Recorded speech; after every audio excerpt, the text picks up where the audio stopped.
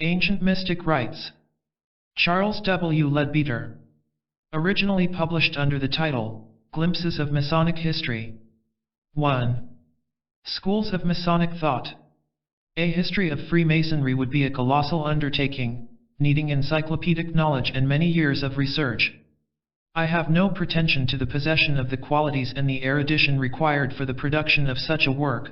All I can hope to do is to throw a little light upon some of the dark spots in that history, and to bridge over to some extent some of the more obvious gaps between the sections of it which are already well known. The origins of Masonry. The actual origins of Freemasonry, as I have said in a previous book, are lost in the mists of antiquity. Masonic writers of the 18th century speculated uncritically upon its history, basing their views upon a literal belief in the history and chronology of the Old Testament, and upon the curious legends of the craft handed down from operative times in the old charges.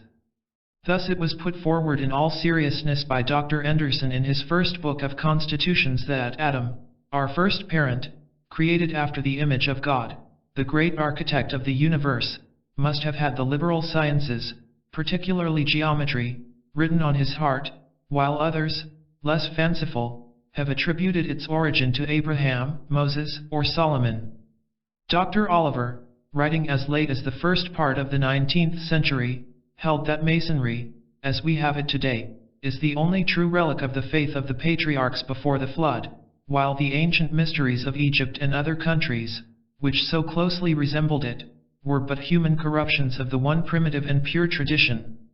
As scientific and historical knowledge progressed in other fields of research, and especially in the criticism of the scriptures, scientific methods were gradually applied to the study of Masonry, so that today there exists a vast body of fairly accurate and most interesting information upon the history of the craft. In consequence of this and other lines of investigation, there are four main schools or tendencies of Masonic thought, not in any way necessarily defined or organized as schools, but grouped according to their relation to four important departments of knowledge lying primarily outside the Masonic field. Each has its own characteristic approach towards Freemasonry, each has its own canons of interpretation of Masonic symbols and ceremonies, although it is clear that many modern writers are influenced by more than one school. The authentic school. We may consider first what is sometimes called the authentic school, which arose in the latter half of the 19th century in response to the growth of critical knowledge in other fields. The old traditions of the craft were minutely examined in the light of authentic records within reach of the historian. An enormous amount of research was undertaken into lodge minutes, documents of all kinds bearing upon Masonry past and present, records of municipalities and boroughs, legal and judicial enactments. In fact, whatever written records were available were consulted and classified. A vast amount of material which will be of permanent value to students of our craft has become available through the labors of the scholars of the authentic school.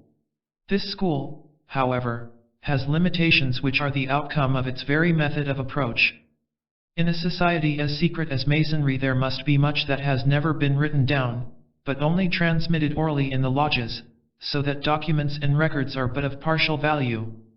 The written records of speculative Masonry hardly antedate the revival in 1717, while the earliest extant minutes of any operative lodge belong to the year 1598. The tendency of this school, therefore, is quite naturally to derive Masonry from the operative lodges and guilds of the Middle Ages, and to suppose that speculative elements were later grafted upon the operative stock, this hypothesis being in no way contradicted by existing records. R. F. Gould affirms that if we can assume the symbolism, or ceremonial, of Masonry to be older than 1717, there is practically no limit whatever to the age that can be assigned to it, but many other writers look for the origin of our mysteries no further back than the medieval builders. Amongst this school there is a tendency, also very natural when such a theory of origin is held, to deny the validity of the higher degrees, and to declare, in accordance with the solemn act of union between the two grand lodges of the Freemasons of England, in December 1813, that pure Antient Masonry consists of 3 degrees and no more, viz., those of the entered apprentice, the fellow craft, and the master mason, including the supreme order of the Holy Royal Arch. All other degrees and rites are, among the more rigid followers of this school, looked upon as continental innovations and are accordingly rejected as spurious Masonry. As far as interpretation goes, the authentics have ventured but little further than a moralization upon the symbols and ceremonies of Masonry as an adjunct to Anglican Christianity. The Anthropological School. A second school, still only in process of development, is applying the discoveries of anthropology to a study of Masonic history, with remarkable results. A vast amount of information upon the religious and initiatory customs of many peoples, both ancient and modern, has been gathered by anthropologists, and Masonic students in this field have found many of our signs and symbols, both of the craft and higher degrees, in the wall paintings, carvings, sculpture and buildings of the principal races of the world. The Anthropological School, therefore, allows a far greater degree of antiquity to Masonry than the authentics have ever ventured to do, and traces striking analogies with the ancient mysteries of many nations, which clearly possessed our symbols and signs, and in all probability ceremonies analogous to those worked in Masonic lodges today. The anthropologists do not confine their studies to the past alone, but have investigated the initiatory rites of many existing tribes, both in Africa and Australia, and have found them to possess signs and gestures still in use among Masons. Striking analogies to our Masonic rites have also been found among the inhabitants of India and Syria, interwoven with their religious philosophy in a way which renders entirely impossible the idea that they were copied from European sources. Masonic scholars have by no means exhausted the facts which may be discovered in this most interesting field of research, but even with our present knowledge it is clear that rites analogous to those we call Masonic are among the most ancient on earth, and may be found in some form or other in almost all parts of the world. Our signs exist in Egypt and Mexico, in China and India, in Greece and Rome, upon the temples of Burma and the cathedrals of medieval Europe, and there are said to be shrines in southern India where the same secrets are taught under binding pledges as are communicated to us in the craft and high grades in modern Europe and America. To the work of the Anthropological School is due a clear revelation of the immense antiquity and diffusion of what we now call Masonic symbolism. It tends, however, to find the origin of the ancient mysteries in the initiatory customs of savage tribes which, although admittedly of incalculable antiquity, are often neither dignified nor spiritual. Another important work which has been accomplished by its efforts is the justification of many of the higher degrees to be considered pure ancient Masonry, for in spite of the pronouncement of the Grand Lodge of England quoted above, there is just as much evidence for the extreme antiquity of Rose-Croix as of craft and arch signs and symbols, and the same may be said of the signs of many other degrees as well.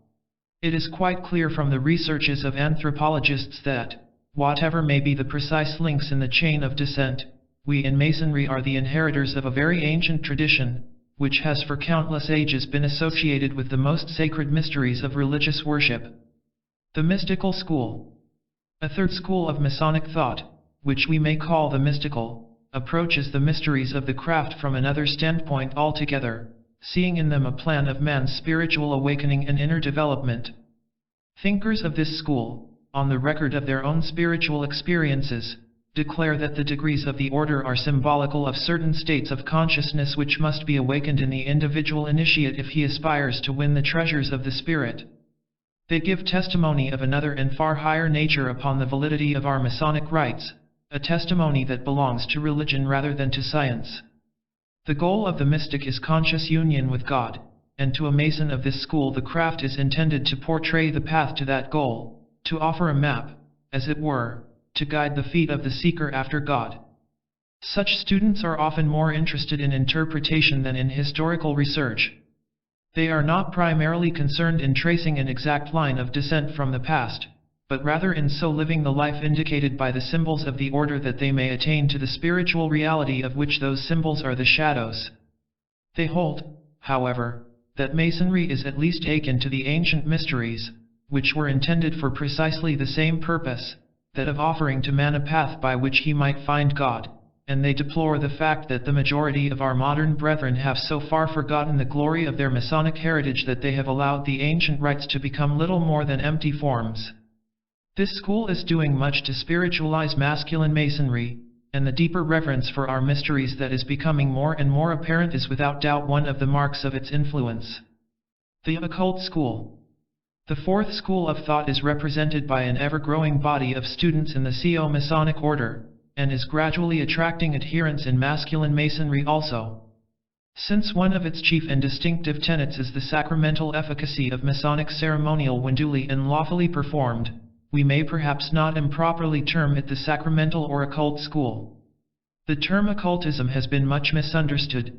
It may be defined as the study and knowledge of the hidden side of nature by means of powers which exist in all men, but are still unawakened in the majority, powers which may be aroused and trained in the occult student by means of long and careful discipline and meditation. The goal of the occultist, no less than that of the mystic, is conscious union with God, but the methods of approach are different. The aim of the occultist is to attain that union by means of knowledge and of will, to train the whole nature, physical, emotional and mental, until it becomes a perfect expression of the divine spirit within, and can be employed as an efficient instrument in the great plan which God has made for the evolution of mankind, which is typified in Masonry by the building of the Holy Temple. The mystic, on the other hand, rather aspires to ecstatic union with that level of the divine consciousness which his stage of evolution permits him to touch. The way of the occultist lies through a graded series of steps, a pathway of initiations conferring successive expansions of consciousness and degrees of sacramental power. That of the mystic is often more individual in character, a flight of the alone to the alone, as Plotinus so beautifully expressed it. To the occultist the exact observance of a form is of great importance, and through the use of ceremonial magic he creates a vehicle through which the divine light may be drawn down and spread abroad for the helping of the world, calling to his aid the assistance of angels, nature spirits and other inhabitants of the invisible worlds. The method of the mystic, on the other hand, is through prayer and orison. He cares nothing for forms and, though by his union therewith he too is a channel of the divine life, he seems to me to lose the enormous advantage of the collective effort made by the occultist, which is so greatly strengthened by the help of the higher beings whose presence he invokes. Both these paths lead to God.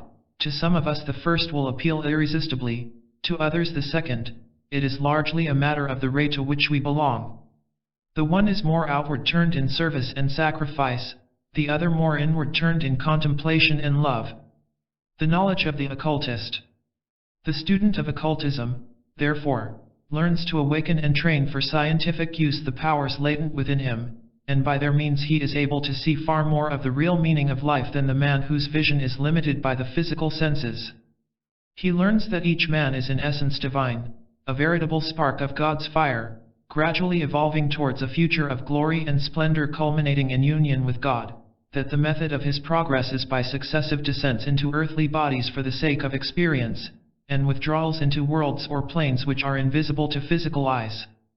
He finds that this progress is governed by a law of eternal justice, which renders to each man the fruit of that which he sows, joy for good and suffering for evil. He learns, too, that the world is ruled, under the will of TMH, by a brotherhood of adepts, who have themselves attained divine union, but remain on earth to guide humanity, that all the great religions of the world were founded by them, according to the needs of the races for which they were intended, and that within these religions there have been schools of the mysteries to offer to those who are ready a swifter path of unfoldment, with greater knowledge and opportunities for service.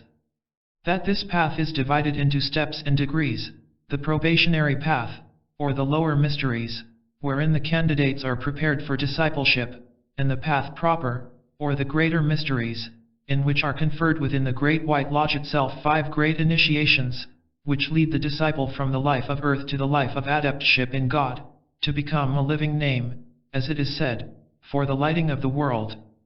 He is taught that God, both in the universe and in man, shows himself as a trinity of wisdom, strength, and beauty, and that these 3 aspects are represented in the Great White Lodge in the persons of its 3 chief officers, through whom the mighty power of God descends to men. The occult records. It will be seen that this occult knowledge depends no more upon the study of books and records than do the experiences of the mystics. Both belong to a higher order of consciousness, the existence of which cannot be satisfactorily demonstrated on the physical plane. Nevertheless, the study of the physical plane records of the past is of value in confirming the historical researches of the trained occultist, who is able to read what are sometimes called the Akashic records, and so to acquire an accurate knowledge of the past. This subject is so little understood that it may perhaps be useful if at this point I quote somewhat at length from a book entitled Clairvoyance, which I wrote many years ago. On the mental plane, the records have two widely different aspects.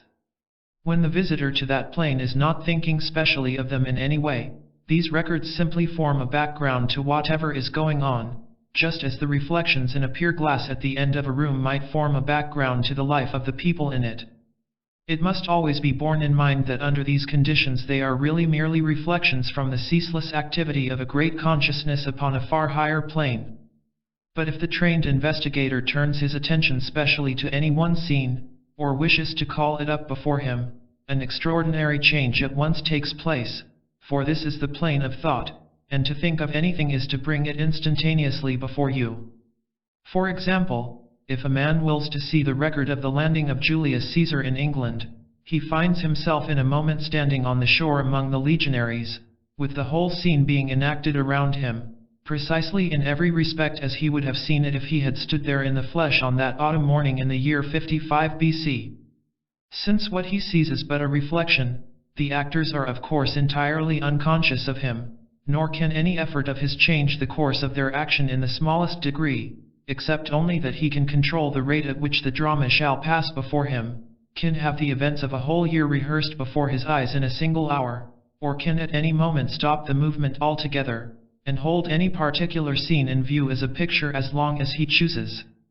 In truth, he observes not only what he would have seen if he had been there at the time in the flesh, but much more.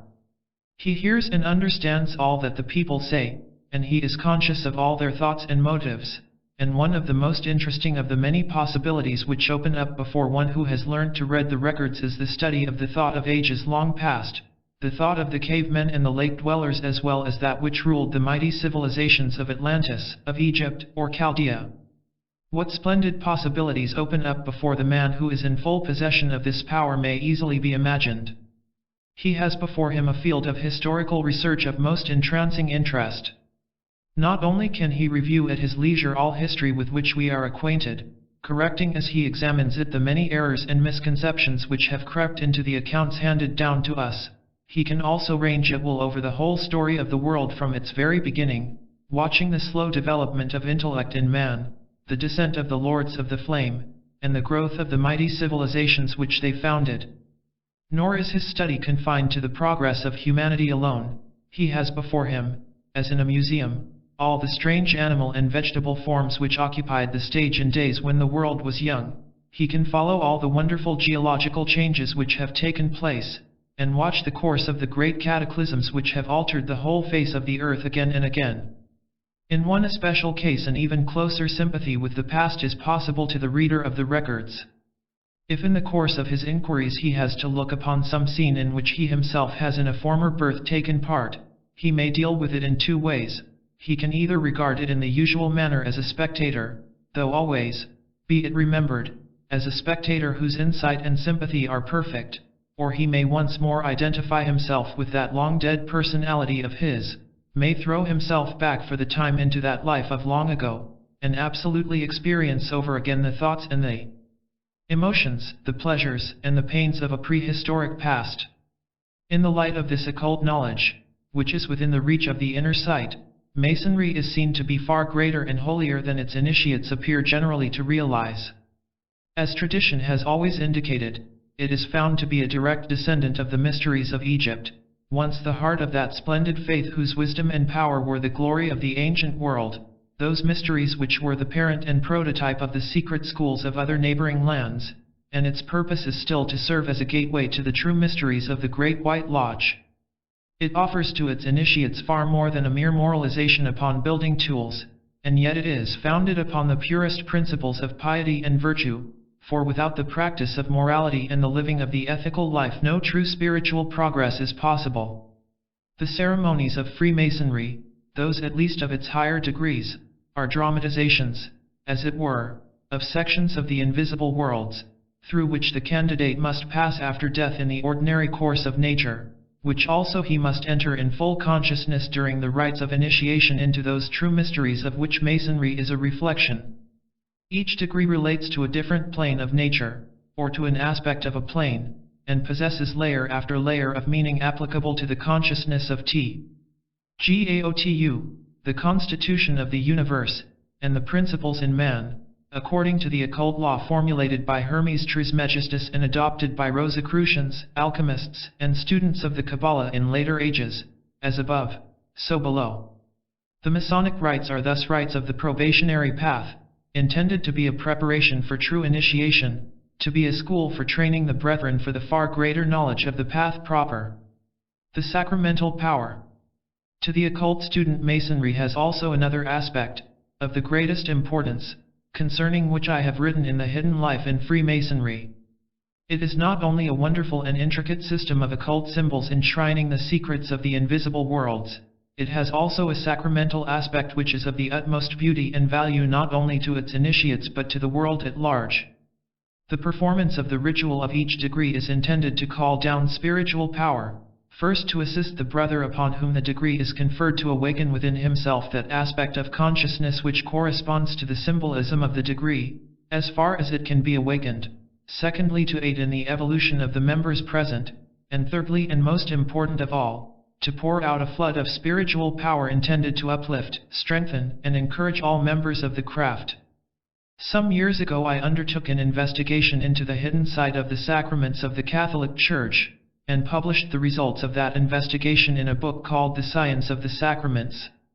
Those who have read that book will remember that the shedding abroad of spiritual power is one great object of the celebration of the Holy Eucharist, and of other services of the Church, and that it is attained by the invocation of an angel to build a spiritual temple in the inner worlds with the aid of the forces generated by the love and devotion of the people, and the charging of that temple with the enormous power called down at the consecration of the sacred elements. A somewhat similar result is achieved during the ceremonies performed by the Masonic Lodge, although the plan is not exactly the same, being indeed far older, and each of our rituals, when properly carried out, likewise builds a temple in the inner worlds, through which the spiritual power called down at the initiation of the candidate is stored and radiated. Thus Masonry is seen, in the sacramental sense as well as the mystical, to be an art of building spiritualized, and every Masonic lodge ought to be a channel of no mean order for the shedding of spiritual blessing over the district in which it labors.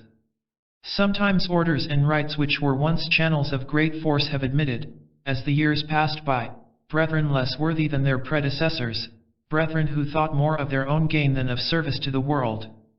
In such cases the spiritual powers associated with those greats were either entirely withdrawn by the HOATF, to be introduced later into some other and more suitable group, or allowed to remain dormant until more fitting candidates should be found to hold them worthily, the bare succession passing down and transmitting, as it were, the seeds of the power, although the power itself was largely in abeyance.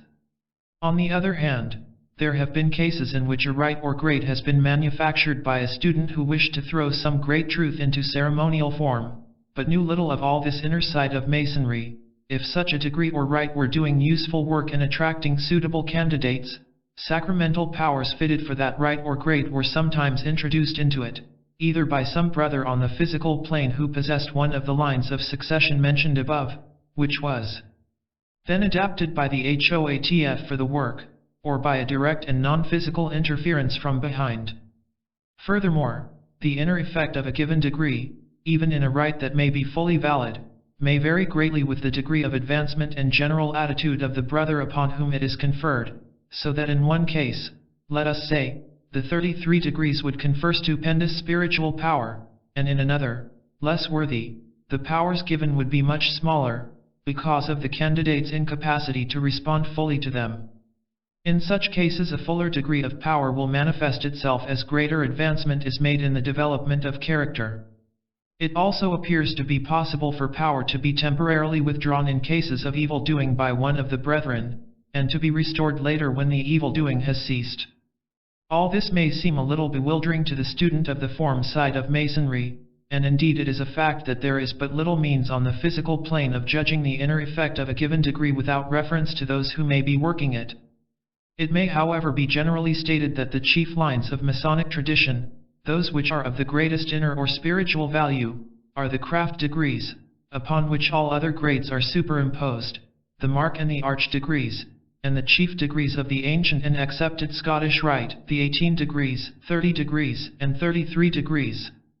Other degrees that are worked have their own peculiar powers, and these are often valuable, but the grades which I have mentioned are those which are considered by the HOATF to be of the greatest value to our present generation, and they are therefore those which are worked at present in the CO Masonic order. Another line of great interest, though very different from any other degrees existing among us, is that of the rites of Memphis and Mizraim, which are relics in their occult power, although not in their form, of perhaps the very oldest mysteries existing upon earth. These two have their part to play in the future, as in the past, and they have therefore been preserved and transmitted to us in the present day. The form and the life. In all cases we must realize that the form of the degrees of Masonry and their life are two very different things, although of course in a perfect system, as in that of the ancient mysteries at the height of their glory, they would correspond perfectly. Masonry is yet in a transitional stage, and is but emerging from the ignorance of the Dark Ages. The rites of Memphis and Mizraim are an example of this discrepancy. These colossal systems of 96 degrees and 90 degrees respectively are a mass of artificially manufactured ceremonies, of but little value to a Masonic student except as a record of high-grade Masonic invention in France at the end of the 18th century. Most of the degrees have little occult power, and have simply been inserted into the rites by brethren who could have known nothing of their real purpose, but behind the rites and quite independent of the form side of the traditional line of succession has been handed down from a past even more ancient than that of the Scottish Rite itself. Even in the Scottish Rite many of the intermediate degrees are of but little occult value. The whole position will be best understood if it can be realized that the plan of Masonry is in the hands of the HOATF, who rules his mighty order with perfect justice and the most marvelous skill, so that all that can be done is done for the greatest good of all. The powers that stand behind Freemasonry are great and holy, and it is but right that they should be conferred in their fullness only upon those who are likely to use them as they should be used and to treat them with the reverence they deserve. There is a great and glorious reality in the background all the time, ever pressing towards realization, and employing whatever channels are available for its manifestation. Whatever can be used is always used to the very fullest extent, and none need fear that he is overlooked. It is obvious, however, that where the brethren think more of gratifying their own vanity than of the hidden work, where they spend their time in banqueting and revelry and curtail the sacred ritual in order that they may adjourn as quickly as possible to the south, they are less worthy channels of the divine glory than those more spiritual brethren who are willing to study and to understand. All the time the HOATF is watching, he sees the slightest endeavor of the craftsman to serve, and he will pour forth his wondrous power just in so far as the brethren become worthy of it. Orthodoxy and Heresy. Another point which arises in connection with the transmission of Masonic degrees will be developed more fully as we proceed. We must realize that in Masonic ritual it is not a case of one orthodoxy, and a number of heresies and schisms. It is rather that there are as many lines of tradition in form as there are types of succession in inner power. The mysteries worked in the different countries of the ancient world varied considerably in the details of their form and legend, and vestiges of these differences remain in the various workings now in use among us. Many equally valid streams of tradition have crossed and recrossed one another throughout the ages, and have influenced each other to a greater or less degree. The seating of the principal officers in a craft lodge, for instance, differs in English and continental Masonry. English Masonry follows the old Egyptian method of arranging them, while continental Masonry follows the Chaldean plan and seats them in an isosceles triangle. The powers of the succession of IM.S in these two systems are in essence the same, but since in the continental lodges the ceremony of installation is reduced to the merest vestige, only the minimum of power necessary for the actual transmission of the degrees is conferred, and very much less is done for the RWM than under the English plan. But this is a question of imperfection of form rather than of absence of power. The spiritual powers behind Masonry work through the different forms according to the value of the form and the will of the HOATF behind, who is the only judge of the much-argued difference between genuine and spurious Masonry. In the light of this view of the Masonic succession, it will be seen that genuine rites are those which possess and transmit spiritual power, whereas spurious Masonry is the working of a form from which for one reason or another the life has been withdrawn, or to which it has never been linked. In the following chapters I shall endeavor to trace the descent of the Masonic tradition from the Egyptian mysteries to the present day, not in any way attempting to delineate each separate link in the chain of succession, for that would be the work of a lifetime and would not be of any fuller value to the student, but touching rather upon important periods of Masonic history, as revealed by the inner sight, and confirmed in the writings of Masonic scholars. 2. The Egyptian Mysteries. The message of the world teacher. In the Hidden Life in Freemasonry I have described to some extent the form and meaning of Freemasonry as I knew it in Egypt about 6,000 years ago. That form was largely due to the birth of the world teacher among the Egyptian people about 40,000 BC when he taught them the doctrine of the hidden light. It may be well to sketch briefly the history of the nation from that period up to 13,500 BC, where I took it up in the previous book. The authentic history of Egypt, as determined by modern scholars, begins with the first dynasty, which was founded by Mena or Manu about 5000 BC, the dates are variously given.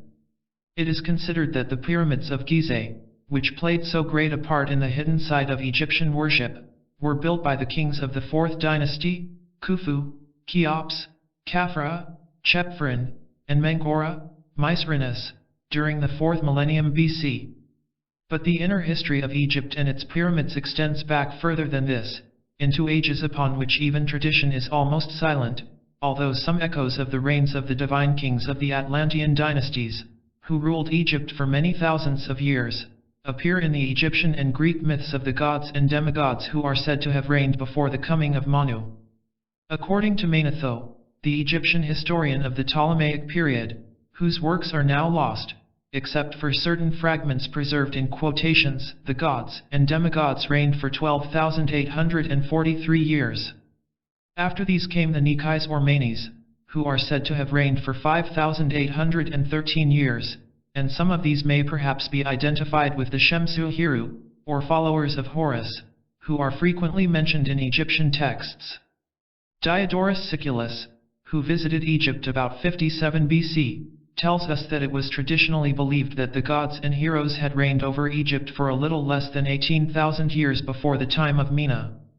The book Man, Whence, How, and Whither carries us much further into the past, and gives us the following facts. The Atlantean conquest of Egypt took place over 150,000 years ago, and the first great Egyptian empire lasted until the catastrophe of 75,025 BC, when the two great islands Ruta and Data were whelmed beneath the ocean, and only the island of Poseidonis remained. It was during the dominance of that empire that the 3 pyramids were built in accordance with the astronomical and mathematical lore of the Atlantean priests, and it is to this age also that we look for the origin of those mysteries which have been handed down to us in the ceremonies of Freemasonry. Even then the ceremonies were ancient, and we must search a still more remote past for their ultimate source.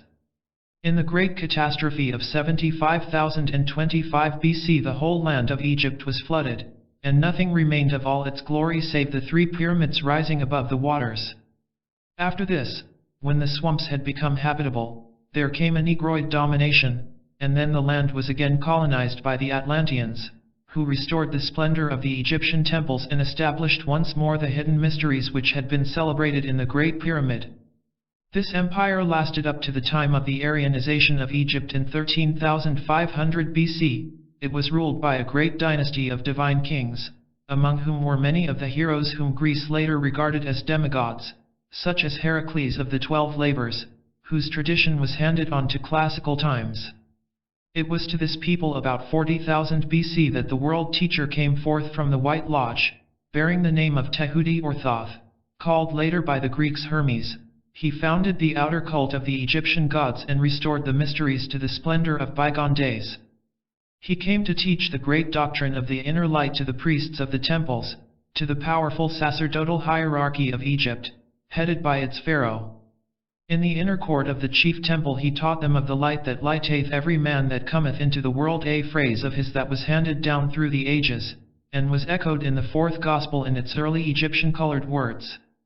He taught them that the light was universal, and that that light, which was God, dwelt in the heart of every man. I am that light, he bade them repeat. That light am I. That light, he said, is the true man, although men may not recognize it, although they neglect it. Osiris is light, he came forth from the light, he dwells in the light, he is the light. The light is hidden everywhere, it is in every rock and in every stone. When a man becomes one with Osiris the light, then he becomes one with the whole of which he was part, and then he can see the light in everyone, however thickly veiled, pressed down, and shut away. All the rest is not, but the light is. The light is the life of men. To every man, though there are glorious ceremonies, though there are many duties for the priest to do, and many ways in which he should help men, that light is nearer than aught else, within his very heart. For every man the reality is nearer than any ceremony, for he has only to turn inwards, and then will he see the light. That is the object of every ceremony, and ceremonies should not be done away with, for I come not to destroy but to fulfill. When a man knows, he goes beyond the ceremony, he goes to Osiris, he goes to the light Amenra, from which all came forth, to which all shall return. Osiris is in the heavens, but Osiris is also in the very heart of men. When Osiris in the heart knows Osiris in the heavens, then man becomes God, and Osiris, once rent into fragments, again becomes one. But see, Osiris the divine spirit, Isis, the eternal mother, give life to Horus, who is man, man born of both, yet one with Osiris. Horus is merged in Osiris, and Isis, who had been matter, becomes through him the queen of life and wisdom. And Osiris, Isis, and Horus are all born of the light. Two are the births of Horus. He is born of Isis, the God born into humanity, taking flesh of the Mother Eternal, Matter, the Ever-Virgin. He is born again into Osiris, redeeming his mother from her long search for the fragments of her husband scattered over the earth. He is born into Osiris when Osiris in the heart sees Osiris in the heavens, and knows that the twain are one. So taught he, and the wise among the priests were glad. To Pharaoh, the monarch, he gave the motto, "Look for the light." He said that only as a king saw the light in the heart of each could he rule well. And to the people he gave as a motto, "Thou art the light. Let that light shine." And he set that motto round the pylon in a great temple, running up one pillar, and across the bar, and down the other pillar. And this was inscribed over the doors of houses, and little models were made of the pylon on which he had inscribed it, models in precious metals, and also in baked clay, so that the poorest could buy little blue clay models, with brown veins running through them, and glazed. Another favorite motto was, "Follow the light," and this became later, "Follow the king," and this spread westward and became the motto of the Round Table. And the people learned to say of their dead, "He has gone to the light." And the joyous civilization of Egypt grew yet more joyous, because he had dwelt among them, the embodied light. The priests whom he had taught handed on his teachings and his secret instructions, which they enshrined in their mysteries, and students came from all nations to learn the wisdom of the Egyptians, and the fame of the schools of Egypt went abroad to all lands. The gods of Egypt.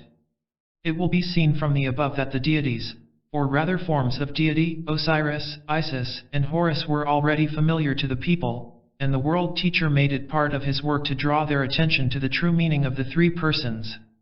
At what time knowledge of these three aspects of God was introduced into the land we do not know, but at the date of our experience they had their places in the symbology of the mysteries. Isis and Osiris. Isis, to whom the lesser mysteries were ascribed, was not only the universal feminine principle expressed in nature, but also a real and very lofty being, just as the Christ is the universal life, the second Logos, and also a high official of the occult hierarchy. She, by virtue of her high development and office, was able to represent the feminine aspect of the deity to man. Isis was the mother of all that lives, and wisdom, and truth and power. Upon her temple at Sais the inscription was written, I am that which is, which hath been, and which shall be, and no man has ever lifted the veil that hides my divinity from mortal eyes. The moon was her symbol, and the influence which she outpoured upon her worshippers to the music of the shaken sistrum was of brilliant blue light veined with delicate silver, as of shimmering moonbeams, the very touch of which brought upliftment and ecstasy. Osiris was the embodiment of God the Father in a mighty planetary spirit. His symbol was the sun, and the influence which he outpoured was a dazzling glory of light shot through with gold, like the rays of the sun caught upon the surface of a lake. The influence of Horus, who represented the divine child, was the glowing rose and gold of the eternal love which is perfect wisdom. Animal deities. The Egyptians also followed the ancient practice of regarding certain animals as mirroring various aspects of the divine, because of their outstanding qualities. Thus they took the intelligence of the ape, the clear-sightedness of the hawk, the strength of the bull, and so on, and attributed the quality to some particular aspect of the deity. They carefully bred certain animals as perfect representatives of their species, and kept them apart as symbols of those divine qualities. Such were the Apis bulls, and the cats of Bast or Pusht. These animals were regarded not exactly as sacred, but as objectified examples of the qualities. In the beginning the creature was a mere symbol, but in later days the Egyptians had the idea that those which had been especially set apart came to be linked with the Godhead, and so were to some extent a manifestation of the deity. They then embalmed the animals and laid up the mummies in their temples, with the intention of preserving the divine influence. The practice of embalming.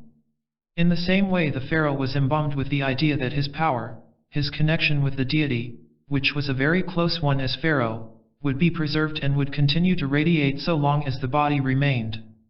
This resembled the later custom of preserving the relics of a saint.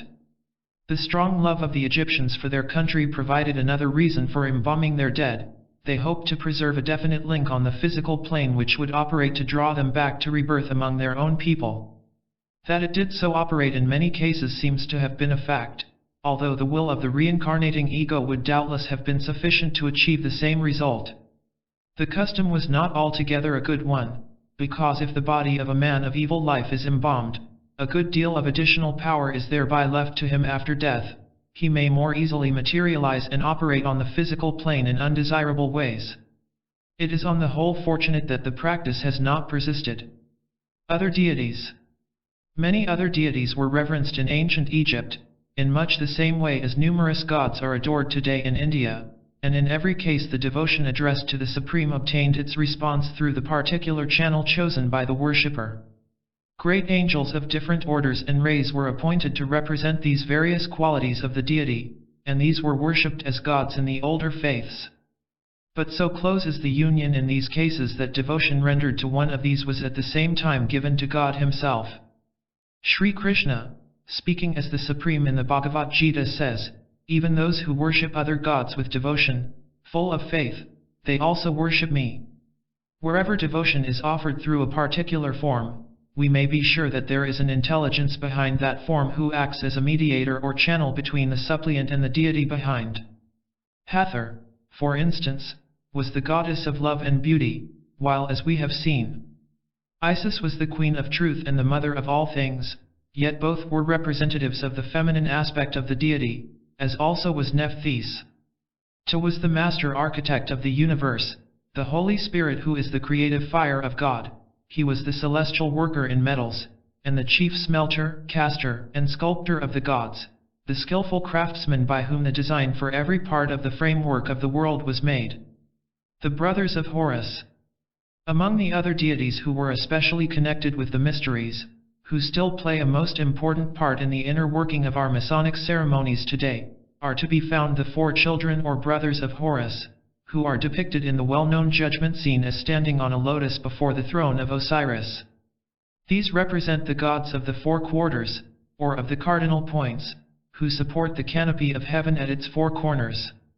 The god of the north was Hapi, who bore the head of an ape. The god of the east was Tuamutef, who bore the head of a jackal. Amzet or Kestar ruled the south, and had the head of a man, while the west was governed by Kebsenov, whose head was that of a hawk. The truth underlying these strange deities is of the deepest interest when examined by the inner sight, for these four are the same as the four Devarajas of India, the kings of the elements, earth, air, fire, and water, who likewise preside over the cardinal points.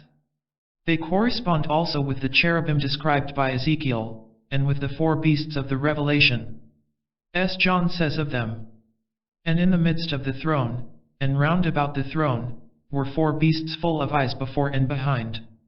And the first beast was like a lion, and the second beast like a calf, and the third beast had a face as a man, and the fourth beast was like a flying eagle. And the four beasts had each of them 6 wings about him, and they were full of eyes within, and they rest not day and night, saying, Holy, Holy, Holy, Lord God Almighty, which was and is to come." Ezekiel describes them a little differently. "Their wings were joined one to another, they turned not when they went every one straight forward. As for the likeness of their faces, they four had the face of a man, and the face of a lion on the right side, and they four had the face of an ox on the left side, they four also had the face of an eagle. As for the likeness of the living creatures, their appearance was like burning coals of fire, and like the appearance of lamps, it went up and down among the living creatures, and the fire was bright, and out of the fire went forth lightning. Now as I beheld the living creatures, behold one wheel upon the earth by the living creatures, with his 4 faces. The appearance of the wheels and their work was like unto the color of a beryl, and they four had one likeness, and their appearance and their work was as it were a wheel in the middle of a wheel. When they went upon their 4 sides, and they turned not when they went. As for their rings, they were so high that they were dreadful, and their rings were full of eyes round about them 4. This symbolism is strange, but it has its meaning, and any investigator who has ever had the privilege of seeing the mighty 4 will at once recognize that John and the prophet Ezekiel had seen them too, however inadequate are their descriptions. The beast with the face of a man stands for the physical body, earth, the ox or the bull, as in the case of the bull of Mithra and the Apis bull, typifies the emotional or astral body, water, the lion symbolizes the will or the mental aspect, air, and the soaring eagle is taken to indicate the spiritual side of man's nature, fire. The Egyptian forms were a little different, but the same 4 elements and their rulers are depicted in that ancient symbolism, which indeed we find in all religions. There is a 4-faced Brahma, there is the 4-fold Jupiter, who is aerial, fulgurant, marine and terrestrial. And that leads us back to the reality behind all these symbols, the 4 great angel rulers of the elements, the administrators of the great law, who are the gods or leaders of the hierarchies of angels of earth, water, air, and fire. Those are the mystical 4, and they are full of eyes within, because they are the scribes, the recorders, the agents of the Lipika. They watch all that happens, all that is done, all that is written or spoken or thought in all the worlds. In the light of Asia they are described as the rulers of the 4 points of the compass. The 4 regents of the earth come down from Mount Sumeru, they who write men's deeds on brazen plates, the angel of the east, whose hosts are clad in silver robes, and bear targets of pearl, the angel of the south, whose horsemen, the Kumhandas, ride blue steeds, with sapphire shields, the angel of the west. By Nagas followed, riding steeds blood red, with coral shields, the angel of the north, environed by his yakshas, all in gold. On yellow horses, bearing shields of gold. This is a poetical oriental description, yet it has a definite foundation. The form in which it is cast is obviously merely traditional, but always there is a fact behind. Those great ones are surrounded by, and in constant communication with, vast hosts of angels and assistants, but these do not take the form of a guard of horsemen, yet the colors of the respective hosts are correctly given. These 4 most strange and wondrous beings are not exactly angels, in the ordinary sense of the word, though they are often called so. Under them are hierarchies of angels who carry out their will in accordance with the law, for they direct the whole tremendous machinery of divine justice, and in their hands is the working of the law of karma. They are sometimes spoken of as the overseers who guard the gates and test the material for the building of the Holy Temple. Consecration. These beings are very closely connected with the inner working of the mysteries, and therefore of Masonry, which is derived therefrom. They represent the great building forces of the universe, the constructive powers of nature, and since in our lodges we are engaged in building a universe in miniature, it is these who are invoked to assist us in our work. This invocation is performed at the consecration of every lodge, however little the modern consecrating officer may know what he is really doing when he pours forth the traditional offerings of corn, wine, oil, and salt, symbols which they themselves have chosen from time immemorial to represent their especial powers. This ancient piece of ritual, when performed by an IM duly commissioned to consecrate a lodge, produces stupendous results in the inner worlds, for it amounts to a call made to the planetary spirits at the head of the 4 lines to recognize the new lodge and to dedicate it to the service of TGAOTU. The call is answered. As the corn is scattered in the north, a great golden angel of earth descends in majesty, followed by his angel train, some of whom are left behind to be the channels of the power of his hierarchy whenever the lodge is opened in due and ancient form. The pouring of wine in the south invokes a great blue angel of water, also attended by other angels less great than he. Similarly, the offering of oil in the west calls upon a mighty crimson angel of fire, who pours down into the lodge the splendid rhythmic power of that most terrible and lovely of the elements. As the salt is strewn in the east, an angel of the air flashes down from on high, he and his attendants being of a wonderful silver hue shot through with mother of pearl. These 4 great ones, representing the 4 gods of the elements, the 4 children or brothers of Horus, solemnly consecrate the lodge, binding the brethren into a close unity in the inner worlds and linking with them angels of their orders, who will act as their representatives at each lodge meeting. The tradition of these 4 passed down to the medieval operative craftsmen and became mingled with that of the 4 crowned martyrs who are the patron saints of the craft.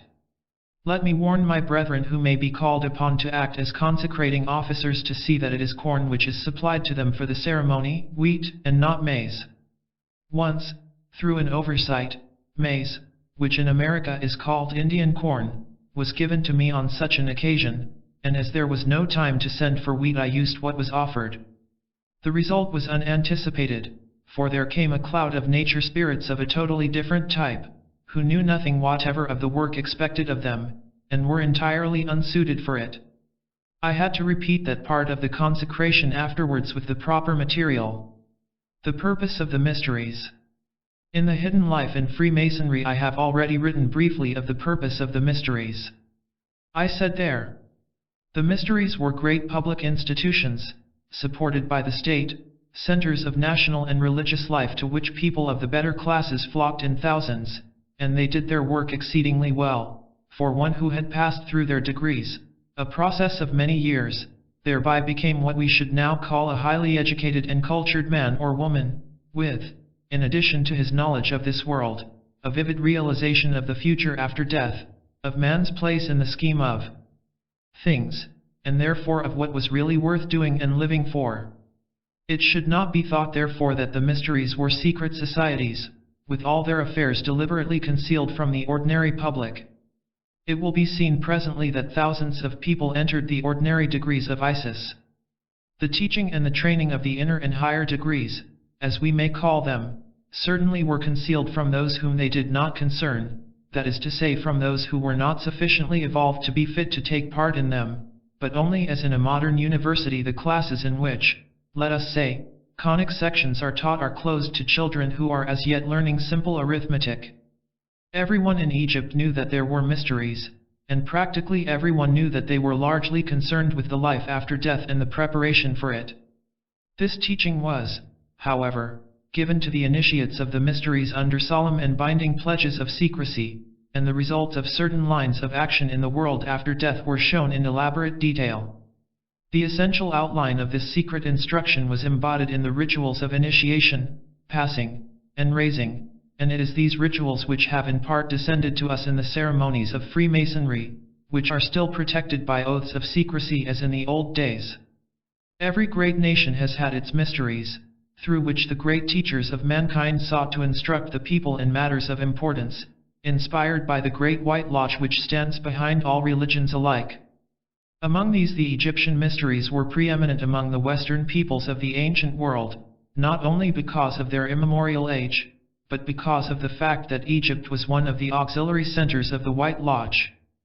The Great White Brotherhood has its headquarters in Central Asia, but it has at various times and for various purposes maintained subsidiary lodges in different parts of the world. The presence of this secret center belonging to the White Brotherhood had much to do with Egypt's greatness throughout the ages, although the fact of its existence was not known to the outer world. That Lodge of the True Mysteries supervised the whole scheme of Egyptian initiation, and made it the prototype of the mysteries of all the nations around. Egypt was thus the center of spiritual illumination for the entire Western world, and all those who sought the great initiations were attracted to it, and it is this fact which explains the reverence paid to the Egyptian mysteries by learned Greeks in later times. The principal center for the public work of these mysteries was the Great Pyramid, called in ancient Egypt Kut, the Light. It was built on the most exact astronomical and mathematical calculations, and provided a veritable key in stone to the enigmas of the universe. The initiates of the Egyptian mysteries were symbolically engaged in the building of the pyramid, just as in our modern masonry we are engaged in erecting the Temple of King Solomon, both structures being intended to be emblematical of the building processes of nature. In the halls below the pyramid, those underground chambers which were mentioned by Herodotus as being contained in an island, fed by a channel from the Nile, certain of the ceremonies of the mysteries were held. These and other halls in and near the Great Pyramid are still unknown to the explorer, though they may yet be opened by the proper steps, the secret doors turning upon pivots according to an elaborate system of counterpoises, and being set in motion by treading upon certain spots in the floor in a certain order. The ceremonies of the mysteries were also intended to portray the higher evolution of man, his return to the divine source whence he came, through the development of the higher part of his nature, which is not merely consequent upon practices of meditation and ceremonial, but even more upon the living out of the ethical precepts which were taught. Many people of our day imagine that we know ethical truths without being taught them, but that is not so. They seem to us quite natural now, but long ago they were discoveries or revelations somewhat analogous to the steps of advancement in material science and invention. Each degree of the mysteries was designed to reflect one or other of the great initiations of the White Lodge, so that the initiates of this lower level might prepare themselves ultimately to enter the path of holiness and so strive after the fullness of union with Osiris, the hidden light. When we come to consider these degrees we shall see how this teaching was graded, and how those initiates who were properly prepared were enabled to reach the true knowledge which they were seeking. The whole scheme of initiation provided a complete chart of man's spiritual evolution, and it was for the individual candidate to endeavor to put the teachings into practice and to make real in his own consciousness that which was symbolized in the ritual. The degrees of the mysteries. The mysteries of Egypt were, as ever, divided into two main sections, the lesser and the greater. The lesser mysteries are typified to some extent by what we now know as the first degree of craft masonry, while the greater mysteries were analogous to what we now call the second and third degrees. Beyond these there was a ceremony corresponding to the degree of IM, in which the succession of powers was guarded and transmitted from age to age, and still further in reserve there were the yet greater spiritual powers that are indicated, and even given to some extent, in the higher degrees of the ancient and accepted Scottish Rite. Behind the whole system of Masonic initiation was, and is, the White Lodge itself, conferring the 5 great initiations which lead to human perfection and full union with God. The mysteries of Isis. In the lesser mysteries the initiate was taught what lies on the other side of death, and the ceremony of initiation was a symbolical map of that intermediate world which is sometimes called the astral plane. Probably Apuleius refers to this degree when he describes the mysteries of Isis as celebrated in Greece during the 2nd century AD, although he wrote at a time when they had fallen into considerable decay. After mentioning various purifications through which he passed, he goes on to relate something of what took place at his initiation. Then, behold, the day approached when as the sacrifice of dedication should be done, and when the sun declined and evening came, there arrived on every coast a great multitude of priests, who according to their ancient order offered me many presents and gifts. Then was all the laity and profane people commanded to depart, and when they had put on my back a new linen robe, the priest took my hand and brought me to the most secret and sacred place of the temple. Thou wouldst peradventure demand, thou studious reader, what was said and done there. Verily I would tell thee if it were lawful for me to tell, thou wouldst know if it were convenient for thee to hear, but both thy ears and my tongue should incur the like pain of rash curiosity. Howbeit I will not long torment thy mind, which peradventure is somewhat religious and given to some devotion. Listen therefore, and believe it to be true. Thou shalt understand that I approached near unto hell, even to the gates of Proserpine, and after that I was ravished throughout all the elements. I returned to my proper place. About midnight I saw the sun brightly shine. I saw likewise the gods celestial and the gods infernal, before whom I presented myself and worshipped them. Behold, now have I told thee, which although thou hast heard, yet it is necessary that thou conceal it, wherefore this only will I tell, which may be declared without offense for the understanding of the profane. When morning came and that the solemnities were finished, I came forth sanctified with 12 stoles and in a religious habit, whereof I am not forbidden to speak, considering that many persons saw me at that time. There I was commanded to stand upon a pulpit of wood which stood in the middle of the temple, before the figure and remembrance of the goddess. My vestment was of fine linen, covered and embroidered with flowers.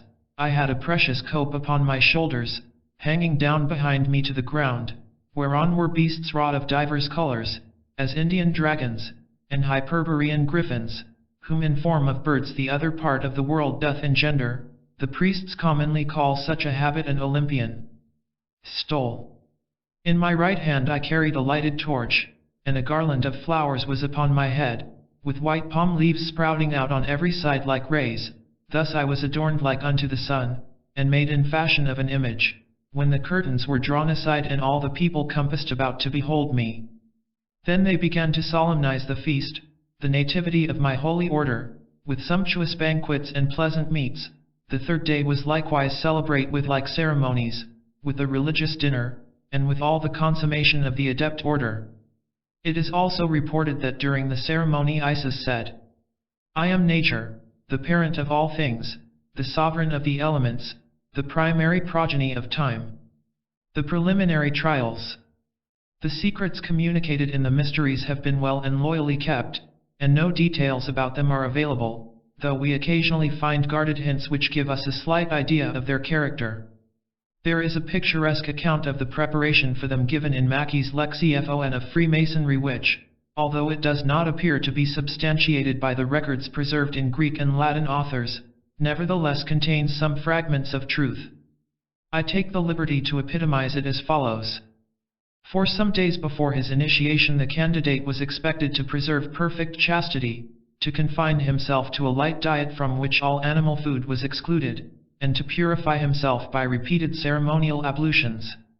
When the time came he was conducted at midnight to the mouth of a low gallery along which he had to crawl on his hands and knees. Presently he came to the opening of a well which the guide directed him to descend. If he showed the slightest hesitation he was reconducted to the outer world, never again to become a candidate for initiation. If however he attempted to descend, the conductor pointed out to him a concealed ladder which enabled him to climb down safely. They then entered a narrow and winding gallery at the entrance of which was this inscription, The mortal who shall travel over this road without hesitating or looking behind shall be purified by fire, by water, and by air, and if he can surmount the fear of death he shall emerge from the bosom of the earth. He shall revisit the light and claim the right of preparing his soul for the reception of the mysteries of the great goddess Isis. The conductor now left the aspirant, warning him that many dangers surrounded and awaited him, and exhorting him to continue unshaken. Heavy doors closed behind him, rendering his return impossible. Presently he entered a spacious hall filled with flames through which he had to rush with the greatest speed. Even when he had passed through this fiery furnace he came to another hall the floor of which was covered with a huge network of red-hot iron bars with very narrow interspaces between them. Having surmounted this difficulty he reached a wide and rapid channel across which he had to swim. On the other side he found a narrow landing place bounded by two high walls of brass, in each of which was an immense wheel of the same metal, and beyond them was an ivory door. He found no means of opening this door, but presently discovered 2 large rings, which he seized, but the only result was to set the brazen wheels revolving with a stunning noise and to cause the platform upon which he stood to sink from beneath him, so that he remained suspended by the rings over an apparently fathomless abyss, from which issued a cold wind which blew out the tiny flame of his lamp and left him in profound darkness. He was left hanging there for a short time, but soon the noise ceased, the platform returned to its former position and the ivory door opened itself. Through it he then entered a brilliantly lighted apartment in which he found a number of the priests of Isis dressed in the mystic insignia of their offices, who welcomed and congratulated him. On the walls he saw the various symbols of the Egyptian mysteries, the signification of which was by degrees explained to him. One cannot guarantee all the details of such an account, but it is true that severe tests more or less of the nature described were applied to candidates for the inner mysteries. None of these trials were imposed on the man who wished to take merely the ordinary course of intensive culture. He might pass through the lesser and the greater without encountering anything more formidable than hard and long-continued study, and he would never even know that there was another stage, or rather a number of stages, lying altogether beyond those, in which he would have to face astral dangers of so serious a nature that it was considered necessary first to submit the candidate to severe trials of his courage and self-command. In the early days of the mysteries, living pictures were materialized by the priests before the eyes of the candidate, so that he was enabled to see for himself what lay on the other side of death. In later days, when there was less knowledge among the Hierophants, elaborate mechanical devices were shown to him, representing the realities of the astral world as far as such resources would allow. Still later, the characteristic points of these pictures were reproduced in a system of symbolic ceremonies, the main outline of which has come down to us today in the initiation ceremony of Masonry, although in some obediences only a mere vestige of the original procedure remains. The mystery language. Besides the teaching upon the life after death, which was elaborated by countless stories of imaginary individuals, showing the results in the astral plane after death of certain courses of action during life, a fine course of education was also given to the initiates of the first degree, embracing what Masons term the 7 liberal arts and sciences: grammar, logic, rhetoric, arithmetic, geometry, music, and astronomy. By grammar the Egyptians meant the sacred hieroglyphic writing of the priests, which was taught to all the initiates of the mysteries, but it also signified a kind of secret language, a way of speaking peculiar to the priesthood. In the secret language of the mysteries it was not so much that different words were used, as that the familiar words had a different meaning. Those who have studied the translations of Egyptian texts will have noticed how widely these vary in the versions of the different scholars. I have sometimes wondered whether this is in any way due to that system of double meanings. In ancient Egypt we were able to talk about the secrets of the inner life before crowds of people without letting them know what we meant, and we had quite a large vocabulary of such significant words, so that an entire conversation could be conducted seemingly about ordinary everyday affairs, but in reality upon the secrets of the mysteries. Much instruction was given in this way. A lecture or address might be delivered publicly by one of the priests, bearing 2 entirely distinct meanings, the one ethical and intended for the helping of people who were not initiated, and the other esoteric, for the students of the mysteries. The legend that Masonry possesses a universal language known only to the brethren may be an echo of tradition about this ancient and secret tongue. This secret tongue of the initiates was also used in inscriptions, and in the hieroglyphic wall paintings and papyri. Many of the inscriptions, telling of the victories of some great pharaoh, could be read in a hidden sense, and they then conveyed spiritual instruction to those who had learned the real meaning. This is certainly true of the Book of the Dead, which when translated into English by modern scholars seems often unintelligible and even grotesque. Yet in the interpretation of it taught in the mysteries those same texts were full of inner illumination and gave much information about the realities of life and death. It is perhaps necessary to repeat that in all this there was no desire on the part of the priests to mislead the people. Their idea was simply to give instruction graded to suit the needs of the hearer and to guard important secrets from those who were not prepared to receive them. It was for the same reason that the interior arrangements of the Great Pyramid were confused. Some of the passages were not used at all in the scheme of initiation, the real passage having been obtainable in quite another way. This policy was dictated by wisdom.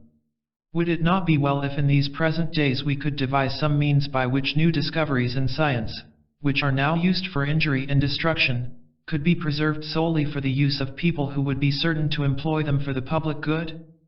The duality of each degree. The ordinary lesser mysteries, which may be called the first degree, were open to practically all who sought admission, provided that they were of good life and reasonably intelligent, that they were free, and that the T.O.G.R. had been heard in their favor. In due course they would pass on to the greater mysteries, the second and third degrees. But in each of these degrees there were also inner mysteries, as I have mentioned in connection with the preliminary trials. The inner mysteries of ISIS. Within and behind the outer mysteries of Isis there were inner circles of students carefully chosen by the priests, the very existence of which was kept utterly secret, even from most of the initiates themselves. In these circles the practical occult teaching was given that enabled the student to awaken and train his inner faculties, so that he could study at first hand the conditions of the astral plane, and thus know for himself what was but theoretical for the majority of the brethren. It was in these circles only that the severe tests which have been partially described were imposed upon the candidate, and he was definitely prepared by individual and personal instruction for the greater and holier mysteries which lay behind the whole scheme of Egyptian initiation. The candidate for these inner tests was required, after a preliminary bath, from which was derived the idea of Christian baptism, to attire himself in a white robe, emblematic of the purity which was expected of him, before being brought before a conclave of priest initiates in a kind of vault or cavern. He was first formally tested as to his development of the clairvoyant faculty which he had been previously instructed how to awaken. For this purpose he had to read an inscription upon a brazen shield, of which the blank side was presented to his physical vision. Later he was left alone to keep a kind of vigil. Certain mantras, or words of power, had been taught to him, which were supposed to be appropriate to control certain classes of entities, and during his vigil various appearances were projected before him, some of them of a terrifying and some of a seductive nature, so that it might be seen whether his courage and coolness remained perfect. He drove away all these appearances in turn, each by its own special sign and word, but at the end, all these combined bore down upon him at once, and in this final effort he was instructed to use the mightiest word of power, by which all possible evil could be vanquished. A course of instruction along these lines was given to those candidates whom the priests deemed suitable, so that at the end of their training they were thoroughly versed in the knowledge of the astral world, and able to wield its powers freely in waking consciousness. The mysteries of Serapis. The second degree of the Egyptian mysteries corresponded somewhat closely with our degree of FC. These were termed the greater mysteries, or in later days the mysteries of Serapis. Apuleius gives us practically nothing in the way of description beyond the bare fact that he had passed the degree. The instruction in the greater mysteries was carried further and deeper as regards science and philosophy. A more advanced course of intellectual training was set before the students, which one might well call a research into the more hidden paths of nature and science. At the same time the study of the life after death was extended to include the heaven world, the M.C. into which all must go to receive their wages for the good deeds done on earth. Much of this deeper knowledge of the mental plane was taught in the greater mysteries, in the same manner as the facts of the astral life had been taught in the first degree, namely, by representation and drama. The purpose of the mysteries of Serapis in the life of the individual initiate was the control of the Mind-17 and the training of the mental body, and the sacramental powers invoked by the ceremonial had as their object the quickening of this mental development. The inner degree of Serapis. Behind the outer mysteries in this degree there were also secret circles, quite unknown to those who had not been through the inner work of the first degree. In these practical instruction was given on the development of the mental body, and the method of awakening accurate sight on the mental plane, so that the student was enabled to verify the teaching of the priests for himself. In connection with this degree it may be of interest to mention that in the temple of Phuli the body of Osiris is represented with stalks of corn springing from it, which a priest waters from a vessel which he holds in his hand. An inscription sets forth that this is the form of him whom we may not name, Osiris of the mysteries, who sprang from the returning waters, this symbolism referring among other things to the quickening of the inner life in response to the power poured down from on high. The S.N of the degree is often found in Egyptian paintings, and is exactly the same as is in use among craftsmen today. As in the first degree, an average of 7 years was also spent in the mysteries of Serapis, at the end of which candidates who had passed a far more searching examination, and had satisfied the hierophants that they were ready for further teaching, were eligible for the third degree. The Mysteries of Osiris. The third degree was called in Egypt the Mysteries of Osiris. It corresponds to the degree of MM in our modern craft system. Apuleius describes Osiris as the more powerful god of the great gods, the highest of the greater, the greatest of the highest, and the ruler of the greatest. In the Egyptian ritual, which was much more complete and impressive than the traditional history preserved in modern Masonry, the candidate had to pass through a symbolical representation of the suffering, death, and rising again of Osiris, which included his experiences between death and resurrection, when he entered the world of Amenta, and became the judge of the dead, who should decide for each soul what measure of felicity was due to him, and turn back to earthly incarnation those who needed further human development. The legend of the death and resurrection of Osiris was well known to all the people of Egypt, both initiates and profane, and there were great public ceremonies, corresponding to those of our Good Friday and Easter Day in Catholic countries, when these mystic events were celebrated with the utmost splendor and with the heartfelt devotion of the people. The story of Osiris is nowhere found in a connected form in Egyptian literature, but in texts of all periods his life, sufferings, death, and resurrection are accepted as facts universally admitted. It would appear, however, that in ancient times it was not lawful to speak of the tradition in any detail, at least to strangers, for Herodotus says, "Also at Sais there is the burial place of him whom I account it not pious to name in connection with such a matter, which is in the temple of Athene, Isis, behind the house of the goddess, stretching along the whole wall of it, and in the sacred enclosure stand great obelisks of stone, and near them is a lake adorned with an edging of stone, and fairly made in a circle, being in size, as it seemed to me, equal to that which is called the round pool in Delos. On this lake they perform by night the show of his sufferings, and this the Egyptians call mysteries. Of these things I know more fully in detail how they take place, but I shall leave this unspoken." Diodorus writes to the same effect. In olden days, according to received tradition, the priests kept the manner of the death of Osiris as a secret, but in after times it came about through the indiscretion of some that that which had been hidden in silence among the few, was noised abroad among the many. The legend of Osiris. The best exoteric account of the legend is preserved for us by Plutarch in his treatise De Icide et Osiride, written in Greek about the middle of the 1st century of our era, a large portion of which is substantiated by the Egyptian hieroglyphic texts which have been deciphered by scholars. It may be briefly summarized as follows. Osiris was a wise king in Egypt who set himself to civilize the people and redeem them from their former states of barbarism. He taught them the cultivation of the earth, gave them a body of laws, and instructed them in the worship of the gods. Having made his own land prosperous, he set out in like manner to teach the other nations of the world.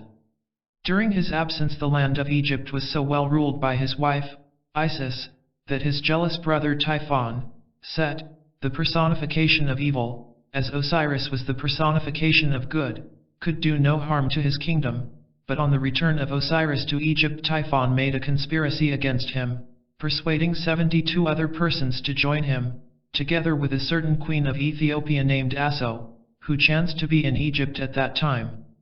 He secretly measured the body of Osiris, and caused a beautiful chest to be made of exactly the same size.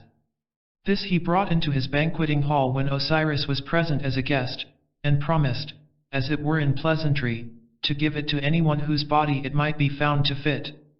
All those present at the least tried it, but since the box fitted none of them, Osiris at the last laid himself down in it, whereupon the conspirators at once fastened down the lid securely, sealing it with lead, and cast it into the Nile. The murder of Osiris is said to have taken place on the 17th day of the month Hathor, when the sun was in Scorpio, Osiris being in the 28th year either of his reign or his age. It will be noted that this date marks the beginning of winter, when the sun is mystically slain by the forces of darkness, and it was on this date, corresponding to the festival of All Souls in the Christian Church, that the land of Egypt mourned the death of Osiris, as we mourn the death of the body of Jesus on Good Friday. News was brought to Isis at Coptos of the tragedy which had occurred, whereupon she cut off a lock of her hair, arrayed herself in mourning apparel, and went forth in search of the body of Osiris. She learnt that the chest had been carried by the sea to Byblos, not the Byblos of Syria, but the papyrus swamps of the delta, and that it had been caught in a tamarisk tree, which had so grown around the chest that nothing of it was to be seen, and furthermore that the king of the country, amazed at its unusual size, had cut the tree down and made of it a pillar to support the roof of his palace. Isis went to Byblos and became nurse to one of the king's sons. Each night she put the child in the fire to consume his mortal parts, changing herself into a swallow, and bemoaning the loss of her husband. But the queen happened to see her child in flames and cried out in fear, thereby depriving him of the immortality which would otherwise have been conferred upon him. The goddess revealed herself and begged for the pillar which supported the roof. This was granted to her, and she took the chest containing the body of Osiris back to Egypt, hiding it in a secret place while she sought her son, Horus. But Typhon, by an unlucky chance, found the chest while hunting in the light of the moon, and recognizing the body as that of Osiris, tore it into 14 pieces, which he scattered up and down throughout the land. When Isis heard of this, she made a boat of papyrus, and set out to collect the fragments of the body. Osiris returned from the other world and appeared to his son, Horus, instructing him to do battle with Typhon. This battle lasted many days, and at length Horus was victorious. Ultimately Osiris became the king of the underworld and the judge of the dead. This story, like our own traditional history, has suffered from the materializing tendencies of those who did not understand, for there is no clear mention of a resurrection in the account given by Plutarch, but merely a vague return from the dead. This represents, however, a very late version of the tradition, one which is materialized and distorted almost beyond recognition, and in the mysteries of Osiris the legend was much more in accordance with the real facts of the spiritual world. Even in the Egyptian inscriptions which have been deciphered there are clear indications of a resurrection. The main outline of the true legend was the death of Osiris at the hands of Set, the division of his body into twice 7 parts, representing the coming forth of the 7 rays, or types of manifestation, consequent upon the descent of the Logos into matter, the search of Isis and the finding of the various portions of the body, their reunion and the final raising of Osiris by the third of 3 successive attempts to triumphant immortality and eternal resurrection. It was at this stage also that the function of Osiris as the judge of the dead was studied, and the vignette in the papyrus of Ani of the judgment of Osiris and the weighing of the heart of Ani against the feather of truth represents the judgment of the soul by the lords of karma. If the soul was utterly pure it was allowed to pass onwards into immortality. If it was not true of voice it was delivered over to the monster Mehmet, the devourer, and was swallowed up again in the cycle of generation, to be reborn on earth in another body.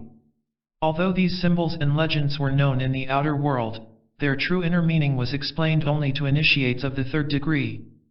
The meaning of the story. It is often thought that the story of Osiris, like that of Mithra and the other sun gods, among whom some writers include even Christ himself, is simply an apotheosis of the processes of nature familiar to an agricultural people. Thus Plutarch says that Osiris was also regarded as Nilus, the river Nile, and Isis as the land of Egypt, periodically fertilized by his overflow. Astronomically, Osiris was the sun, Isis the moon, and Typhon darkness and winter, who in his triumph destroyed the fertilizing powers of the sun, preventing him from giving his life to the world. It is the universal story of the sun god who, after a struggle for existence and the development of his power in the early part of the year, at last rises in triumph into the mid-heaven of his glory, and bestows his life upon all creatures, ripening the corn and the grape, only to yield once more to the advance of winter. The sun in the heavens, as the great life of the world, pursues this cycle of death and resurrection, and the smaller life in the seed follows a similar process. It sprouts and comes to fruit, which is garnered and sacrificed for the nourishment of man and other creatures. But just as Typhon did not utterly destroy Osiris, but left the fragments of his body through which his life was afterwards renewed, so does man not eat all the corn, but keeps some portion to be sown in the ground so that the processes of life may recur. Man in his turn grows through the same cycle of changes, through childhood, manhood and old age, and for him also there is no escape from the sacrifice that characterizes all life, but he is reborn again and again in his cycle of reincarnations. The story of the seed is thus that of the ordinary man, but the story of the son is that of the man who is becoming divine. In the Egyptian mysteries they called him the Osirified, and the Christian mystics spoke of him as becoming one with Christ, as when Paul spoke to his followers as, "My little children, of whom I travail in birth again until Christ be formed in you." 25. It is the voluntary nature of the divine sacrifice that distinguishes it from the earthly sacrifices. Therefore the method of man's reaching divinity was always proclaimed to be unselfishness and self-sacrifice for the sake of others, and the entire story of Christ and of Osiris is but an epitome and example of how that sacrifice may be expressed on earth in human life, as it is in the heavens.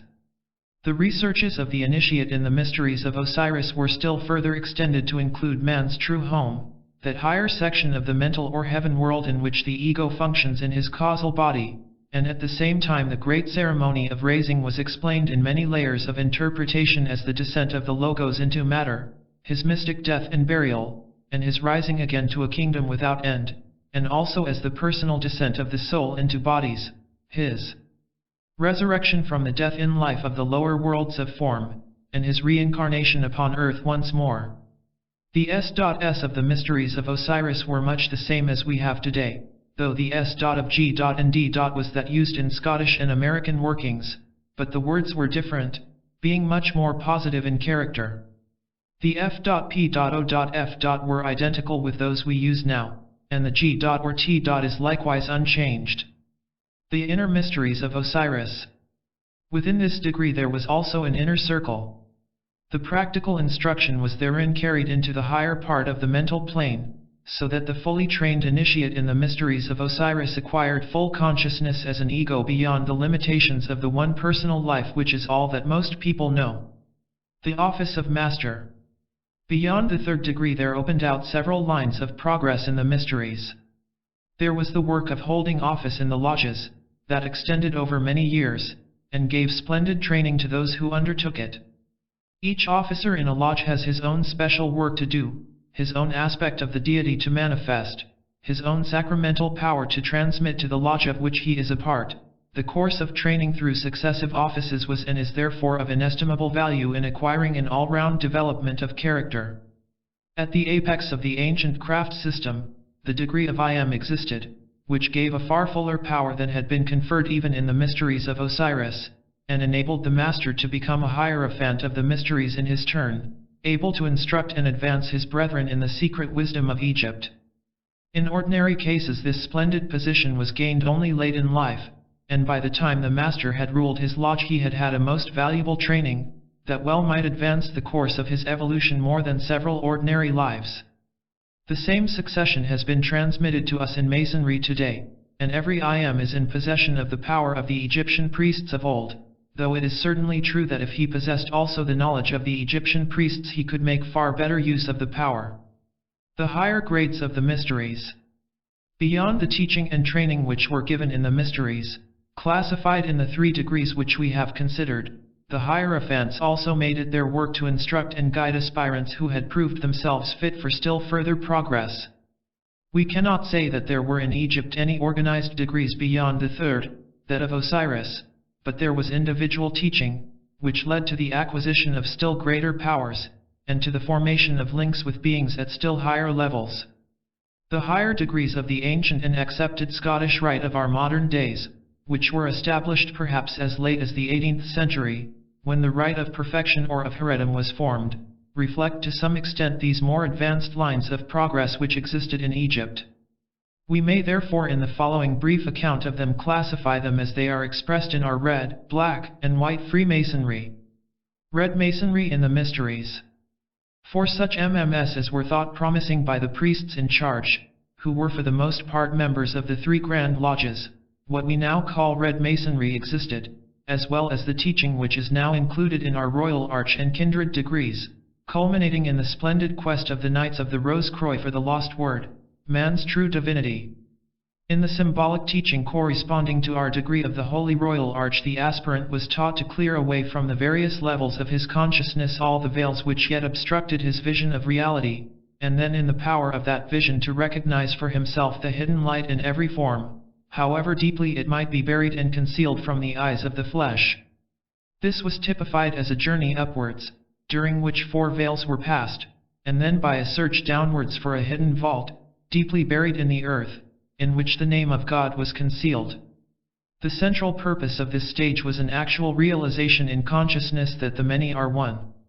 It was known to some extent among the uninitiated of the outer world that all the strange deities of Egypt were in reality only manifestations of one, but they did not in all probability realize the fact of unity with any degree of clearness.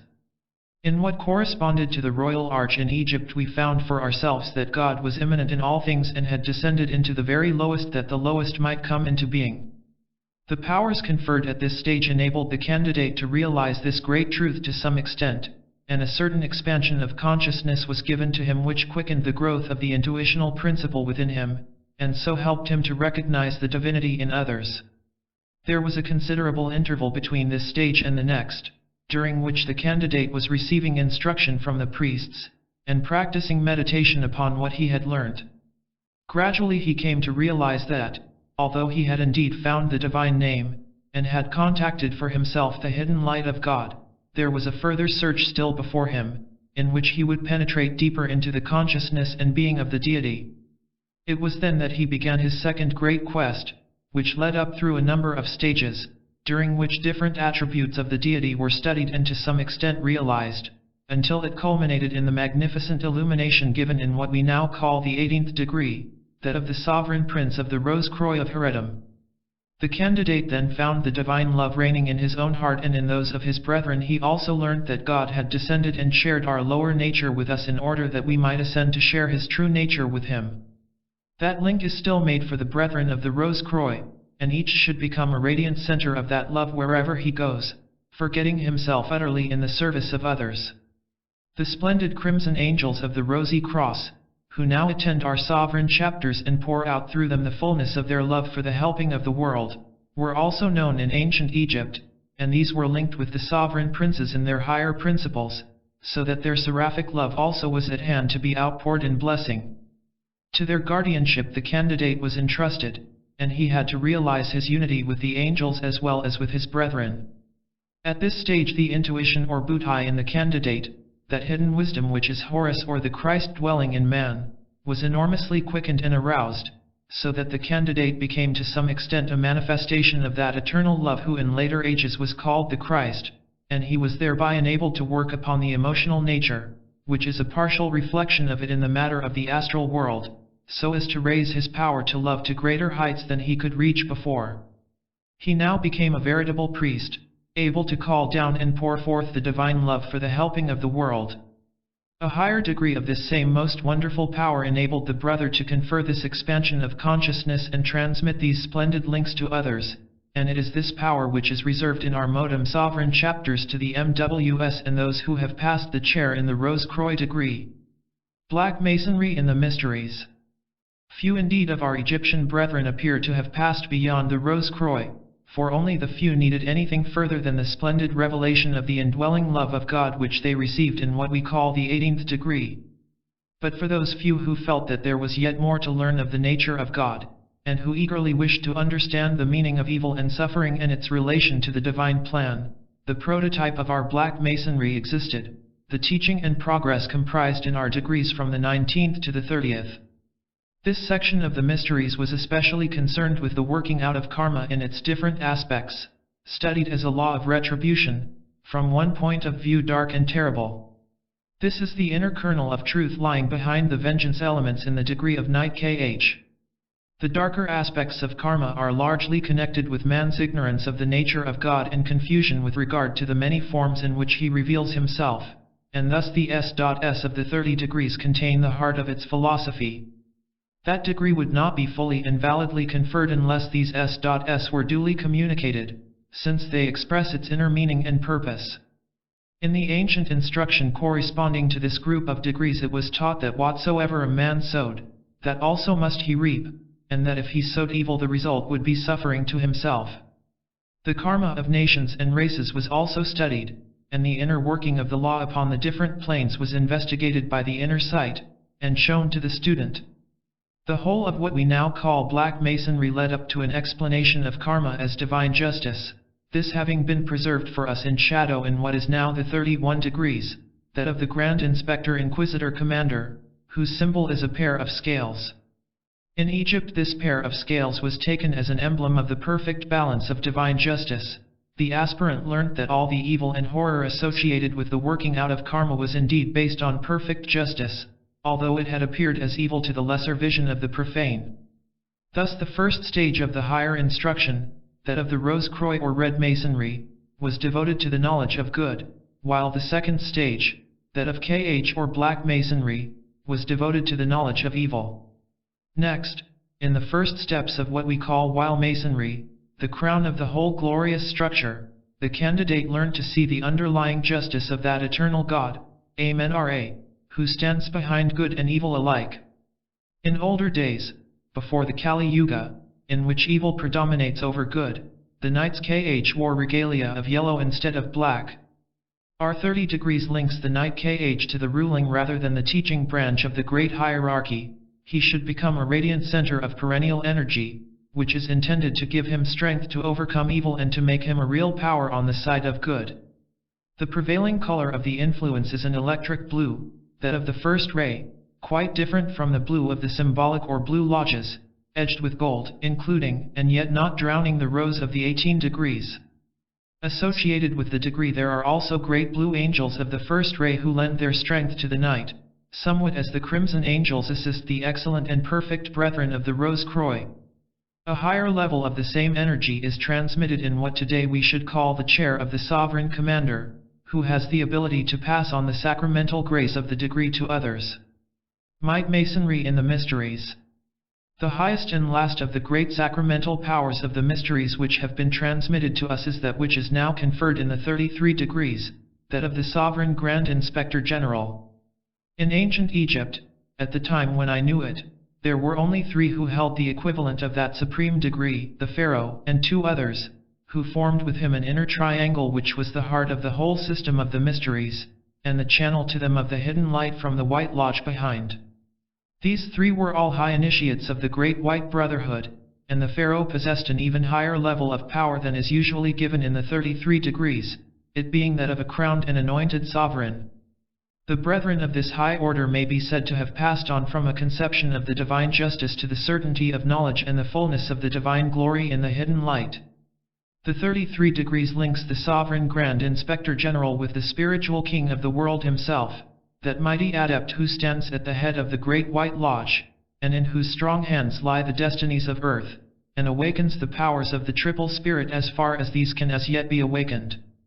The actual conferring of the degree was and is a very splendid experience when seen with the inner sight, for the Hierophant of the Mysteries, who in these modern days is the HOATF, stands above or beside the initiator in that extension of his consciousness which is called the Angel of the Presence. If the recipient of the degree happens to be already an initiate, the star, called in Egypt the Star of Horus, which marks the approval of the one initiator, once more flames out above him in all its glory, while in any case the 2 great white angels of the right flash down in splendor from the heavenly places, showing themselves as low as the etheric level that they may give their blessing to the candidate. The Hierophant makes the actual links both with himself and with the reservoir of power set apart for the work of the Masonic Brotherhood, and through himself with that mighty king whose representative he is, while the great white angels of the order remain as the guardians of the brother throughout life. He on the right hand has an aura of brilliant white light shot with gold, and represents Osiris, the sun, and life, the positive aspect of the deity. She on the left has an aura of similar light, veined with silver, and represents Isis, the moon, and truth, the negative or feminine aspect of the divine glory. Their power is stern and splendid, and they give strength to act with decision, accuracy, courage, and perseverance on the physical plane. They belong to the cosmic orders of angels, those who are common to other solar systems besides our own, and their permanent centers of consciousness are on the intuitional plane, although their forms may always be seen hovering over the head of the initiate of this degree at the higher mental level. It is to be remembered that there is in reality no sex among these great angels, yet one of them is preponderatingly masculine in appearance, and the other preponderatingly feminine. When they think fit, they materialize themselves mentally and astrally, as at the greater ceremonies in lodge, and they are always ready to give their blessing whenever it is invoked. They are inseparably one with the Sovereign Grand Inspector General, linked to his higher self, never to desert him unless by unworthiness he first deserts them and casts them off. The symbols of the sun and moon are seen today on the gauntlets of the Sovereign Grand Inspector General, and they are intended to refer to these great angelic powers in the inner worlds. The powers associated with the 33 degrees appear to have been slightly modified since those ancient Egyptian times. The great white angels seem to be sterner and more Rhadamanthine in ancient Egypt. Today those who belong to the degree are in some ways gentler, though their power is no less splendid.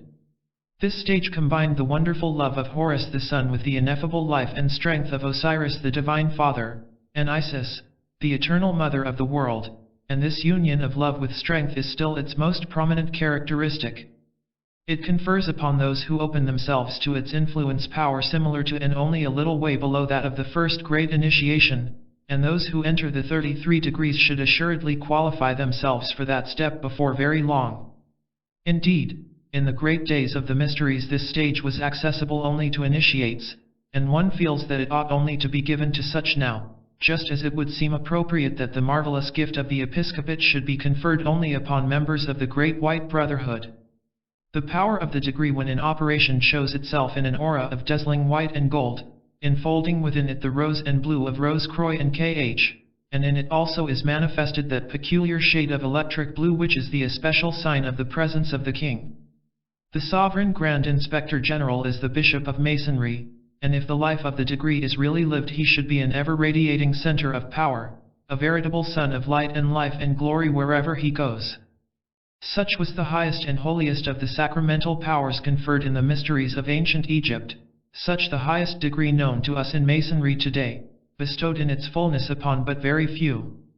The opportunity to draw down its sublime glory is offered to all who receive the degree. How far it is taken and what use is made of the power is in the hands of the brother alone, for to use the power as it should be used needs high spiritual development and a life of constant humility, watchfulness, and service. If he calls upon it for the service of others, it will flow through him mightily and sweetly for the helping of the world. If he neglects the power, it will remain dormant and the links unused, and those behind will turn their glance away from him to others more worthy. The power of the 33 degrees is a veritable ocean of glory and strength and sweetness, for it is the power of the King himself, the Lord who reigns on earth as vicegerent of the Logos from eternity unto eternity. The stages of the occult path. Behind the whole splendid scheme of the Egyptian mysteries the lodge of the Great White Brotherhood in that country ever stood in silence and secrecy, guarding them and using them as a channel of the hidden light, its very existence being unknown to all who remained outside the inner circles. The Brotherhood selected for initiation into its ranks only those who had fulfilled the ancient conditions imposed upon all candidates for that high degree, the qualifications for which were laid down in Part 1 of the Manual of Occult Instruction now called Light on the Path, which represents the teaching of the Egyptian Lodge. Candidates were therefore generally chosen from among the brethren who had received the higher instruction, and had prepared themselves by many years of meditation, study, and service. Still, it sometimes happened that one might be chosen for initiation who had not passed through the outer steps of the mysteries, but in previous lives had prepared himself for it, for it is the ego who is initiated, not the mere personality of the lower planes. There have always been 5 great initiations, which in Christian teaching have been illustrated by stages in the life of the Christ as related in the Gospels, which contain elements derived from the teachings of the Egyptian mysteries. The disciple Jesus was an initiate of the Egyptian Lodge, and therefore much of the Egyptian symbolism was adopted by his followers, and was later woven into the Gospel story.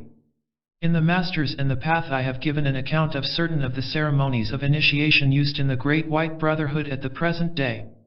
The Egyptian rituals were in some respects slightly different from these in form, although their essence was identically the same, for the Egyptian lodge possessed the tradition handed down from the initiates of Atlantis, which was somewhat modified in later days, to suit the needs of the slowly evolving humanity of the Aryan race.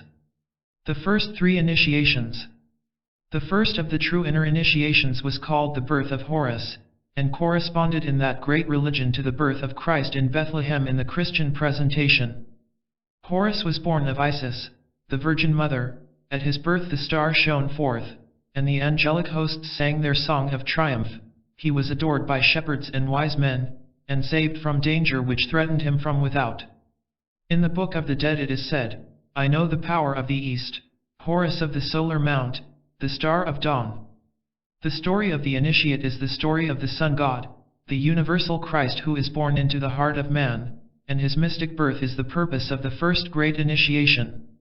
If the candidate had not already passed through them, as most students in the mysteries would have done, he had at this stage to undergo the trials by earth, water, air, and fire, learning with absolute certainty that none of these elements could in any way harm him in the astral body. All this was preparatory to the taking up of service on the astral plane, for the initiate had to fit himself to become a trained and useful servant of humanity both in this and in the other world. The second great initiation corresponds to that stage of the Christ life which is typified by the baptism, in which an expansion of the intellectual faculties takes place, just as a wonderful opening out of the emotional nature is the result of the first initiation. It is at this stage that the inner trial typified by the temptation in the wilderness takes place in the life of the candidate. Then comes the splendor of the transfiguration, when the monad descends and transforms the ego into the likeness of his own glory. The fourth initiation. The fourth great initiation corresponds to the passion and resurrection of the Christ. The candidate must pass through the valley of the shadow of death, enduring the utmost suffering and loneliness that he may rise forever to the fullness of immortality. This awful and wonderful experience is the reality which is reflected at an almost infinite distance in the degree of Through the portal of death he is raised to the everlasting glory of the resurrection. Certain portions of the ritual of this fourth initiation according to the Egyptian rite were curiously entangled with the Christian teachings, and became utterly materialized and distorted in somewhat the same way as the legend of Osiris became distorted in Egypt itself. The rubric of this part of the initiation was as follows. Then shall the candidate be bound upon the wooden cross, he shall die, he shall be buried, and shall descend into the underworld. After the third day he shall be brought back from the dead, and shall be carried up into heaven to be the right hand of him from whom he came, having learned to guide, or rule, the living and the dead. During the ceremony the candidate laid himself down upon a wooden cross, made hollow to receive and support his body. His arms were lightly bound with cords, the ends of which were left loose to typify the voluntary nature of the sacrifice. The candidate then passed into trance, left the physical body and passed in full consciousness onto the astral plane. His body was carried down into a vault below the temple and was placed in an immense sarcophagus, where it lay for 3 days and 3 nights in the heart of the earth. During the mystical death of the body the candidate passed through many strange experiences in the astral world, and preached to the spirits in prison, to those who had recently left the body in death and were still fettered by their passions and desires. On the morning of the 4th day of his burial, the body of the candidate was raised from its sepulchre, and borne into the outer air at the eastern side of the Great Pyramid, so that the first rays of the rising sun might awaken him from his long sleep. It was at this initiation that the candidate was carried up into heaven, to receive an expansion of consciousness on the spiritual plane, often called the Atmic or Nirvanic. That is the plane of absolute union, and that consciousness knows all from within, is one with all and in all. The initiate thus was made the right hand of him from whom he came, being now pledged forever to the service of God and man, and it was to be his work henceforward to guide the living and the dead towards the hidden light in which alone is peace. The great truth that all power which is gained is but held in trust, to be used as a means of helping others, has rarely been more clearly or more grandly set forth. In the hidden light in Freemasonry I have drawn certain correspondences between the 3 degrees in Blue Masonry and the Great Initiations, showing that the EA initiation reflects the great step of entry on the probationary path, that the passing may be compared to the first Great Initiation, and that the raising resembles the fourth. We may now add the mysteries of Egypt, and make the following table of correspondences, always remembering, of course, that there are vast differences of level between these orders and the stages on the path. The 5th initiation and beyond. Only one more stage remains before human perfection is reached, that which is typified by the ascension into heaven. At this 5th initiation the adept ascends above all earthly life and becomes one with that aspect of the deity which in Christianity we call God the Holy Ghost. And still there are higher stages, greater steps upon the path, though belonging no longer to human evolution but to the development of the Superman. Even here our Masonic ceremonies reflect in symbol something of those higher glories, giving the key to the whole vast plan. Far above the grade of adept, he who is the Christ stands as the Lord of love, the teacher of angels and men, and along this line of interpretation his high stage of evolution is reflected in the 18 degrees, which is essentially a degree of Christhood. Equal with him, but on the ray of rule, stands the Manu, whose rank is mirrored at an almost infinite distance in the 30 degrees, and as the crown of the whole hierarchy there reigns the one initiator, whose life, and light and glory are adumbrated in the splendor of the 33 degrees. Thus the whole wondrous plan of Masonic initiation is a shadow of things seen above in the mount, and herein lies the greatness of our mighty brotherhood and its value to mankind. Much lower down there are still correspondences. The 18 degrees means glowing love and beauty, but that is mirrored in the position of the WJW. The 30 degrees gives a wonderful outpouring of strength, which is typified by the column of the WSW, while the wisdom and all-embracing sympathy of the 33 degrees should be reflected in the attitude of the RWM of the Lodge. 3. The Cretan Mysteries.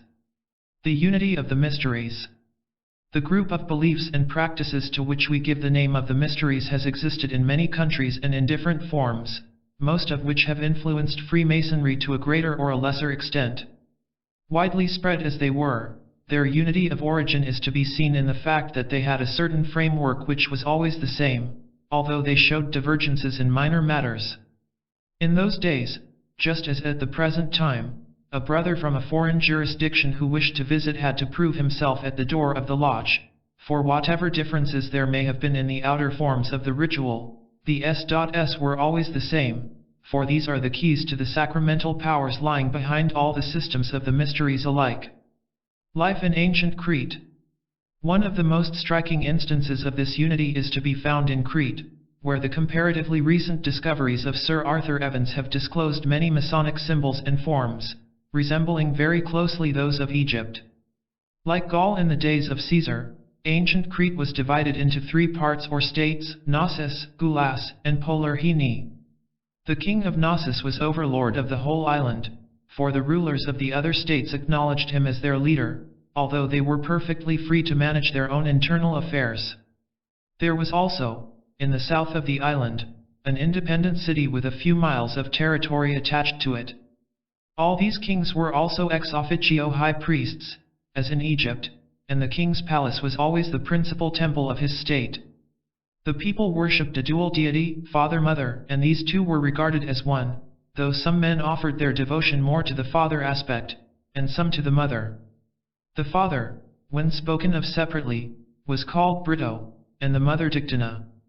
No statues were made of these deities, but great reverence was paid to their symbol, which was a double-headed axe. See Plate I-1, following p. 50.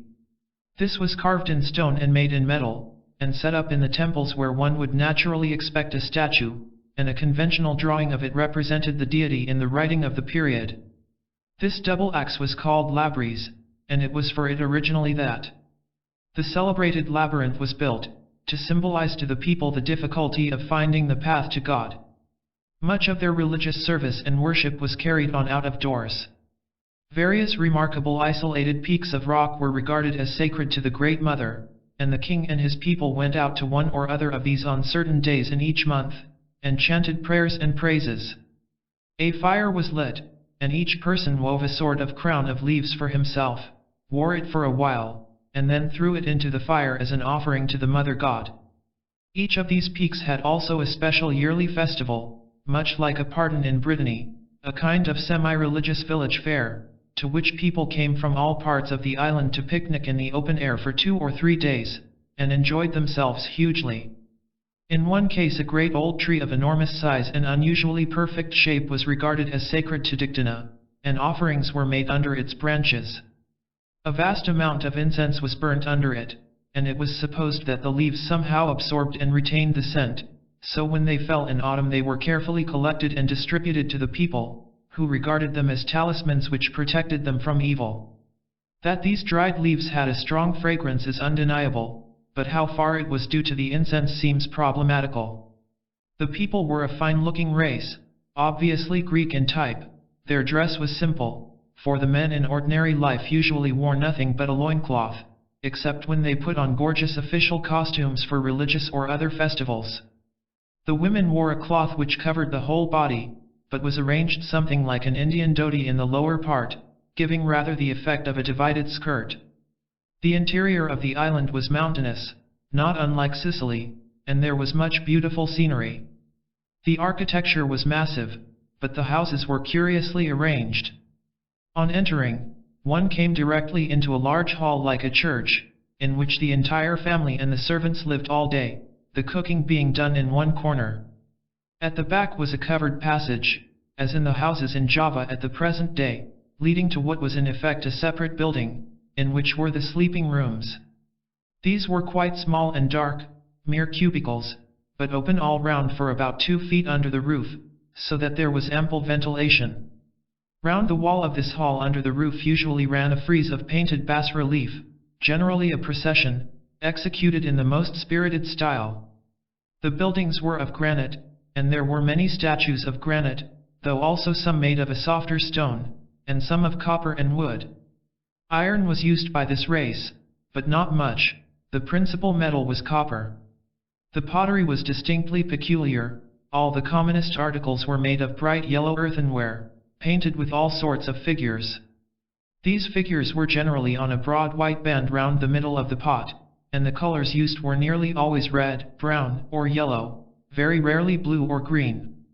These were the common household pots, but for the table they had porcelain and glass, both very well made. Most of the glass was of a bluish-green tint, like some of the old Venetian glass, not colorless like ours. The richer people used many vessels of gold, wonderfully chased and sometimes set with jewels. These people were especially clever at jewelers' work of all sorts, and made elaborate ornaments. One sees among them no diamonds or rubies, chiefly amethysts, jasper, and agate. But many ornaments were evidently imported, for they had statuettes and models in carved ivory. These people had 2 kinds of writing, evidently corresponding to the hieroglyphic and the demotic in Egypt, but they were quite different from the Egyptian. A decimal system was used in calculating, and arithmetic generally seems to have been well understood. These Cretans were good sailors, and had a powerful fleet of galleys, some with as many as 60 oars. They used sails also, sails which were wonderfully painted, but apparently they employed them only when the wind was almost directly astern. The Cretan race. These people were an arm or family of the 4th or Celtic subrace of the 5th or Aryan race. In Chapter 19 of Man, When Fe, How and Whither a brief history of that subrace is given, it includes the following remarks on the subject of the origin of the Cretans. The first section of the 4th subrace to cross into Europe from Asia Minor were the ancient Greeks, not the Greeks of our ancient history, but their faraway ancestors, those who are sometimes called Pelasgians. It will be remembered that the Egyptian priests are mentioned in Plato's Timaeus and Critias as having spoken to a later Greek of the splendid race which had preceded his own people in his land, how they had turned back in invasion from the mighty nation from the west, the conquering nation that had subdued all before it, until it shivered itself against the heroic valor of these Greeks. In comparison with these, it was said, the modern Greeks, the Greeks of our history who seem to us so great, were as pygmies. From these sprang the Trojans who fought with the modern Greeks, and the city of Agate in Asia Minor was peopled by their descendants. These, then, had held for a long time the seaboard of Asia Minor and the islands of Cyprus and Crete, and all the trade of that part of the world was carried in their vessels. A fine civilization was gradually built up in Crete, which endured for thousands of years.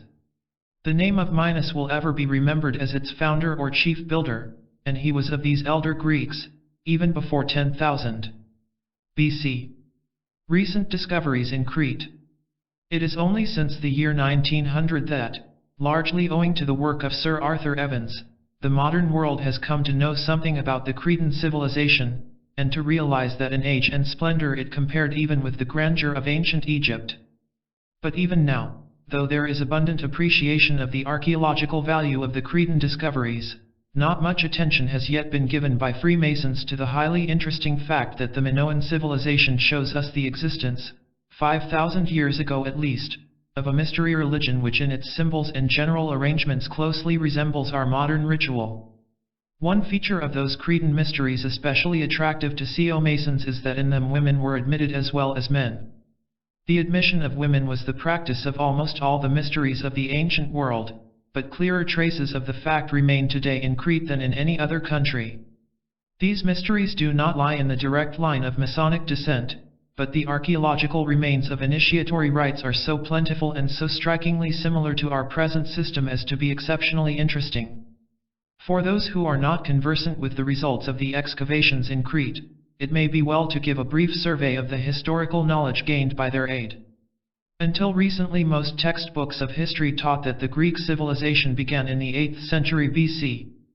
There were traditions of an older civilization, with a center in Crete, where King Minos reigned in his palace in Knossos, and another on the mainland of Greece, where in the Mycenaean cities Agamemnon and his heroes had prepared for the expedition against Troy, but these accounts were taken to be of purely legendary character until the bold perseverance of Schliemann actually laid bare the walls of ancient Troy and discovered the tombs of the Mycenaean kings, and so compelled the historians to realize that in this case as in others legend had been truer than history.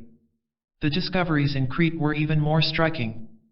When Sir Arthur Evans began his excavations on the site of ancient Knossos, he not only laid bare the palace of King Minos, but also a series of successive strata indicative of a continuous civilization of a very high character stretching over a period of several thousand years. It was shown that the old legends of the labyrinth of Crete and the terrible Minotaur, supposed to dwell in its innermost depths, were based on fact, not on fancy. It is now known also that at the time of the first dynasty in Egypt there flourished in the island of Crete a civilization as powerful as the Egyptian. With regard to it, Sir Arthur Evans says, "The Proto-Egyptian element in early Minoan Crete is, in fact, so clearly defined and is so intensive in its nature as almost to suggest something more than such a connection as might have been brought about by primitive commerce. It may well, indeed, be asked whether, in the time of stress and change that marked the triumph of the dynastic element in the Nile Valley, some part of the older population, then driven out, may not have made an actual settlement on the soil of Crete. Though the civilizations of ancient Egypt and Crete have much in common, yet each had distinctly a genius of its own, and much of the similarity between them can be explained by the fact that for long ages not only the Delta, but Middle and Upper Egypt stood in continuous relation with Minoan Crete. It is not our object to enter into a further description of this Minoan civilization, which in many respects was equal if not superior to that of our own times. We are here concerned chiefly with the religion and the ritual usages of the ancient Minoans, which in their details show such a remarkable likeness to modern Freemasonry. Since the Minoan script cannot yet be deciphered, we are but very partially informed about the thoughts and the beliefs of the Minoan race, but from the objects found and the monuments discovered some conclusions may be drawn which are sufficient for our present purpose. Worship in Crete. The main worship appears to have centered round the feminine aspect of the deity already mentioned, who, like Isis amongst the Egyptians and Demeter amongst the later Greeks, symbolized the creative power and fostering care of Mother Nature.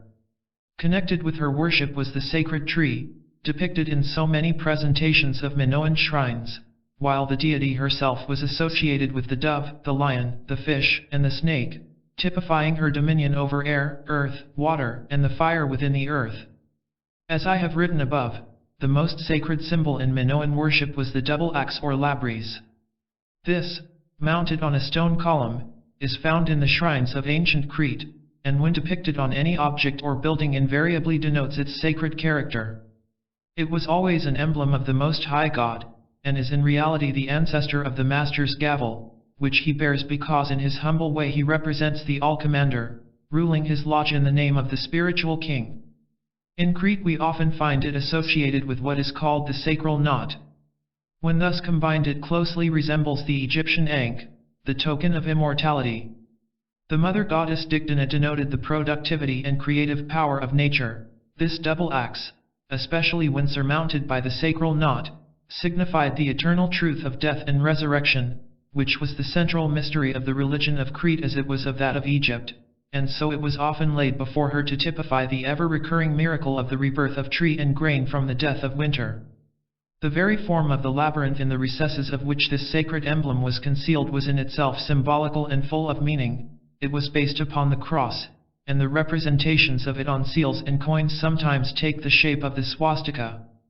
Connected with this outer religious worship in ancient Crete there were mysteries of initiation for the few, and it is in these that we find the main elements of similarity to Freemasonry. In the palace of Minos at Knossos, as also in the palace of Phaistos, another Cretan site, we find pillared crypts and chambers which were indubitably of a sacred and initiatory character. The most important of these rooms is the so-called throne room in the palace of Minos, which derives its name from the magnificent sculptured throne which was found intact when excavated. The throne room. With regard to this room, Sir Arthur Evans says, "It is now clear that a large part of the west wing of the palace was little more than a conglomeration of small shrines, of pillared crypts designed for ritual use, and corresponding halls above. The best preserved existing chamber of this quarter, the Room of the Throne, teems with religious suggestion.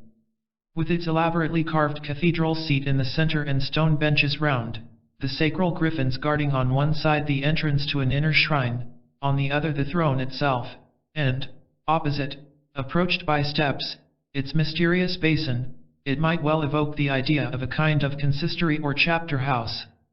A singularly dramatic touch, from the moment of final catastrophe, was here, indeed, supplied by the alabaster standing on the floor, beside the overturned oil jar for their filling, with a view, we may infer, to some ceremony of anointing.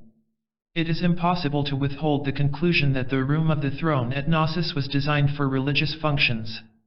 The salient features in its arrangement, in fact, suggest an interesting comparison with a ritual chamber recently discovered in one of the kindred Anatolian sanctuaries. This is the Hall of Initiation excavated by the British explorers in the sanctuary of Men Aska Enos and a mother goddess, described as Demeter, near the Pisidian Antioch. The throne itself, the stone benches round, and the tank on the opposite side to the throne, find all their close analogies, and are arranged in the same relative positions. In the Galatian sanctuary we see, on a larger scale it is true, a chamber with a throne, in this case near, not actually against the back wall, to the right of the entrance, while opposite it on the left side on entering the chamber is an oblong tank. Here, too, along the back wall runs a rock-cut bench or divan, and the chamber was approached by an anteroom or pronaos. Cult arrangements are often handed down almost unaltered through long periods of years, and the striking analogies here presented afford a real presumption for believing that the much earlier Room of the Throne at Knossos and its adjoining tank were devised for similar rites of initiation and purification. Like him who presided over these Anatolian rites, a Minoan priest-king may have sat upon the throne at Knossos, the adopted son on earth of the great mother of its island mysteries. Such a personage, indeed, we may actually recognize in the palace relief of a figure wearing a plumed lily crown and leading, we may believe, the sacral griffin. It is probable, indeed, that in Crete the kingly aspect was more to the fore than in the religious centers of Asia Minor. But both the actual evidence from the palace site and the divine associations attributed to Minos lead to the conclusion that here, too, each successive dynast was a priest forever after the order of Melchizedek and made like unto the Son of God. There is little doubt that in the room thus described we find one of the Minoan temples of the mysteries. Most probably, as Sir Arthur Evans suggests, the throne which is shown in the chamber was the seat of the Hierophant, and on the stone benches round the walls were ranged the brethren who took part in the ritual. The candidates for initiation had to undergo a preliminary purification in the lustral basin before they could be admitted to the ceremonies. The 3 columns. A plan of this Minoan temple. Facing the throne of the Hierophant were 3 columns, which are frequently found in the mystery religion of Crete and were closely connected with its rites. The evidence that the 3 columns bore a sacred meaning is to be found in one of the terracotta models belonging to a votive shrine, which often supply us with additional information about the Cretan mysteries. We will quote Sir Arthur Evans' description of the 3 columns surmounted by doves, which repeatedly occur in various models of Minoan shrines, and his explanation of their religious meaning. But of all these remains, the highest religious interest attaches to a terracotta group belonging to some religious structure on a larger scale than the others. It consists of 3 columns on a common base, supporting in each case, above their square capital, the round ends of a pair of beams on which a dove is perched. The square capital itself and the beam ends above it must here be regarded as the equivalent, in an epitomized shape, of the roof beams and entablature of a building. In other words, they are the pillars of the house, and the doves settled above them are the outward and visible sign of the divine presence and protection. A clay seal with a similar device of a dove perched above roof beams resting on a column, itself set on an altar base as in the Lion's Gate scheme, has now come to light at Mycenae, a singular illustration of the Minoan source of its cult. Of the columns themselves, each one may be regarded as a separate religious entity, since in place of a common entablature the superstructure is in each case separately rendered by a kind of architectural shorthand. This trinity of beetleic pillars, which has many parallels in Semitic cult, itself recalls the triple arrangement seen in the case of the temple fresco at Knossos and of several late Minoan and Mycenaean shrines. The triple gold shrines of Mycenae are also coupled with seated doves. The seated birds, as already observed, symbolize in this and other cases the descent of the divinity into the possessed object. At times, as in the above instances, it is the beetleic pillar or the cell that enshrines it. The celebrated scene on the sarcophagus of Hagia Triada shows raven-like birds brought down by ritual strains and libations onto the sacred double axes, which are thus charged as it were with the divinity. The doves on the gold chalice from Mycenae and of Nestor's cup repeat the same idea. But it was not only the cult object itself that could be thus sanctified by the descending emblem of spiritual indwelling. In the case of the gold plates from the third shaft grave at Mycenae, the doves are seen not only perched on the shrine but on the head and fluttering from the shoulders of a nude female personage. So too the central clay image from the late shrine of the double axes at Knossos shows the dove settled on her head. In these cases we have either images of the dove goddess herself, reinforced by what may have been her older zoomorphic form, or of a priestess deified by the descent of the dove spirit. The extent to which primitive Minoan religious conceptions were familiar to the Semitic mind is here again illustrated by the striking parallel of the baptism in Jordan and the picture drawn by the evangelists of the Holy Spirit descending in bodily shape like a dove and lighting on Jesus. What has to be borne in mind in all these connections is that it is not only the inanimate or aniconic object, such as the pillar or the sacred weapon, that may become, through due ritual, the temporary dwelling place of the divinity, but that the spiritual being may enter into the actual worshipper or votary in human form, who for the time becomes a god, just as the baptized Christian becomes alter Christus. This possession is often marked by soothsaying and ecstatic dances, and an orgiastic dance on a late Minoan signet, to be described below, finds its pictorial explanation in the descent of the goddess. Musical strains such as those of the lyre or the conch shell or the sistrum of Egyptian cult were a means of invocation. These highly interesting terracotta models illustrating the religious structures and ideas of the MM2 period are supplemented by an object, the scale of which answers to the same series as the group of columns, in the form of a portable seat. Within it are some remains of the lower part and attachments of a figure. It is evident that we have here a palanquin either for a divinity or for his earthly representative, the priest-king, recalling the Cydia gestatoria still used by the Papyri at Rome. In its general arrangements, the ritual chamber of the Palace of Phaistos was similar to the Masonic temple in the Palace of Minos, but it contained no throne, an omission which is explained by the portable seat found in the shrine. Evidently, in some cases, the initiator in the mysteries was carried in procession and retained the seat in which he had been born. The altar objects. Still further evidence of the Masonic character of the Minoan rites is shown by the remarkable objects found in the temple repositories, in which were kept the different altar objects connected with the ritual worship in the Chamber of Initiation. Sir Arthur Evans has rearranged these objects on the altar ledge, for which they were no doubt intended. Perhaps the most arresting feature is the marble cross in the center of the altar. The cross with equal arms, or Greek cross, as well as the Latin cross and the swastika, are found repeatedly in connection with the Minoan cult, and since in all ages the cross has symbolized either the mystery of creation and the descent of the divine life into manifestation, or else the mystic death and resurrection of the soul, we have here striking evidence that these conceptions were also at the base of the Cretan mysteries.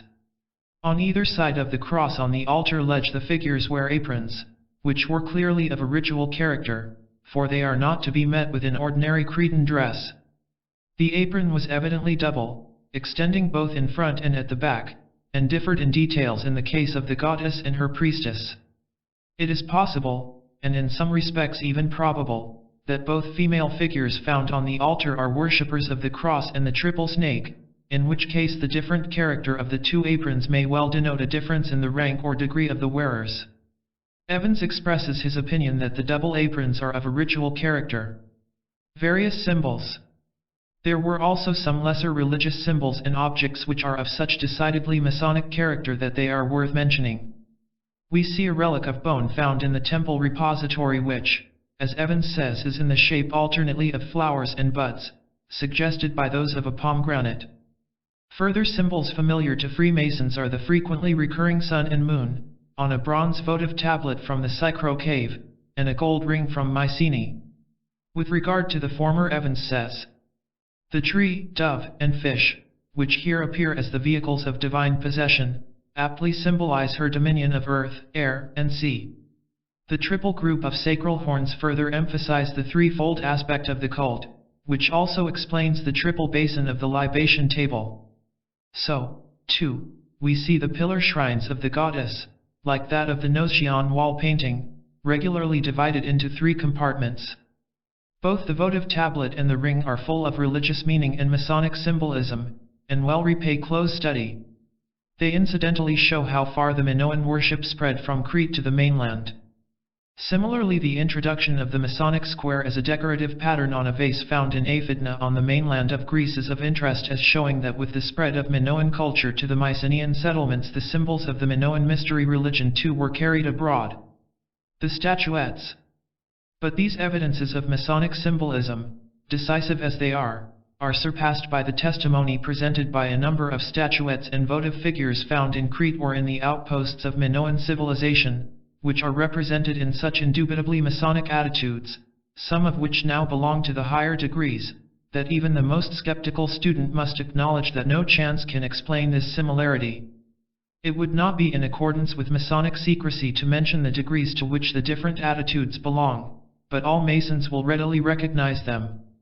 Ridiculous as these statuettes are, if they were the only evidence found in Crete, they would be sufficient to indicate the existence of mysteries of a Masonic character in that ancient civilization.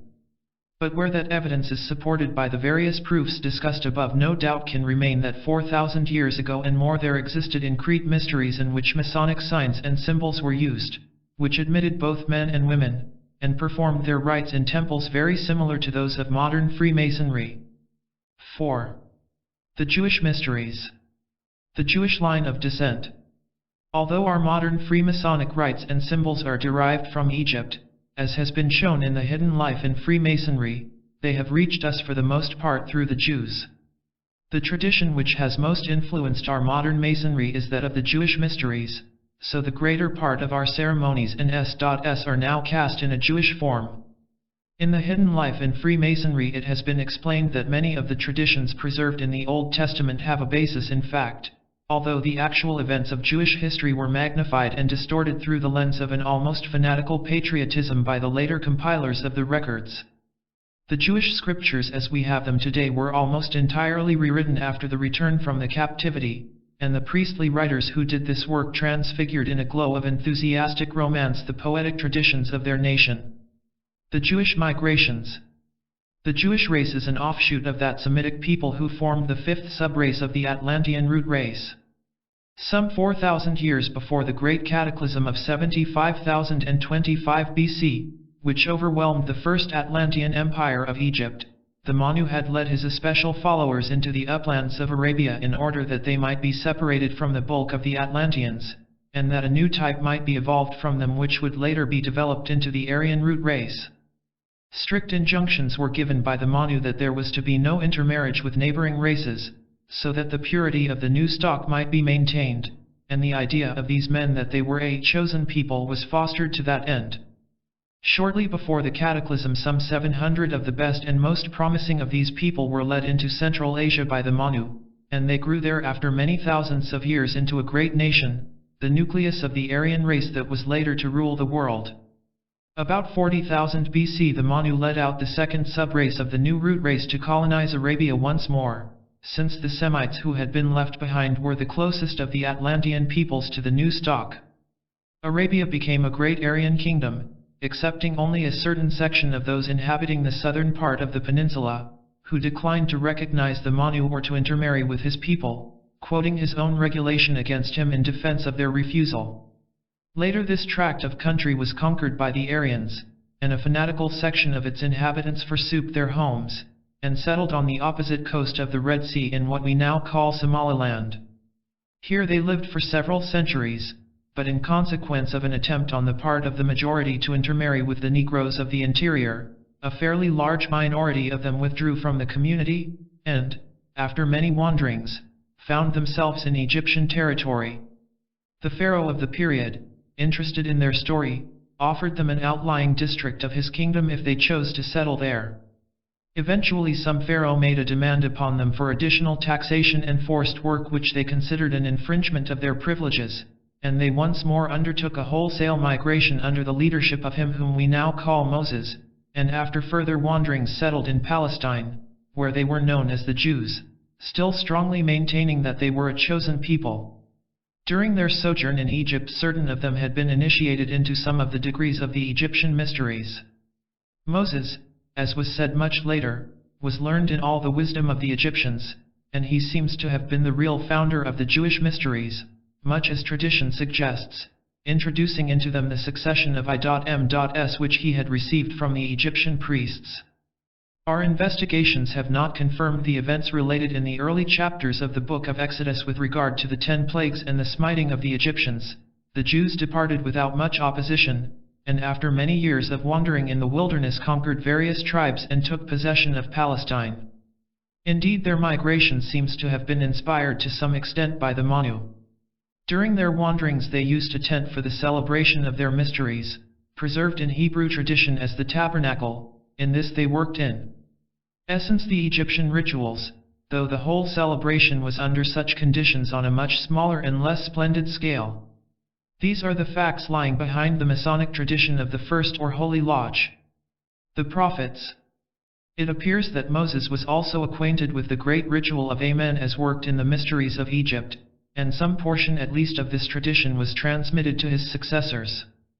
There arose in later times a school in connection with the mysteries, the members of which had the idea of personifying the children of Israel as one being who might shed blessing over all nations, and they attempted to arouse among them the sense of unity necessary for this purpose partly by means of ritual. There were also the schools of the prophets, who were trained in the mysteries and studied the deeper teaching enshrined in the ancient rites. One such school is mentioned in the Old Testament as existing at Naioth under the direction of the prophet Samuel III, and there were others later at Bethel and Jericho. These schools were not so much concerned with prophecy in our modern sense of foretelling the future, as with endeavoring to instruct the people by preaching. They seem to have resembled in many ways the preaching friars sent out by the Roman Church during the Middle Ages, the Franciscans, and other orders. These preachers were chosen from among the Levites, and were sent forth to proclaim the deeper teaching in a popular form. It is probable that many of the greater Jewish prophets belonged to a later development of these schools, Isaiah, Jeremiah, Ezekiel, and others, but they were always somewhat pessimistic in their outlook, even though several of them unquestionably touched high levels of consciousness in their visions. Their method was apparently to throw themselves into a state of tremendous exaltation, and then to look up into a higher plane through a kind of shaft which they had opened. It was in this way that Ezekiel saw the vision of the four kings of the elements. These great ones can be seen clearly only with the sight of the spiritual or nirvanic plane. It does not appear that Ezekiel had touched that exalted level directly, but he became aware of it in his ecstasy as though looking up to it from below. The builders of King Solomon's temple. Something both of the inner powers and of the Egyptian rituals had been faithfully handed down from generation to generation from the days of Moses until King Solomon came to the throne of his father David. There is some truth in the tradition preserved in the Bible, although there are exaggerations and mistakes in the accounts which have come down to us, and much of the inner meaning of the symbols had been forgotten. King Solomon seems to have been a man of considerable force of character and some occult knowledge, and the great ambition of his life was to weld his people into a strong and respected kingdom, able to take an influential place among the nations around.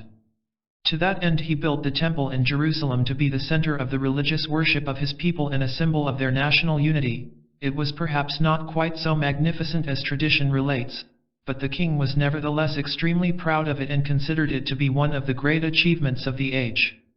In this work he was assisted by his ally, Hiram king of Tyre, who supplied a quantity of material for the building, and lent many clever craftsmen to aid in the work, for the Phoenicians were more skilled in building than the Jews, who were chiefly a pastoral people.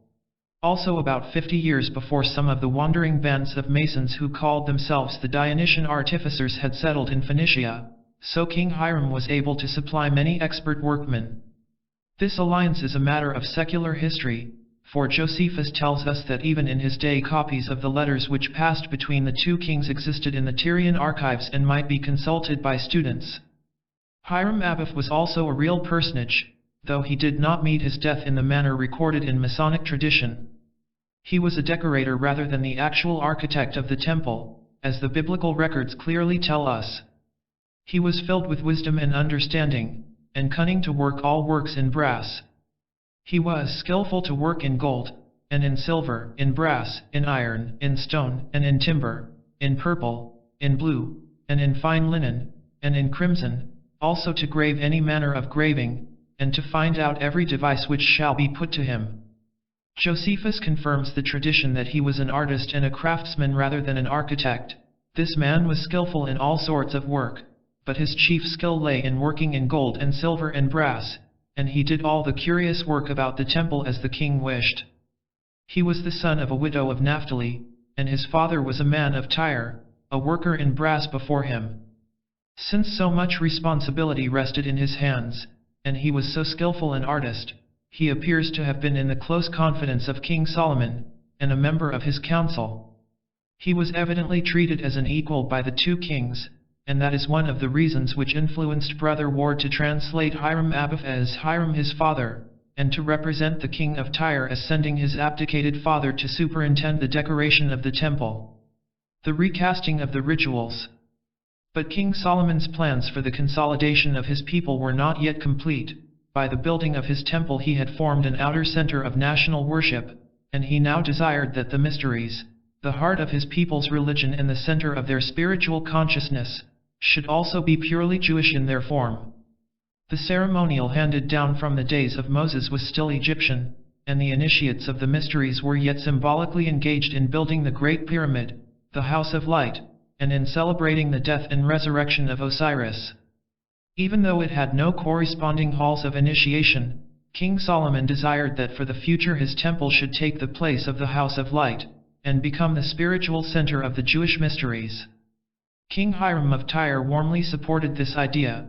He himself had inherited initiatory rites which had been derived from the mysteries of Chaldea, a very ancient line of tradition running parallel with the mysteries of Egypt from Atlantean days, and having its own chief halls of initiation in Babylon. He, too, felt that a center near home and in friendly hands was eminently desirable, and he therefore cooperated in the plan of Judaizing the ancient rites and focusing them upon the temple in Jerusalem. At first, it appears, the two kings sent an embassy to Egypt to consult the pharaoh in the matter, telling him of the temple which they had built, and asking for some recognition of the Jewish branch of the mysteries.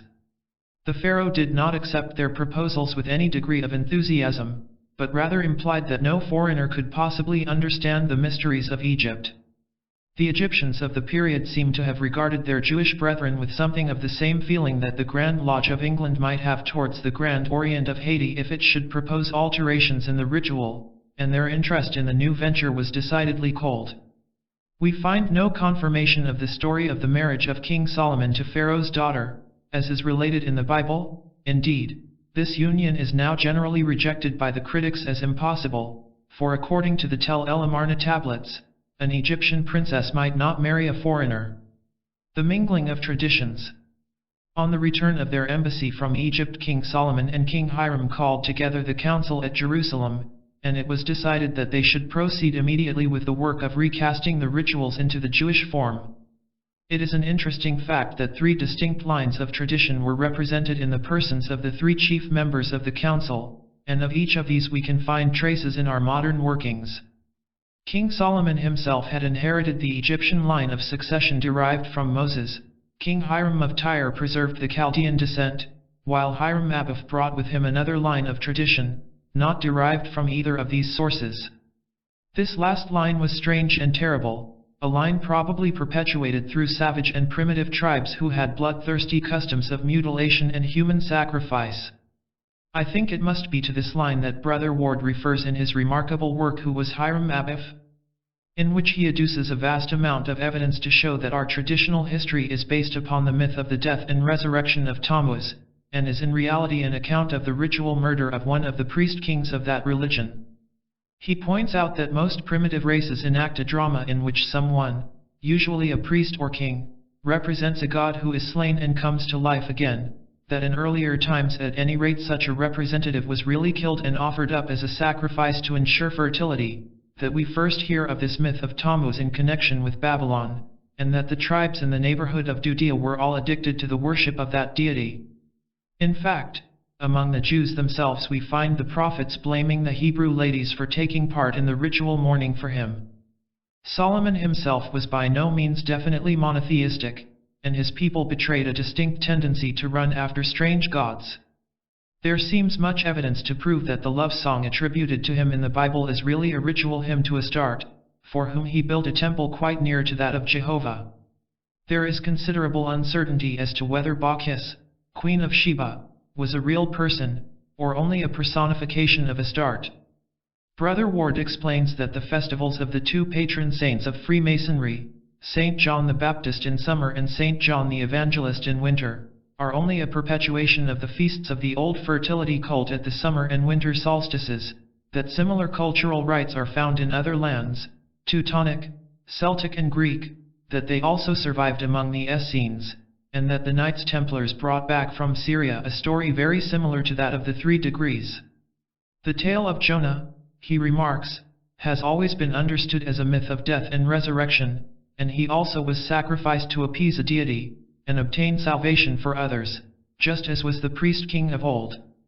He quotes many instances of foundation and consecration sacrifices, and, holding as he does that Hiram Abiph was the father of that other Hiram who was king of Tyre, he writes, "The Phoenician and Jewish followers of the old Tammuz cult no doubt felt that the great goddess had been cheated of her just dues when Hiram Abiph was not slain, according to ancient custom, on the accession of his son, and were confident that if he were not sacrificed when the temple was completed its future and stability would be endangered.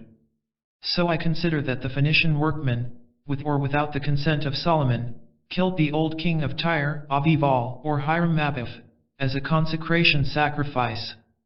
While we can hardly accept the suggestion that the ancestry of our modern rite is wholly Syrian, we cannot doubt that the influence of the third line of tradition especially contributed by Hiram Abiph was very considerable. We note also that it seems to have been especially concerned with the working of metals. All that is found in our modern rituals about Lamech and his sons, about Jubal, the founder of the art of music, and Tubal-Cain, the first artificer in metals, appears to belong to the line of tradition which Hiram Abiff introduced. This council was the originator of the greater part of our modern Masonic working. The main outline of the Egyptian ritual was carefully preserved, although King Solomon on more than one occasion referred to his brother of Tyre on points of detail, together with the S.S, and although the W.S were given in Hebrew, for the most part their meaning remained the same.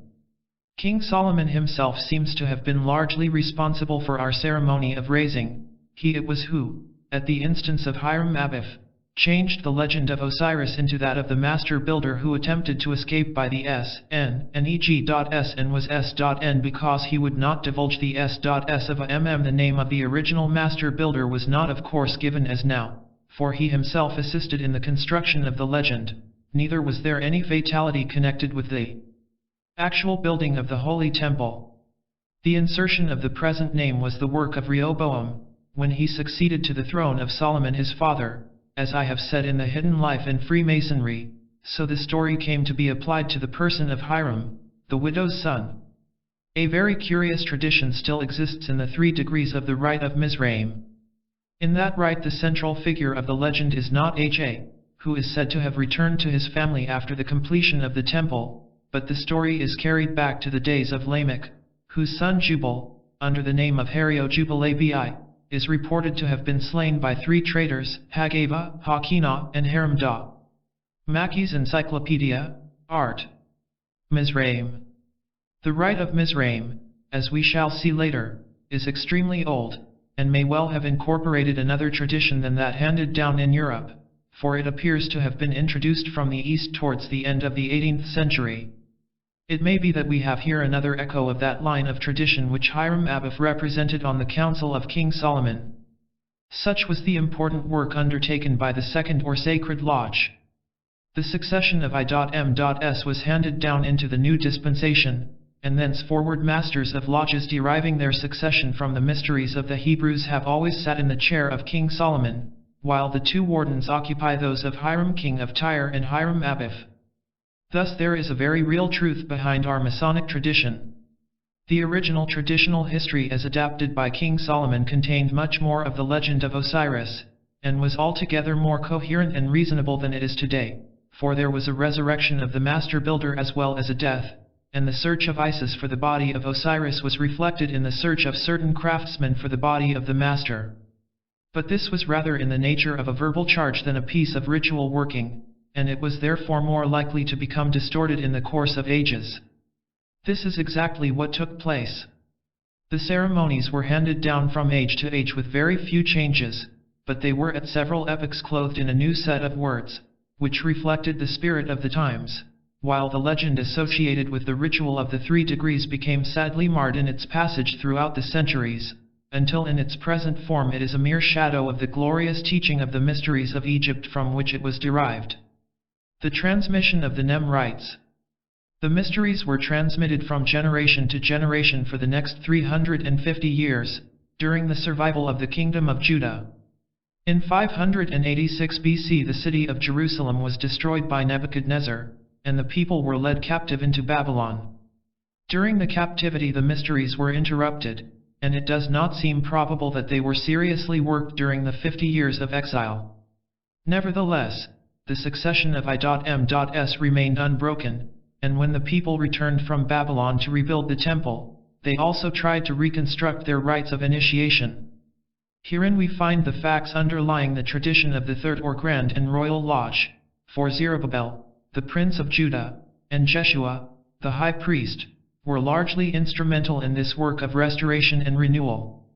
The same difficulty recurred again, for it was never allowed to write down the rituals. Once more it was necessary to rely upon memory for the major part of the tradition, and only a very few could have recollected the actual workings in the days before the captivity.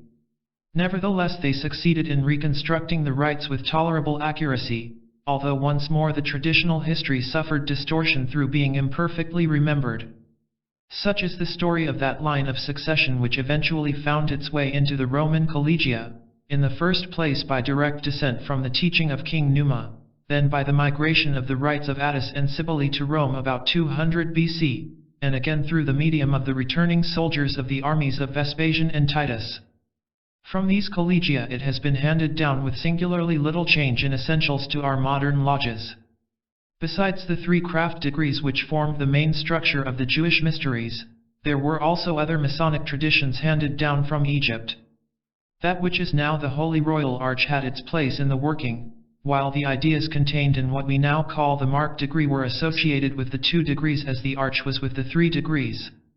Although in English working the period of the arch is represented to be that of Zerubbabel in the Second Temple, the Irish chapters refer the whole legend to the days of King Josiah, while the Royal Arch of Enoch, which differs considerably in detail, though the symbology has the same significance and purpose, is described as belonging to the time of King Solomon himself.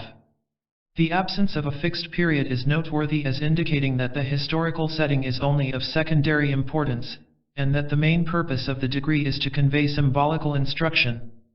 The Essenes and the Christ. The tradition of the mysteries was transmitted from century to century, until we find it among the Essenes, who also appear to have inherited Chaldean rites. It was in this school that the disciple Jesus lived in preparation for his ministry, after receiving a high initiation into the true mysteries of Egypt. The Essenes had among other Chaldean rites inherited what was afterwards known as the Mithraic Eucharist, the ceremony of bread and wine and salt, which, as we shall see later, was transmitted through the ages until it was incorporated in the modern degree of the Rose-Croix of Heredom.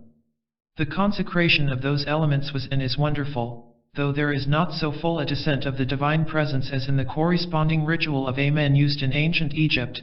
It seems probable, however, that the Lord Christ took the Mithraic Supper as the basis of his Holy Eucharist, and while preserving the ancient symbolism of the elements changed them into his own special vehicle, symbolized as his body and blood, the very closest and most intimate of all the sacraments known to man. The Mithraic Eucharist brought the worshipper into close touch with the divine life. The mystic supper of the Rose-Croix lifts the sovereign prince into a wonderful union with Christ, the Lord of love.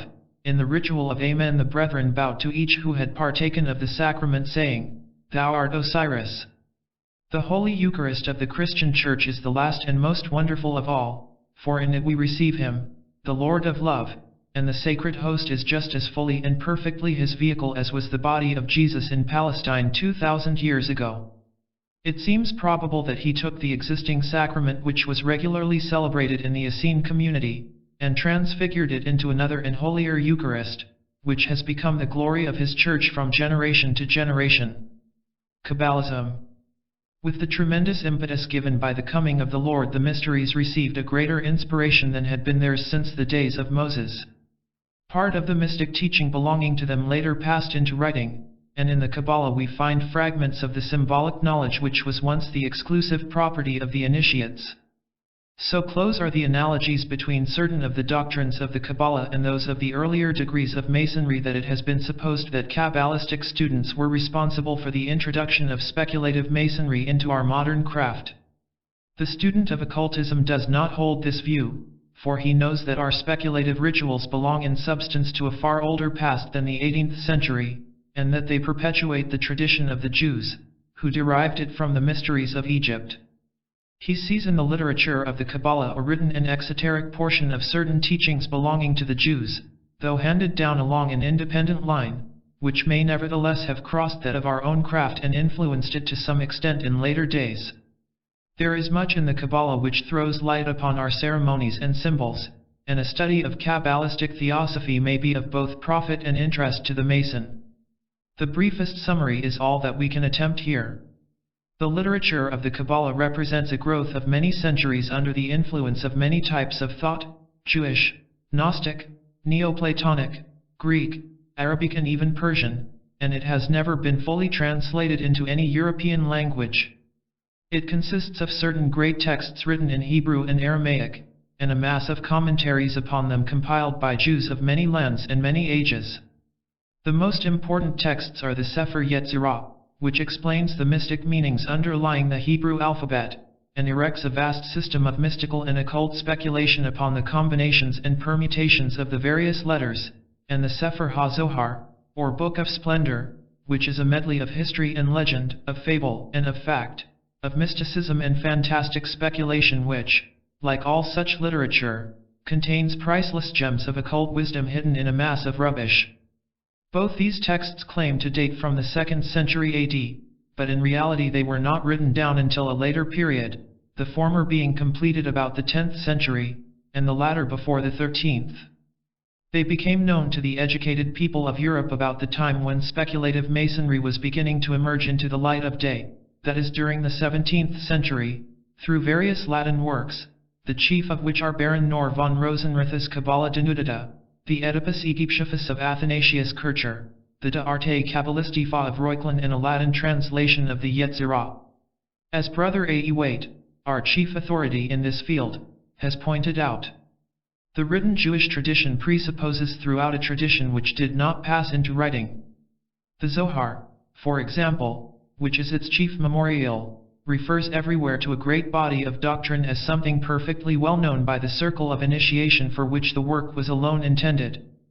The skeleton of this body of doctrine has reached us in the symbolism of Masonry, although along so different a line, and in the Kabbalah we may find a clue to much that is obscure in our modern rituals.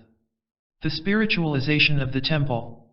Two mystical concepts found in the Zohar relate directly to our subject, the spiritualization of the temple of King Solomon, and the doctrine of the lost word, both of which have their roots in the Egyptian mysteries, as we have already seen. King Solomon's temple formed the physical basis for a vast structure of mystical speculation and inquiry, for its measurements and proportions were held to have a relation to those of the universe, and all the sacred objects which it contained had their macrocosmic and microcosmic interpretations.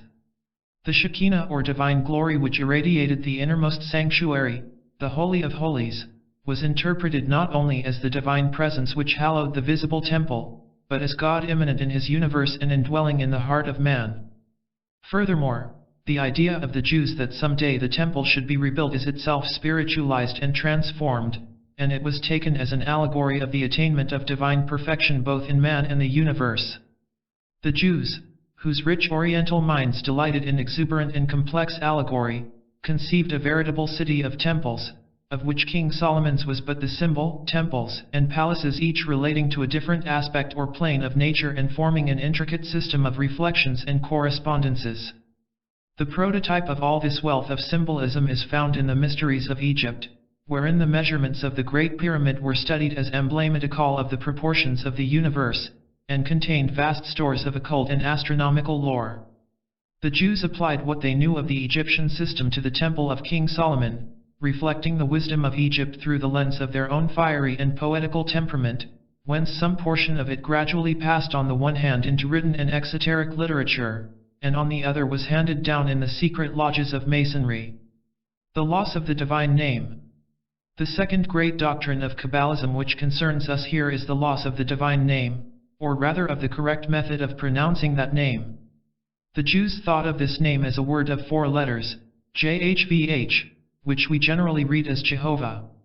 The tradition relates that the omnific word which, being the name of God, commanded all the creative forces of nature, was pronounced by the high priest once a year on the Day of Atonement, but that after the exile the true pronunciation was lost. The consonants remained, but the vowel points essential to correct articulation had been forgotten. The present Masoretic system of vowel points was introduced only in the 10th century AD. This was woven into a beautiful allegory of the descent into matter and of the fall of man, for immersed in matter as we are at our present stage of evolution, we cannot utter the word or know the divine nature in its fullness, but can perceive only the outer shell of things, represented by the remaining consonants. And even this we do not understand, and therefore for even that much of the divine name a substituted secret is necessary. And so in the tradition whenever the word Yahweh occurred in the reading of the law, the name Adonai, meaning my Lord, was substituted for it. The modern word Jehovah is made by using the consonants JHVH, and intercalating the vowels from the word Adonai. The tradition looks forward to a future when time or circumstances shall have restored the genuine method of pronunciation, and man will return to the God from whom he came forth, able to utter the word in all its mighty power, to command the forces latent in his own divinity. All this was interwoven with the doctrine of the Logos, the Word of God, expounded so admirably by Philo, and known to all Christians from the opening words of the Gospel of St. John, for the whole tradition of the divine word is derived from the mysteries of Egypt. The true Tetragrammaton was not the name of God in Hebrew, but another and far more ancient word, which has ever been known to initiates of high degree. A Christian development of this symbolism forms the device of a jewel worn by a certain high official in the Scottish Rite. Under the Old Covenant the word was lost, and even when restored through the discovery of a certain secret vault, its true pronunciation was unknown. The end of the quest was not yet reached, though it was in sight. The New Covenant added in the center yet one letter more, the mystic Shin, emblematical of fire and of the Spirit, and so the word Jehovah became Jeheshua, the name of the Christ. Which things are an allegory, for it is only by the finding of the Christ in the heart that the lost word can be rediscovered, and that very finding brings the knowledge of the true Tetragrammaton, that secret of man's eternal being, which from the beginning has been written upon the cross of sacrifice and always kept hidden in the heart of the world among the secret things of God. Such is a brief outline of those Jewish mysteries, the tradition of which was carried to Rome, and thence passed down through the collegia into the medieval guilds, finally emerging in the 18th century in the speculative rituals of the craft degrees, in the Holy Royal Arch and the degree of Mark Master Mason, and in those other emblems and ceremonies which have been incorporated into certain of the subsidiary grades belonging in their symbolic time to the Old Covenant. The Jewish mysteries are the source of our present tradition, for the three craft degrees are, and always have been, the basis of the whole system of Masonic initiation, since they enshrine the relics of the lesser and greater mysteries of Egypt, which alone can be termed degrees in their original form. But before we pass on to our next link in the Masonic chain of descent, that of Rome and its colleges, it may be well to touch upon certain of the other great mystery systems which were famous in the ancient world. 5. The Greek Mysteries. The Eleusinian Mysteries. We come now to the mysteries of Greece, of which the best known and most important in classical times were the Eleusinian. There seems to be a widely spread delusion, the origin of which we can trace to the writings of the Christian Fathers, that the mysteries of antiquity were kept secret because they contained much that was improper, and that would not bear the light of day. That is not so in the least, and I am in a position to bear direct testimony, having been myself an initiate of the mysteries, that there was nothing whatever in them of an objectionable character.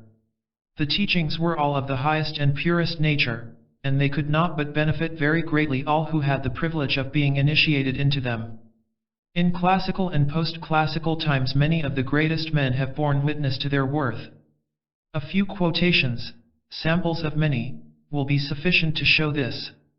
Sophocles, the great tragic poet, says of them, "Thrice happy are those mortals who after the contemplation of the mysteries go down into the realms of Hades, for there they alone will possess true life. For the rest there is naught but suffering." Plato says through the mouth of Socrates in that wonderful death scene in the Phaedo. I fancy that those men who established the mysteries were not unenlightened, but in reality had a hidden meaning when they said long ago that whoever goes uninitiated and unsanctified to the other world will lie in the mire, but he who arrives there initiated and purified will dwell with the gods. Cicero was initiated into them and held them in the highest reverence, while Proclus tells us in the last days of the pagan faith, "The most holy rites of Eleusis vouchsafe to the initiates enjoyment of the good offices of Korah when they shall be delivered from their bodies." It is true that in the time of the decadence of Rome there were degenerate ceremonies connected with the mysteries of Bacchus, which involved orgies of a very unpleasant character, but they were in no way connected with the original Eleusinian mysteries, which by that time had faded almost entirely into the background. The modern world knows little of the truth about the Greek mysteries, for their activities and doctrines were really kept secret. Apart from the strong pressure of public opinion, which treated the slightest violation of secrecy as an act of terrible impiety, we hear of the death penalty being inflicted in a case of the accidental intrusion of two non-initiates into the sacred enclosure at Eleusis during the celebration of the mysteries. Very little, therefore, of direct fact has reached us from pagan sources. The greater part of our information comes from the Christian writers, Hippolytus, Clement of Alexandria, Origen, Arnobius, and others, who were engaged upon destroying as much as possible of the pagan religion, and therefore always spoke of the mysteries in the worst possible light. Something is known of a few of the exterior tests that were applied to candidates, and of the teaching that was given through the various myths. When people outside pressed for information, and would not be put off, the officials permitted so much to be revealed. The origin of the Greek mysteries. The original founder of the Greek mysteries was Orpheus, who was an incarnation of the same great world teacher who had come to Egypt in 40,000 BC as Thoth or Hermes, to preach the doctrine of the hidden light. But now the method of his message was different, for it was spoken to a different race. About 7000 BC, he came, living chiefly in the forests, where he gathered his disciples around him. There was no king to bid him welcome, no gorgeous court to acclaim him. He came as a singer, wandering through the land, loving the life of nature, her sunlit spaces and her shadowed forest retreats, averse to cities and to the crowded haunts of men. A band of disciples grew around him, and he taught them in the glades of woodland, silent save for the singing of the birds and the sweet sounds of forest life, that seemed not to break the stillness. He taught by song, by music, music of voice and instrument, carrying a 5-stringed musical instrument, probably the origin of Apollo's lyre, and he used a pentatonic scale.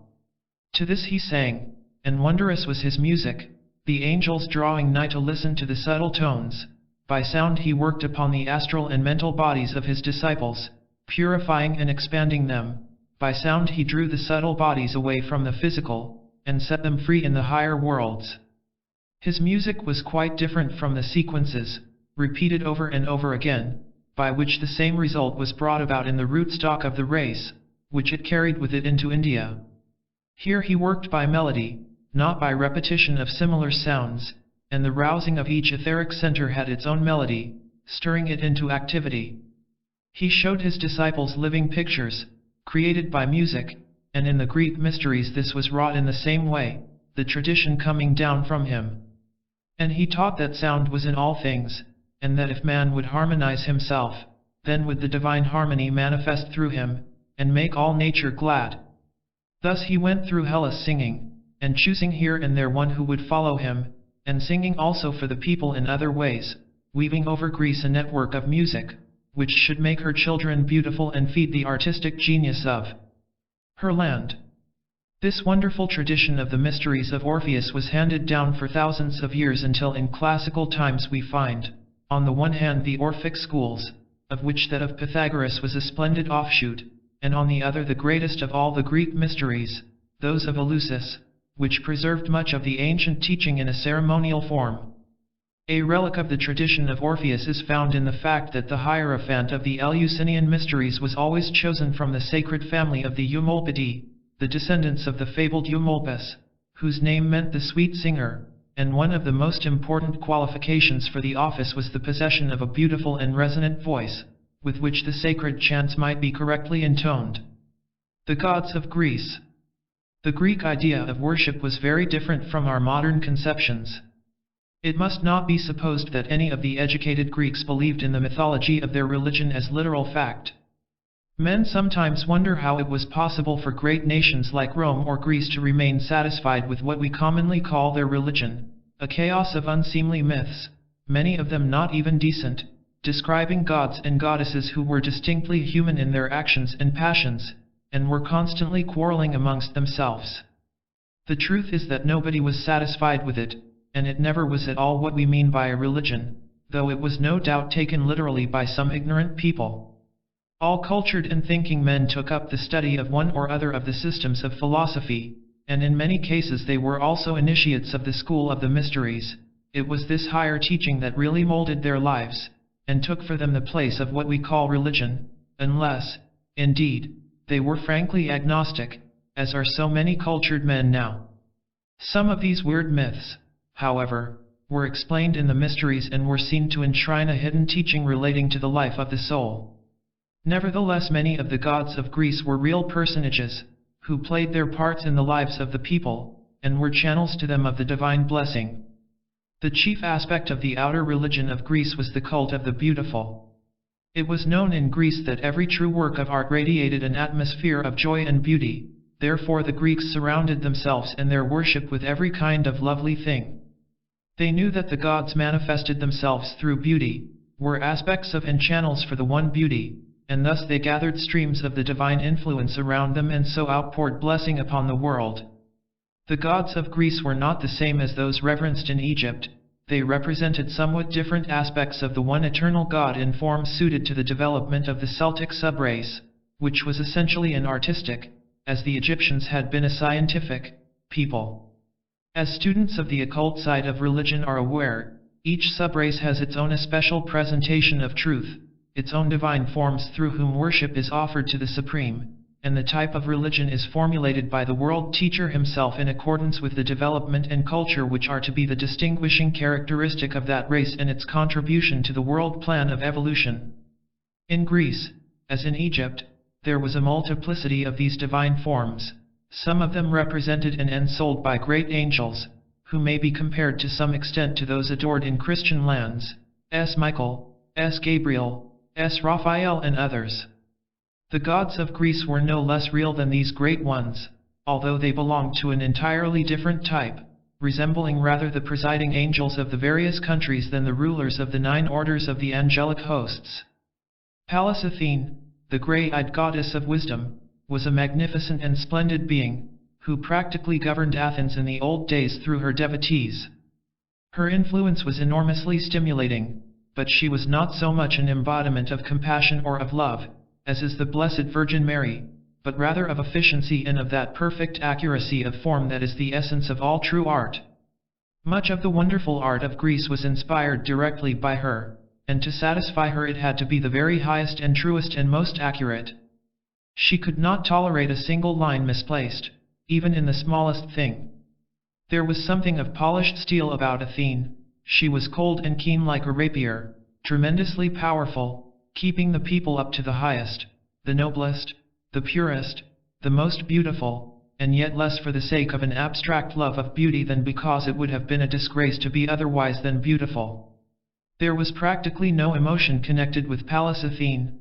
We had an intellectual appreciation of her greatness, an intense devotion along mental lines, a splendid enthusiasm in following her, but we should not have ventured upon anything like personal affection.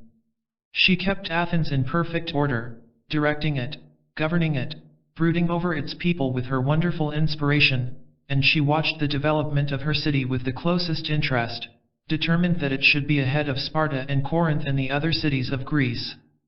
Hera was a real personage likewise, but very different from Pallas Athene. She was one of the many incarnations or forms of the feminine aspect of the first ray, and was thought of as the Queen of Heaven. She corresponds most closely to the Indian goddess Parvati, the Shakti, or power of Shiva, imaged as his consort, as Hera was the consort of Zeus.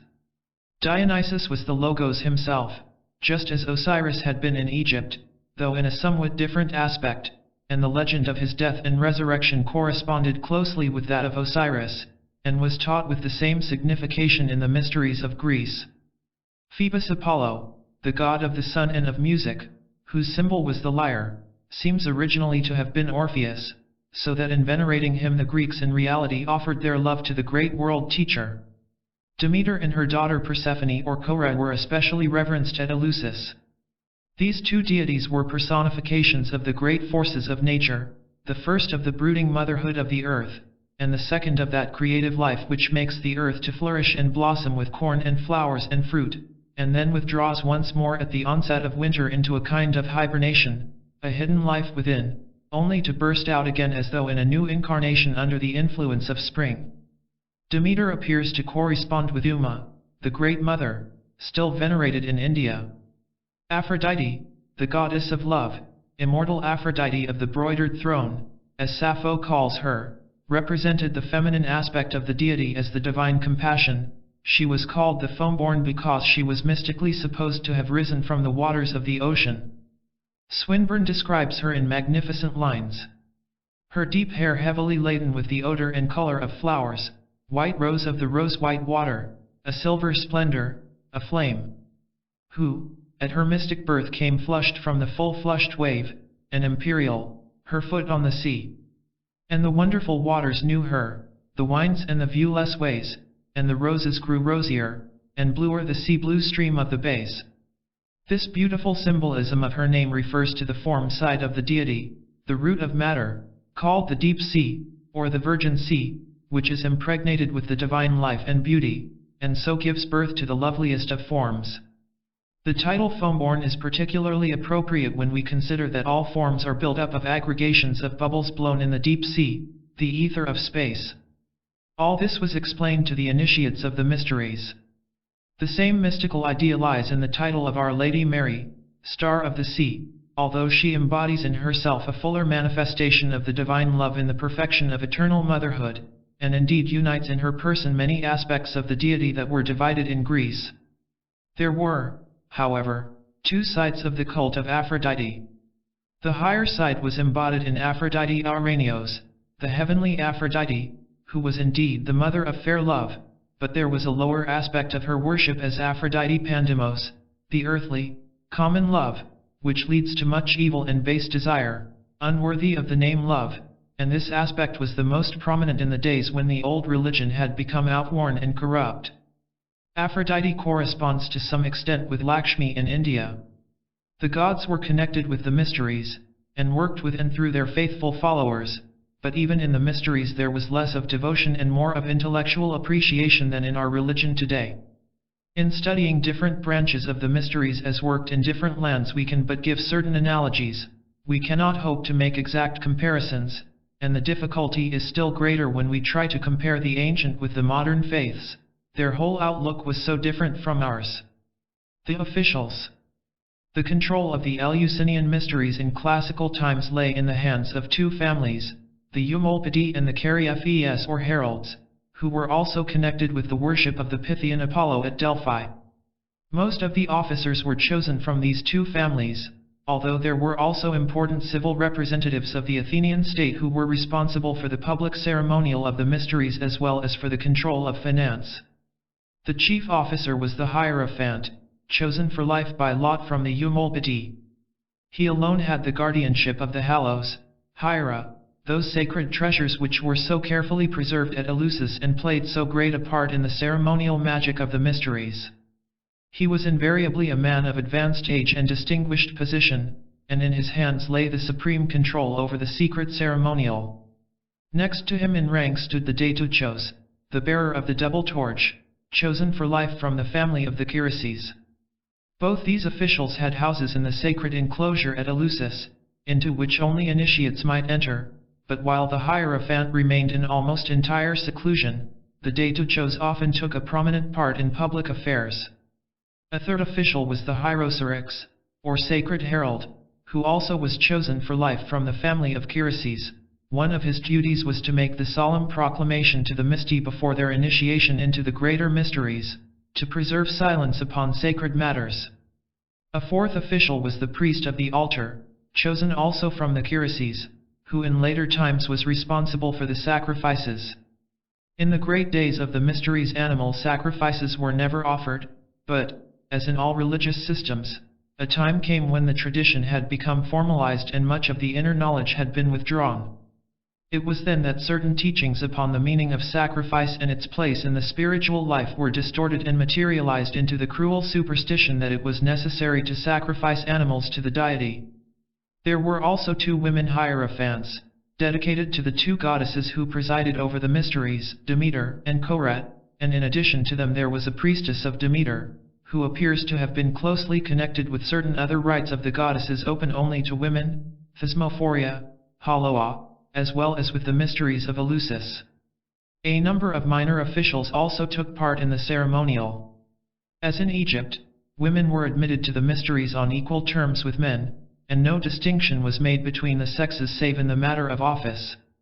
The instruction of the candidates was placed in the hands of the mystagogues, who taught under the supervision of the Hierophant and prepared the initiates for the celebration of the mysteries, communicating to them certain formulae which would be required in the course of the ceremonial. An enclosed order of priestesses lived in retreat at Eleusis, vowed to celibacy and dedicated to the higher life. It seems probable that these are the bees of whom Porphyry and various grammarians speak. The Lesser Mysteries. The Eleusinian mysteries were divided into 2 degrees, the lesser and the greater. We see no trace of the trigradal system suggested by some scholars, although there were special ceremonies for the installation of the principal officers. The lesser mysteries were celebrated in the temple of Demeter and Koryatagri, near Athens, in the month of March. In them teaching was given upon the life after death in the intermediate or astral world, just as in the lesser mysteries of Egypt, and in this sense it is possible to compare the lesser mysteries with our Masonic 1 degree, although the details of the ceremonial do not exactly correspond. The ceremony was conducted by the Hierophant of Eleusis, assisted by his various officers, and the initiates of this degree were called Misti. The ceremonies opened with a preliminary purification or baptism in the waters of the Ilissus, during which certain ritual formulae were recited. They were continued in the secrecy of the temple, in which representations of the astral world were shown to the candidate, and instruction given upon the results of certain courses of action in the life after death. In earlier days, when the Hierophant directing the studies described the effect of some particular vice or crime, he used his occult power to materialize some good example of the fate which his words portrayed. In some cases, it is stated, enabling the sufferer to speak and explain the condition in which he found himself as the outcome of his neglect while on earth of the eternal laws under which the worlds are governed. Sometimes, instead of this, a vivid image of the state of some victim of his own folly would be materialized for the instruction of the neophytes. In the days of the decadence, just as in Egypt, there remained no Hierophant who possessed the power to produce these occult illustrations, and consequently their place was taken by actors dressed to represent the sufferers, and in some cases by ghostly images projected by means of concave mirrors, or even by cleverly executed statuary or mechanical figures. Of course, it was perfectly understood by all concerned that these were only representations, and no one was ever led to suppose that they were original cases. Certain of our ecclesiastical writers, however, failed to realize this, and some of them spent much time and ingenuity in exposing deceptions which never deceived anyone, least of all those who were specially concerned with them. Besides this teaching upon the exact results in astral life of physical thought and action, much instruction was given in cosmogony, and the evolution of man on this earth was fully explained, again with the aid of illustrative scenes and figures, produced at first by materialization, but later imitated in various ways. The initiates of the mysteries had a number of proverbs and aphorisms peculiar to themselves. Death is life, and life is death was a saying which will need no interpretation for the student of the inner side of life, who comprehends, at least to some extent, how infinitely more real and vivid is life on any other plane than this imprisonment in the flesh. Whosoever pursues realities during this life will pursue them after death. Whosoever pursues unrealities during this life will pursue them also after death, was another statement entirely in line with the facts of post-mortem existence, and it emphasizes the great truth upon which we so often find it necessary to insist, that death in no way changes the real man, but that his disposition and his mode of thought remain exactly what they were before. The myths of the exoteric religion of the country were taken up and studied in the Eleusinian mysteries, as in the mysteries of Egypt. Among those relating to the life after death was that of Tantalus, who was condemned to suffer perpetual thirst in Hades. Water surrounded him on all sides, but receded from him whenever he attempted to drink. Over his head hung branches of fruit which receded in like manner when he stretched out his hand to touch them. This was interpreted to mean that everyone who dies full of sensual desire of any kind finds himself after death still full of desire, but unable to gratify it. Another story was that of Sisyphus, who was condemned always to roll uphill a huge block of marble, which as soon as it reached the top rolled down again. That represents the condition after death of a man full of personal ambition, who has spent his life in making plans for selfish ends. In the other world he goes on making plans and working them out, but always finds at the point of completion that they are nothing but a dream. The liver of Titius was ceaselessly devoured by vultures. This was symbolical of the raging desire that tears at a man until it is burnt out by suffering. In many such ways desire is purified and the man is able to pass onwards to the life of the heaven world, which was the subject of instruction in the greater mysteries. Within the lesser mysteries, just as in the mysteries of Egypt, there existed an inner school for the training of specially selected candidates. These were taught to awaken the senses of the astral plane, so that the teaching given in the mysteries could be verified by them at first hand. As in Egypt, the severe tests of courage were applied only to the small proportion of those who entered the mysteries who intended to take up positive occult training, and become active workers on the astral and higher planes. Tens of thousands of people were initiated without them. One classical author mentions a gathering of 30,000 initiates. All serious-minded people gravitated towards these mysteries, much as the better class of young men and women of our day go to the great universities, and in addition many were interested in one or other of the systems of philosophy. This inner school was kept secret, so that none even of the initiates knew of its existence until actually received into it. The dress of the mysty was the dappled fawn skin, nabri, 9, a fitting emblem of the uncontrolled astral body, which in this one degree had to be trained and brought into subjection by the will. This dress corresponded with the leopard skin worn by the Egyptian priests, and the tiger or antelope skin so often used by the Eastern yogis. The Greater Mysteries. The Greater Mysteries were held at Eleusis in the month of September, Bodromian, and in connection with their celebration all Greece went into holiday, and splendid public processions took place, in which the whole populace, both initiates and non-initiates, joined. These public processions have been described in detail by contemporary writers, but beyond these exoteric descriptions nothing of the greater mysteries is known to the outer world save through a few obscure hints. On the 13th Bodromian the young men gathered at Eleusis to form the escort of the solemn procession to Athens, which was distant from Eleusis some 12 miles. On the 14th the Halos, Hiera, were solemnly escorted to the great city, accompanied by the Hierophant and his officers, the members of the priestly families, the College of Priestesses and the retinue of the Eleusinian Temple. The Halos were treated with the deepest reverence. They were conveyed in great wicker baskets secured with bands of purple wool, and placed upon a ceremonial car. Only the Hierophant and his ministers were allowed to handle them, and none but initiates might even see them, under pain of death. During the rest of the year they remained in a shrine or chapel, Anaktoron, in the temple at Eleusis, and were guarded with the utmost care and awe, as being of divine origin. When the procession reached the outskirts of the city of Athens, the Halos were met by the magistrates and people, and were escorted with all magnificence and pomp to the Eleusinian at the foot of the Acropolis. Like the mother temple at Eleusis, this was surrounded by high walls, and no one but the initiates was ever allowed to enter. On the 15th day of the month, the day of the full moon, the mysti who were to be advanced to the greater mysteries assembled, and the solemn proclamation was made, enumerating those to whom access to the mysteries was forbidden. Whoso hath unclean hands. Whoso hath an unintelligible voice.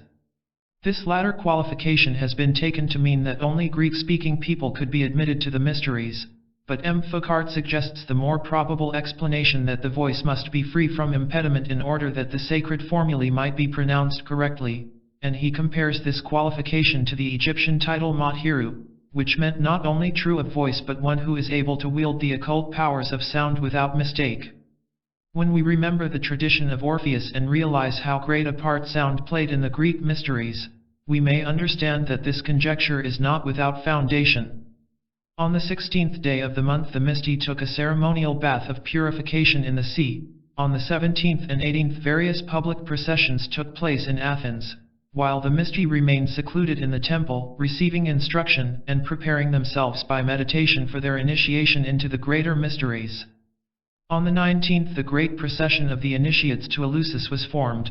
The Halos were carried back to their ancient resting place with the fullest possible pomp and splendor, and the candidates and brethren marched in triumph to the temple of initiation accompanied by vast crowds of people.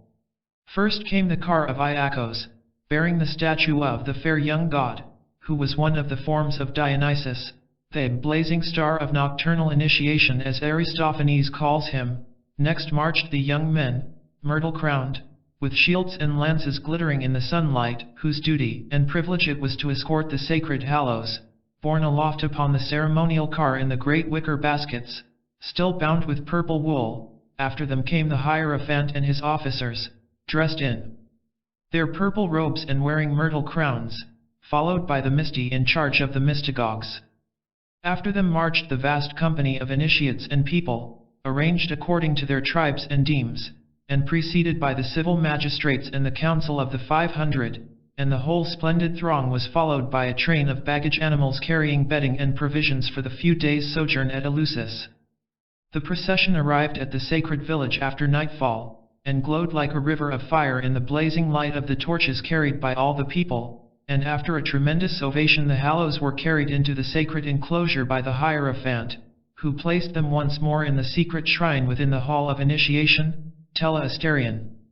The next 2 days, during which the actual ceremonial instruction took place, were spent by the initiates within the enclosing walls of the temple, and the whole glorious celebration concluded with a festal assembly held outside the temple walls, in which all the citizens took part, afterwards returning quietly to their homes.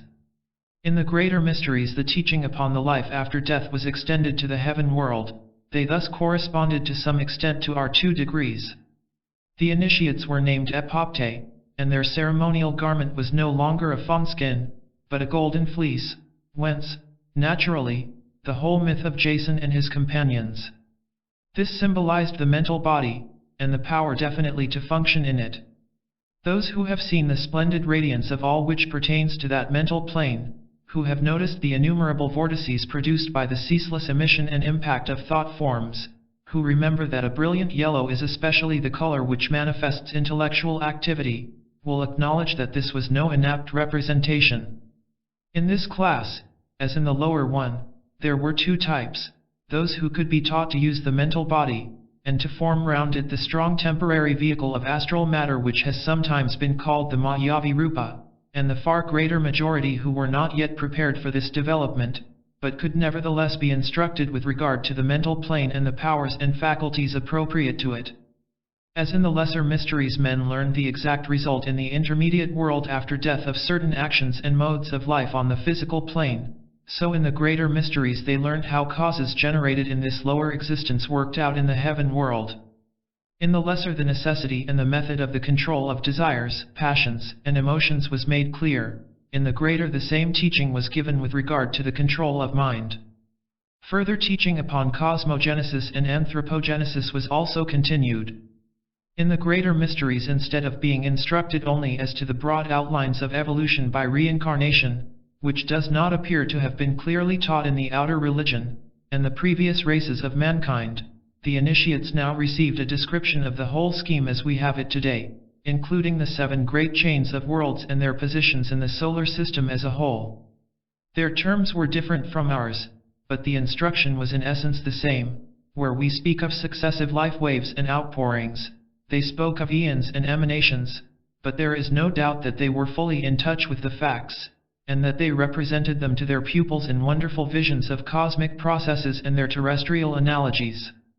Just as in the case of the after-death states, these representations were at first produced by occult methods, and later, when these failed them, by mechanical and pictorial means, the results of which were greatly inferior.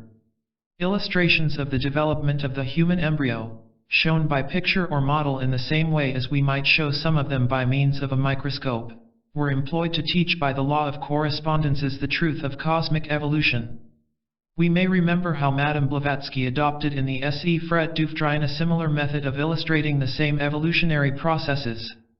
It is probable that a misunderstanding of the representation of some of these processes of reproduction was distorted into an idea of indecency, and so the seed was sown from which sprang later the false and foolish accusations of the ignorant and bigoted Christians. The culmination of the ceremonial of the greater mysteries was the exposition of an ear of corn. Of this Hippolytus speaks. The Athenians, while initiating people into the Eleusinian rites, likewise displayed to those who are being admitted to the highest grade at these mysteries, the mighty, marvelous, and most perfect secret suitable for one initiated into the highest mystic truths. I allude to an ear of corn in silence reaped. This ear of corn is also considered among the Athenians to constitute the perfect and enormous illumination that has descended from the unportrayable one, just as the Hierophant himself declares. This symbol referred to the divine life of God, ever-changing, ever renewed, buried in the earth of the lower planes, only to rise in other forms to a fuller and more abundant life, passing from manifestation to manifestation without end. This was explained by the Hierophant to the initiates, and the simplicity of the symbol and the beauty and profundity of the meaning underlying it formed a fitting climax to a wonderful ceremony. The myths of the greater mysteries. The meaning of various myths was explained in detail in the instruction given to the initiates. The legend of Persephone or Proserpine, Korat, is clearly an occult parable of the descent of the soul into matter. If we remember how the story tells us that Proserpine was carried away while she was plucking the flower of the narcissus, at once we have a suggestion of connection with that other myth of the soul's life. Narcissus is represented to have been a young man of extraordinary beauty who fell in love with his own reflection in a pool of water, and was so much attracted by it that he fell into the pool and was drowned, and was afterwards changed by the gods into a beautiful flower. It was taught that the soul was not originally immersed in matter, and need not have been so, but for the fact that she was attracted by the image of herself in the lower conditions of matter, symbolized by water. Beguiled by this reflection, she identifies herself with the lower personality, and is for the time sunk altogether in matter, yet nevertheless the divine seed remains, and presently she springs up again as a flower. It was while Proserpine was stooping to Narcissus that she was seized and carried off by Desire, who is the king of the lower world, and although she was rescued from complete captivity by the effort of her mother, yet after that she had to spend her life half in the lower world, and half in that above, that is to say, partly in incarnation and partly out of it. The Minotaur, which was slain by Theseus, was the personality in man, half animal and half man. Theseus typifies the higher self, who has been gradually developing and gathering strength until at last he can wield the sword of his divine father, the spirit. Guided through the labyrinth of illusion which constitutes these lower planes by the thread of occult knowledge given him by Ariadne, who represents intuition, the higher self is enabled to slay the lower and escape safely from the web of illusion, yet there still remains for him the danger that, developing intellectual pride, he may neglect intuition, even as Theseus neglected Ariadne, and so failed for the time to reach his highest possibilities. The legend of the slaying of Bacchus by the Titans, the tearing of his body into fragments and his resurrection from the dead, was also taught, with the same interpretation as that given to the legend of Osiris in the mysteries of Egypt, the descent of the one to become the many, and the reunion of the many in the one through suffering and sacrifice. The magic of the greater mysteries. In the Eleusinian mysteries the initiates were brought into close communion with the deity through specially consecrated food and drink. Cups of highly magnetized water were given to them, and consecrated cakes were eaten during the ceremonies of initiation. S. Clement of Alexandria gives us the formula or password of the Eleusinian mysteries, which some have taken to refer to this sacrament: I fasted, I drank the draught, I took from the chest, having tasted, I placed in the basket, and from the basket into the chest. In many religions we find a similar method of conveying the divine blessing to the people. The halos, hiera, already mentioned were physical objects extremely highly magnetized, through which much of the magical side of the mysteries was performed. They were the personal property of the priestly family of the Eumolpiti, being handed down from generation to generation, and their solemn exposition and the explanation of the symbolical teaching connected with them was one of the features of the Eleusinian ritual. One of these was the caduceus, the rod of power, surrounded by the twisting serpents and surmounted by the pine cone. It was the same as the thyrsus, and was said to be hollow and to be filled with fire. In India it is a stick of bamboo with 7 knots in it, which represents the spinal column with its 7 centers or chakras. When a candidate had been initiated, he was often described as one who had been touched with the thyrsus, showing that it was not a mere emblem, but had also a practical use. It also indicated the spinal cord, ending in the medulla, while the serpents were symbolical of the 2 channels called in Eastern terminology Ida and Pingala, and the fire enclosed within it was the serpent fire which in Sanskrit is called Kundalini. It was laid by the Hierophant against the back of the candidate, and thus used as a strong magnetic instrument in order to awaken the forces latent within him, and to free the astral body from the physical, so that the candidate might pass in full consciousness to the higher planes. To help him in the efforts that lay before him, the priest in this way gave the aspirant some of his own magnetism. This rod of power was of the greatest importance, and we can understand why it was regarded with so much awe when we realize something of its occult potency. There was also the crater or cup, always associated with Dionysus, an emblematical of the causal body of man, which has ever been symbolized by a cup filled with the wine of the divine life and love. The tradition of this passed down through the ages and became mingled with that of the Holy Grail, which played so great a part in early medieval romance and legend. Among the holy symbols there were also highly magnetized and richly jeweled statues, which had been handed down from a remote past, and were the physical basis of certain great forces invoked in the mysteries, and a lyre, reputed to be the lyre of Orpheus, on which certain melodies were played and to which the sacred chants were sung. There were also the toys of Bacchus, with which he was playing when he was seized by the Titans and torn to pieces, very remarkable toys, full of significance. The dice with which he plays are the 5 Platonic solids, the only regular polygons possible in geometry.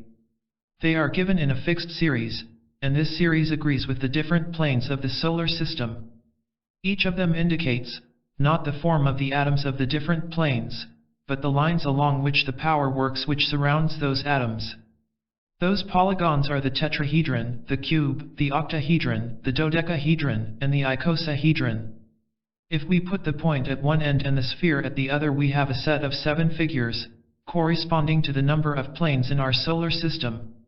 In some of the older schools of philosophy it was said, "No one can enter who does not know mathematics."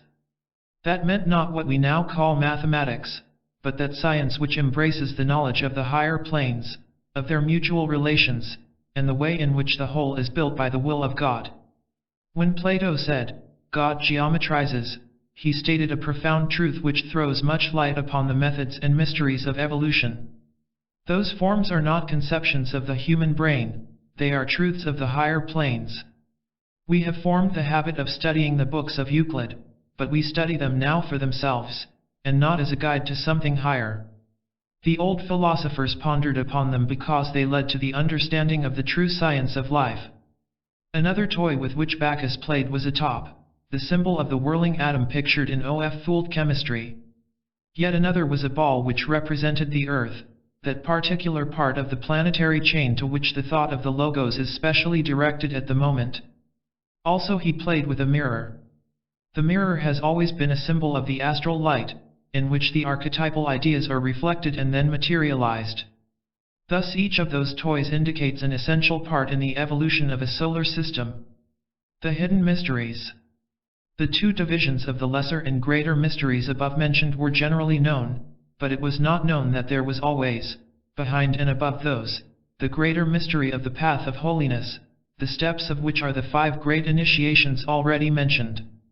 The very existence of the possibility of that future advancement was not certainly known even by the initiates of the greater mysteries until they were actually fit to receive the mystic summons from within.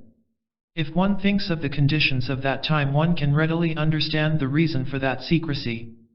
The Roman emperors, for example, knew of the existence of the lesser and the greater mysteries, and insisted upon being initiated into them. We know from history that many of the emperors were hardly of a character to be allowed to play a leading role in a religious body, but it would have been very difficult for the hierophants of the mysteries to refuse entrance to an emperor of Rome. As was once said, one cannot argue with the master of 30 legions. Many of the emperors would certainly have killed anyone who stood in the way of anything they wished, so the existence of the true mysteries was not made public, and no one knew of them until he was deemed, by those who could judge, worthy to be admitted into them. The teaching of these higher degrees is still open to the worthy, and to the worthy alone, but certain conditions must be fulfilled, as I have explained in the Masters and the Path. Thus the mysteries of Eleusis corresponded closely with those of Egypt, though they differed in detail, and both these systems led their initiates, when properly prepared, to that wisdom of God which was before the beginning of the world. We in Masonry do not inherit the Eleusinian succession directly, although something of its inspiration and influence was transmitted to certain of the mystic schools of the Middle Ages. Nevertheless our rites have the same purpose, symbolize the same invisible worlds, and are intended to prepare candidates for the same august reality that lies behind all true systems of the mysteries alike. The School of Pythagoras. The great philosopher Pythagoras was born in Samos about 582 BC, and was the founder of the school that bore his name and studied his teachings in Greece, Italy, Egypt, and Asia Minor. Mr. G.R.S. Mead says of the Pythagorean school, "The finest characters among women with which ancient Greece presents us were formed in the school of Pythagoras, and the same is true of the men." The authors of antiquity are agreed that this discipline had succeeded in producing the highest examples not only of the purest chastity and sentiment, but also a simplicity of manners, a delicacy, and a taste for serious pursuits which was unparalleled. Pythagoras traveled through many of the countries of the Mediterranean basin, studying for some years in Egypt, where he was initiated at Sais.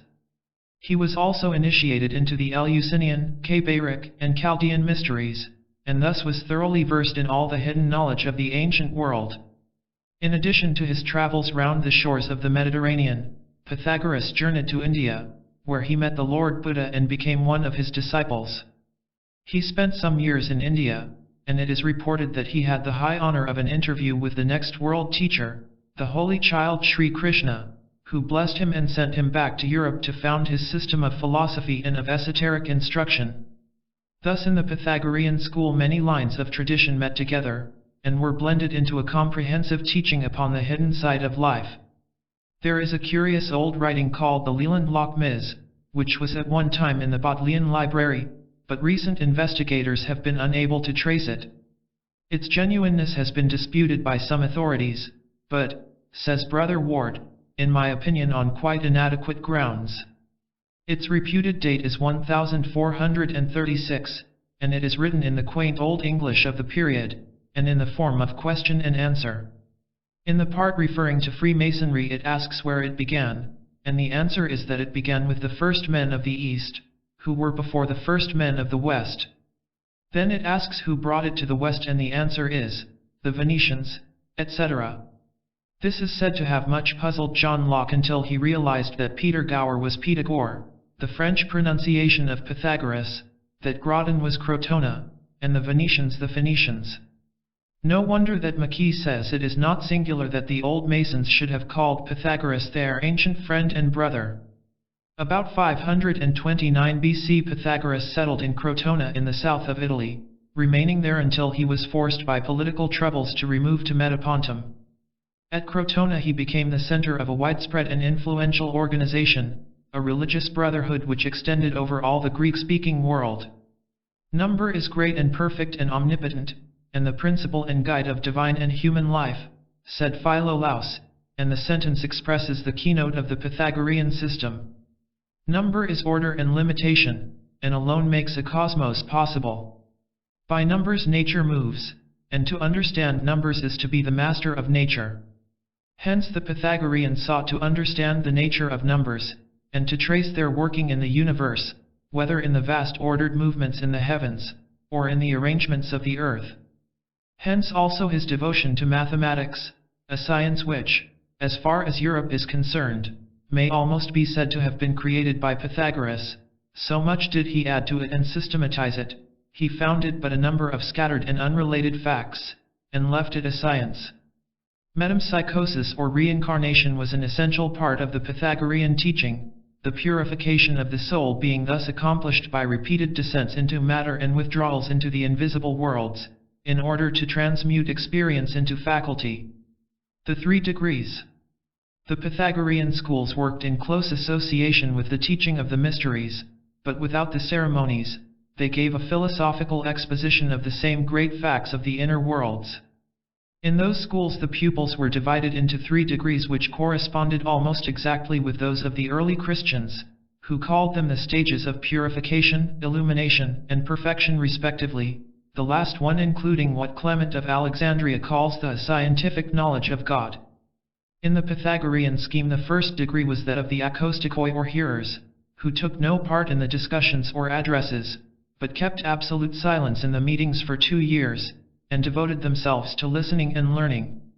At the end of that time, if otherwise satisfactory, the students were eligible for the second degree, that of the mathematicoi.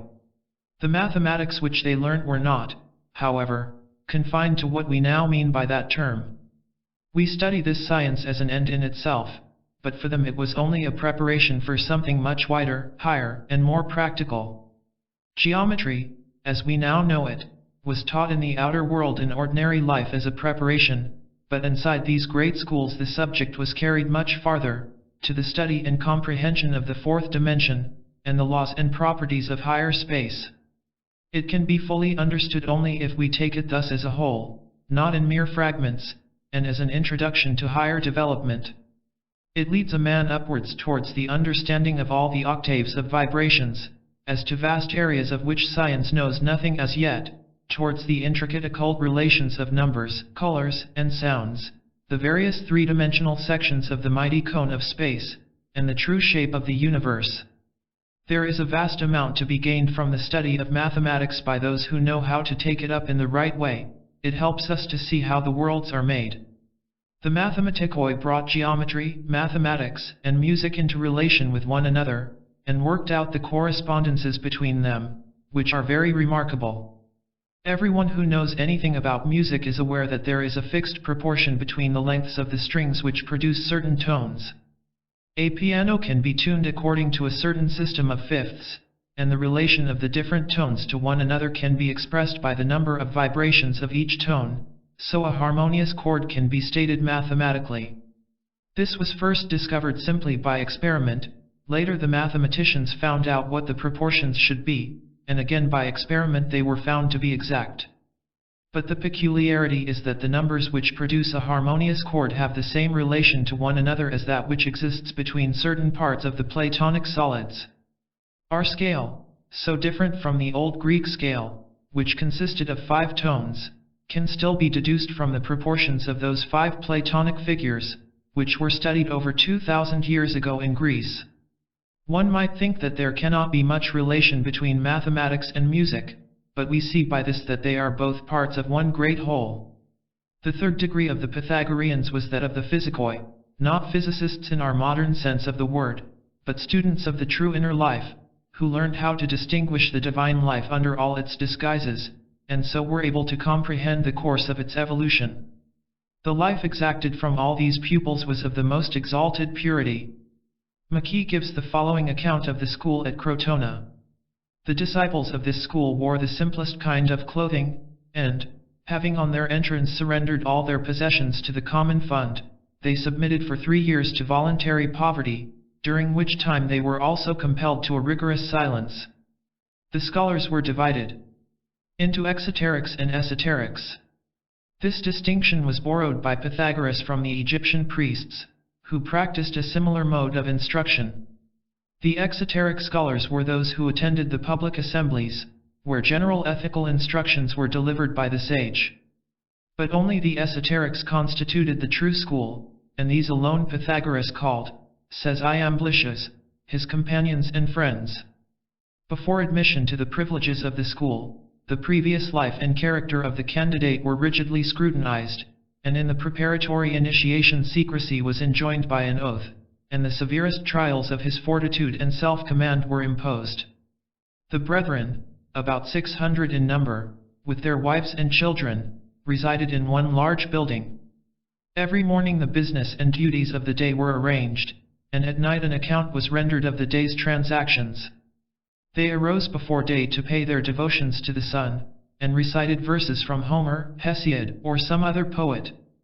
Several hours were spent in study, after which there was an interval before dinner, which was occupied in walking and in gymnastic exercises.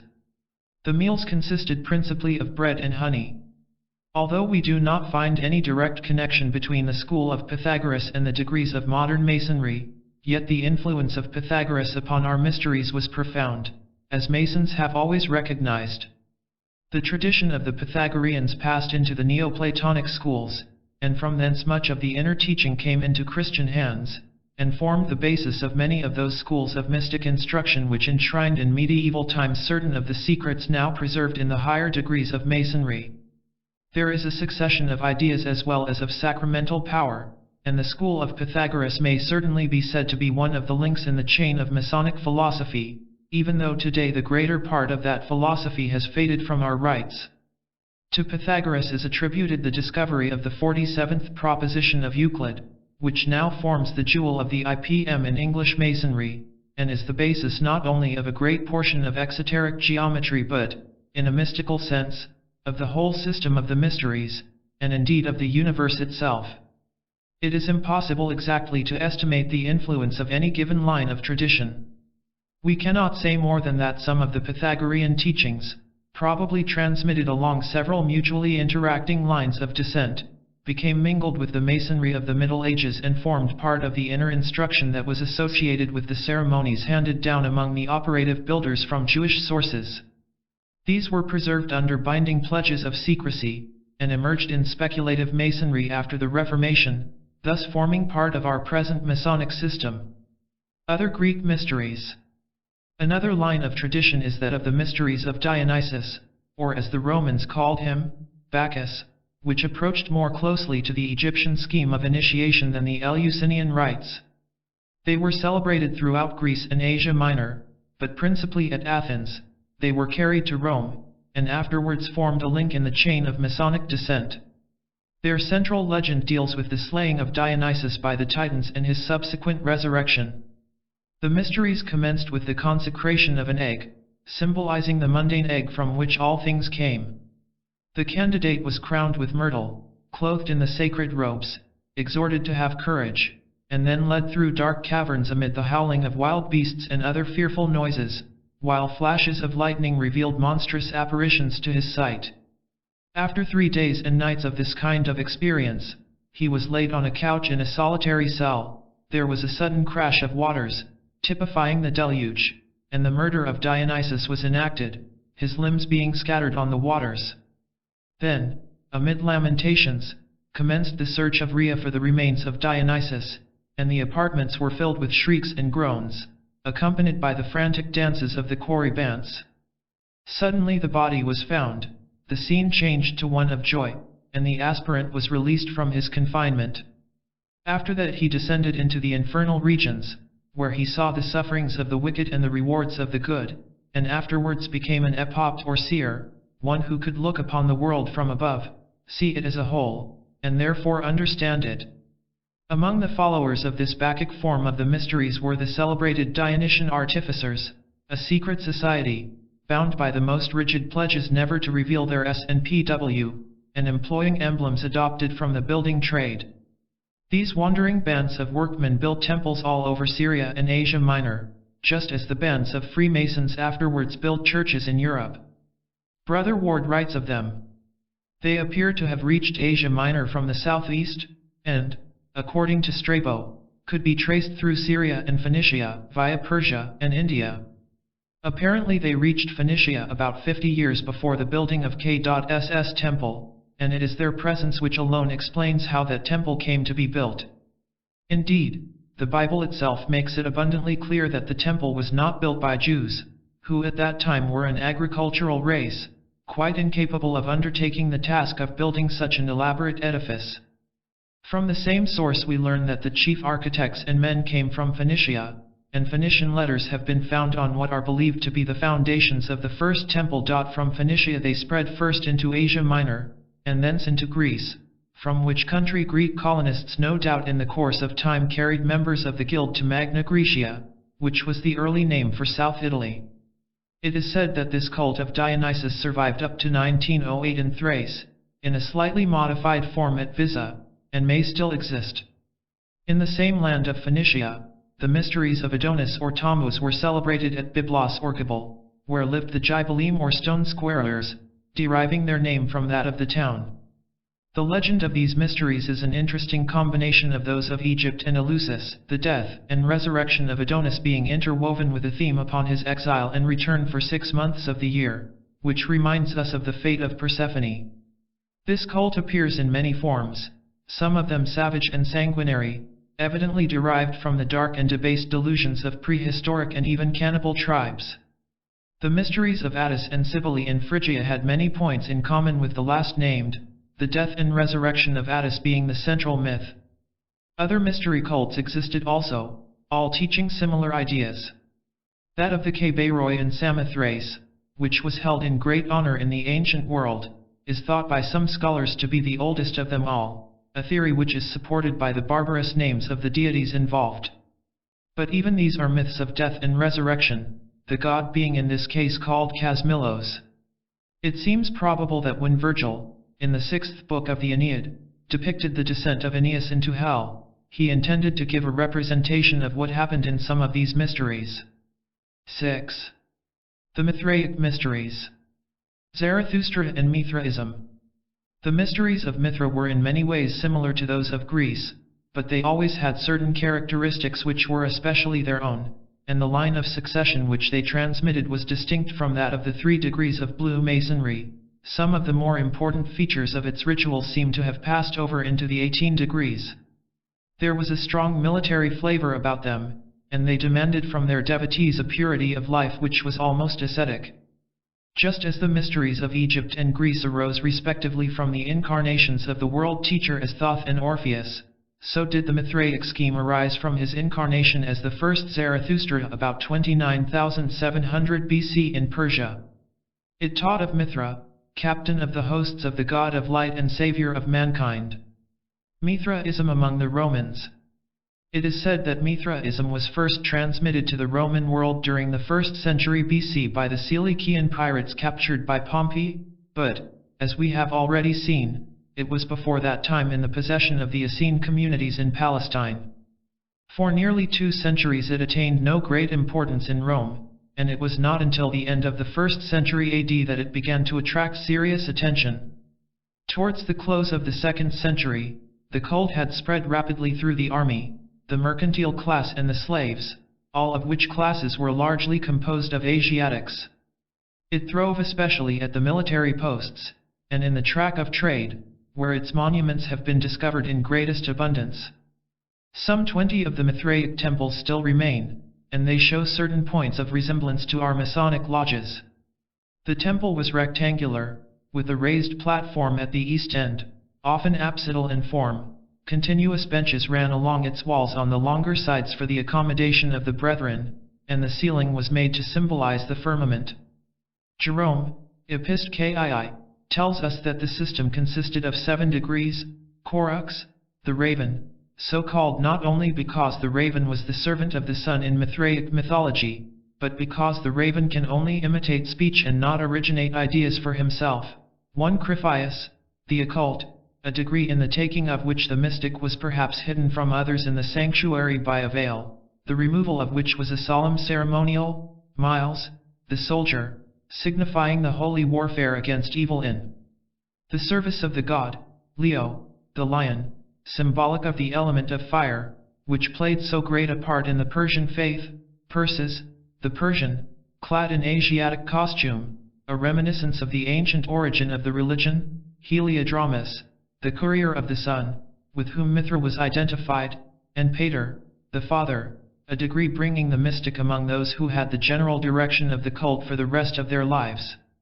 It is not easy to trace exact correspondences between these 7 stages in our own degrees, because of the difference between the systems.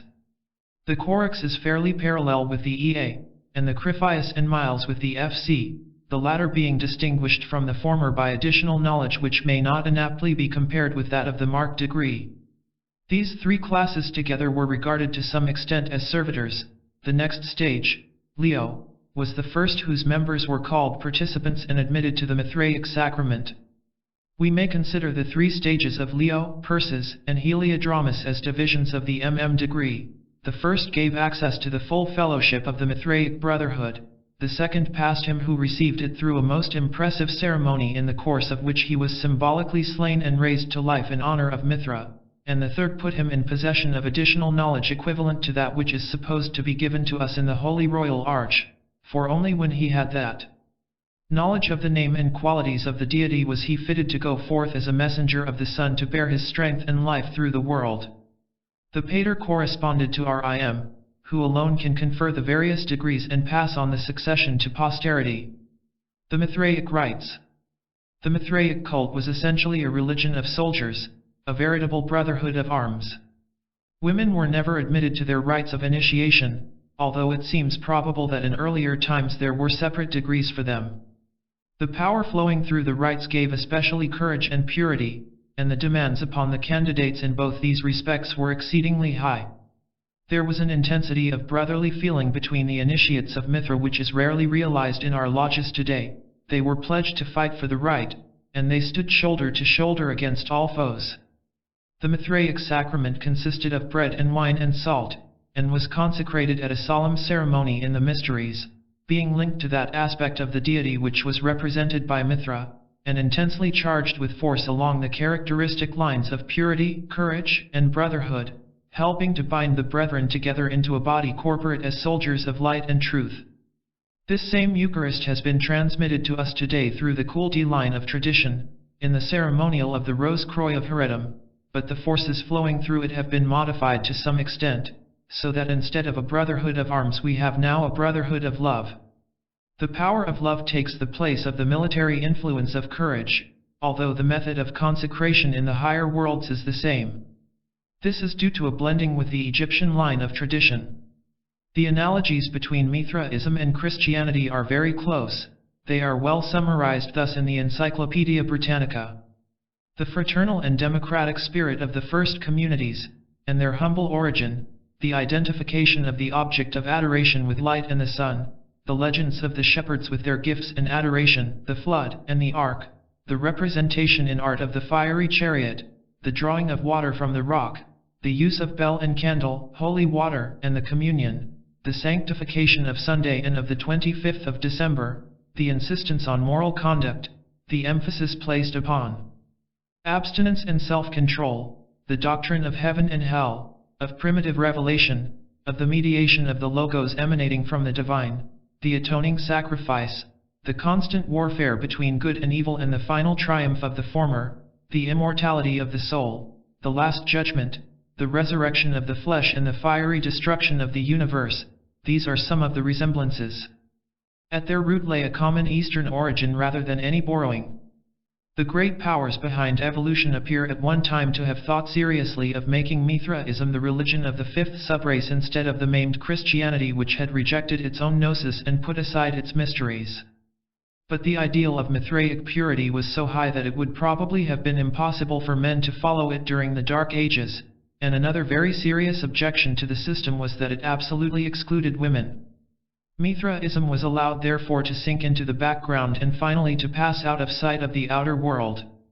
Nevertheless, the ancient succession is still guarded and the rites are preserved in the custody of the HOATF, so Mithraism may yet have its part to play in the religious life of the future.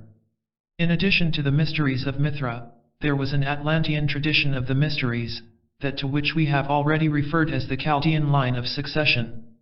In the days of its splendor, the Chaldean rituals put the initiate into relation with the great star angels who were adored in that mighty faith, and a relic of this tradition is still found in the hidden side of certain of the degrees of the rites of Memphis and of Mizraim.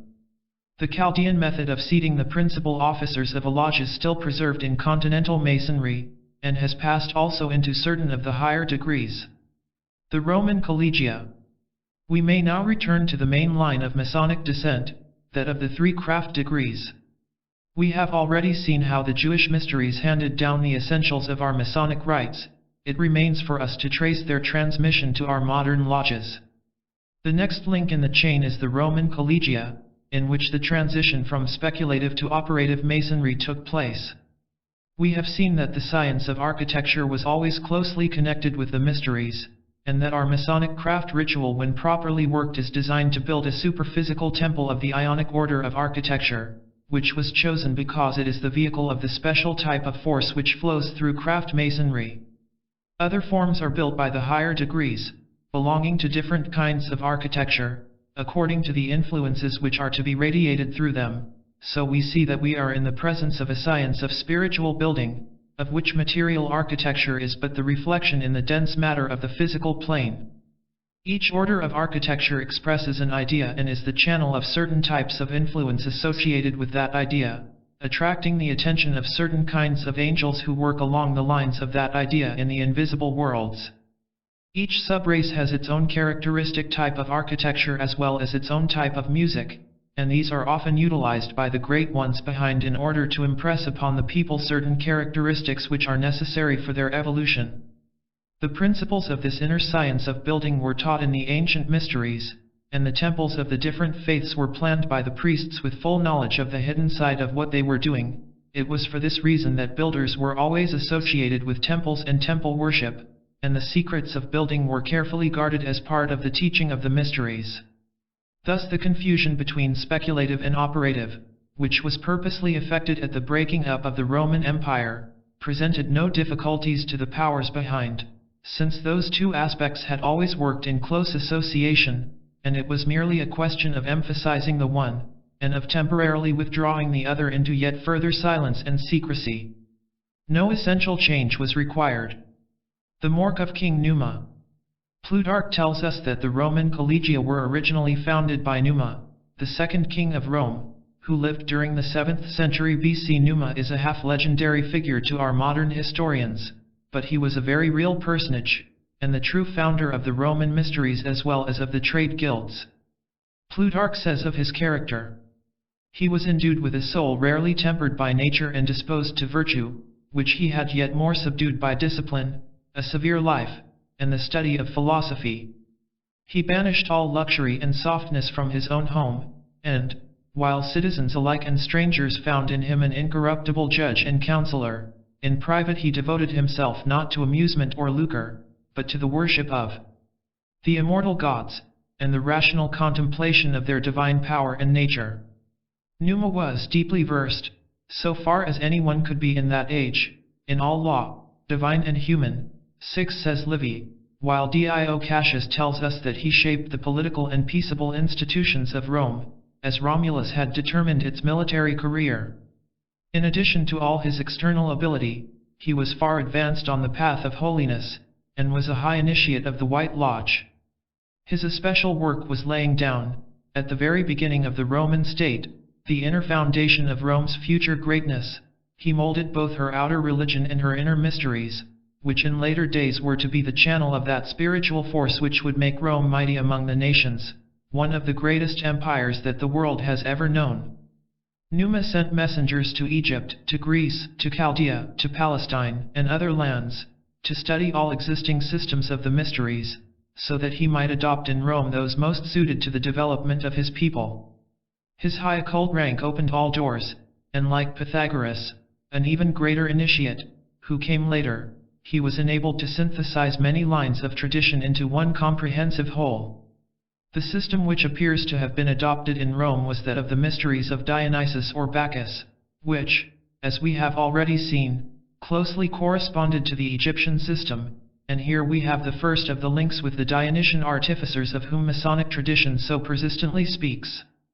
Numa introduced the Egyptian line of succession, and thus the hierophants of his mysteries were imams after the manner of the priests of Egypt and the Masons of today.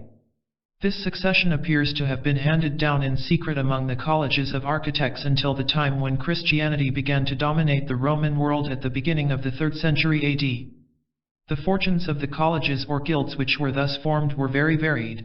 Gradually they rose to great political power, were abolished by the Senate about 80 BC, and restored again 20 years later. The emperors issued edicts against them from time to time, but those which could prove their antiquity or religious character were permitted to remain in existence. They were finally abolished in AD 378. The colleges and the legions. Of these colleges of architects one was attached to every Roman legion, building for it fortifications in time of war and in time of peace, temples and houses. It was thus that the Roman mysteries were brought to northern Europe. Wherever the Romans settled, the collegia worked their rites, and in process of time native soldiers were initiated into their ranks, until the system became deeply rooted in each Roman colony. Closely connected with these rites were those of Mithra which, as we have seen, were also spread by the Roman armies, although the two systems were always kept separate and distinct. The organization of the colleges, as extant records show, corresponded in many ways with that of our modern lodges. Tres faciant collegium, 3 make a college, was one of their principles, and the rule was so indispensable that it became a maxim of civil law. The college was ruled by a magister or master, and 2 decurions or wardens, and among other officers were a treasurer, sub-treasurer, secretary and archivist. There was also a sacerdos or chaplain, who was in charge of the religious side of the work. The members of the college consisted of 3 grades corresponding closely to apprentices, fellows and masters, and records point to the fact that they possessed semi-religious rites which were kept rigidly secret, and also that they attached symbolic interpretations to their tools, such as the square and compasses, the plumb rule, and level. They took pagan gods as their patrons in much the same way as the guilds which succeeded them adopted Christian patron saints. The 4 crowned martyrs, the patron saints of Masonry, were Christian members of a college who were tortured to death by the Emperor Diocletian for refusing to make a statue of Aesculapius. They were later confused with the tradition of the 4 brothers of Horus. Brother J.S.M. Ward describes a building of the Collegia unearthed at Pompeii in 1878, which had been buried in AD 79, during the great eruption of Mount Vesuvius. It contains striking Masonic correspondences. There are 2 columns, and on the walls are interlaced triangles. Upon a pedestal in the center was found an inlaid marble slab with a skull, level and plumb rule and other Masonic designs in mosaic work. A fresco in another building close by shows a figure in the act of making the FCHS. The Roman colleges of architects were brought to Britain by the Roman army. 1 legion under Julius Caesar established a colony at Eboracum or York, later to be so prominent in Masonic legend and tradition, and another center was at Verulam, afterwards known as S. Albans. The introduction of the Gemish form. The introduction of the Jewish form of the Masonic ceremonies was intentionally arranged by the powers who stand behind Freemasonry about the time when Christianity was gaining ascendancy in the Roman Empire. It would have been almost impossible to continue the mysteries of Bacchus or those of Mithra in their original form, while there was so much opposition between the Christian faith and the old pagan religion. No such opposition was in Roman days felt towards the Jews, among whom the Christian faith arose and had its early nurture, and the Jewish form of the mysteries was therefore adopted by the White Lodge as the best means of transmitting the ancient rites through the Dark Ages, when the Church rigorously persecuted all who were not in agreement with her doctrines. The chief agent in the work of transition was he who was then known as S. Alban, but whom today we revere as the Master the Comte de S. Germain, the head of all true Freemasons throughout the world. I have given some account of him and his Roman incarnation in the Hidden Life in Freemasonry. The transition to the operatives. The mysteries of Bacchus quite naturally and gradually gave place to the Jewish form of the same tradition as Christianity grew more and more powerful, for this was not incompatible with the Christian faith as the Greek and Egyptian traditions would have been, and the speculative secrets were more and more confused with operative terminology until the transition was complete.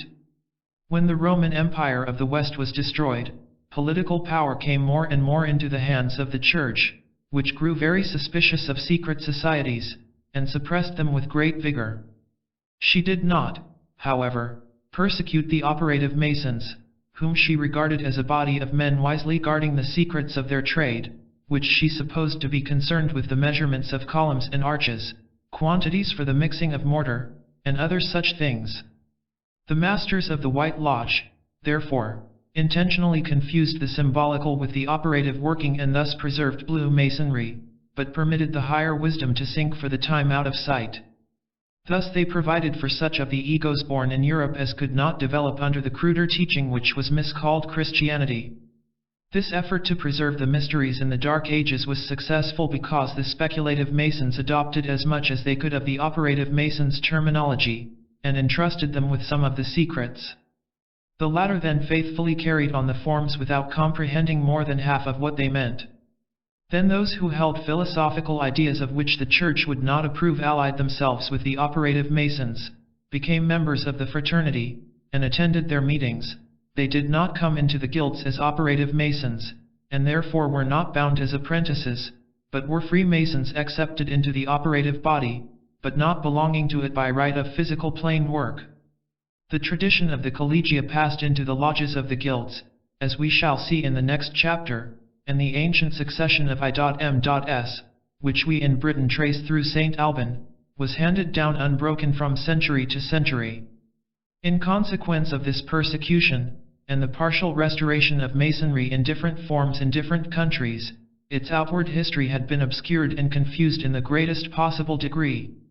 It is a matter that might no doubt be elucidated by long and painstaking research, but it would be a task involving far too great an expenditure of energy and time.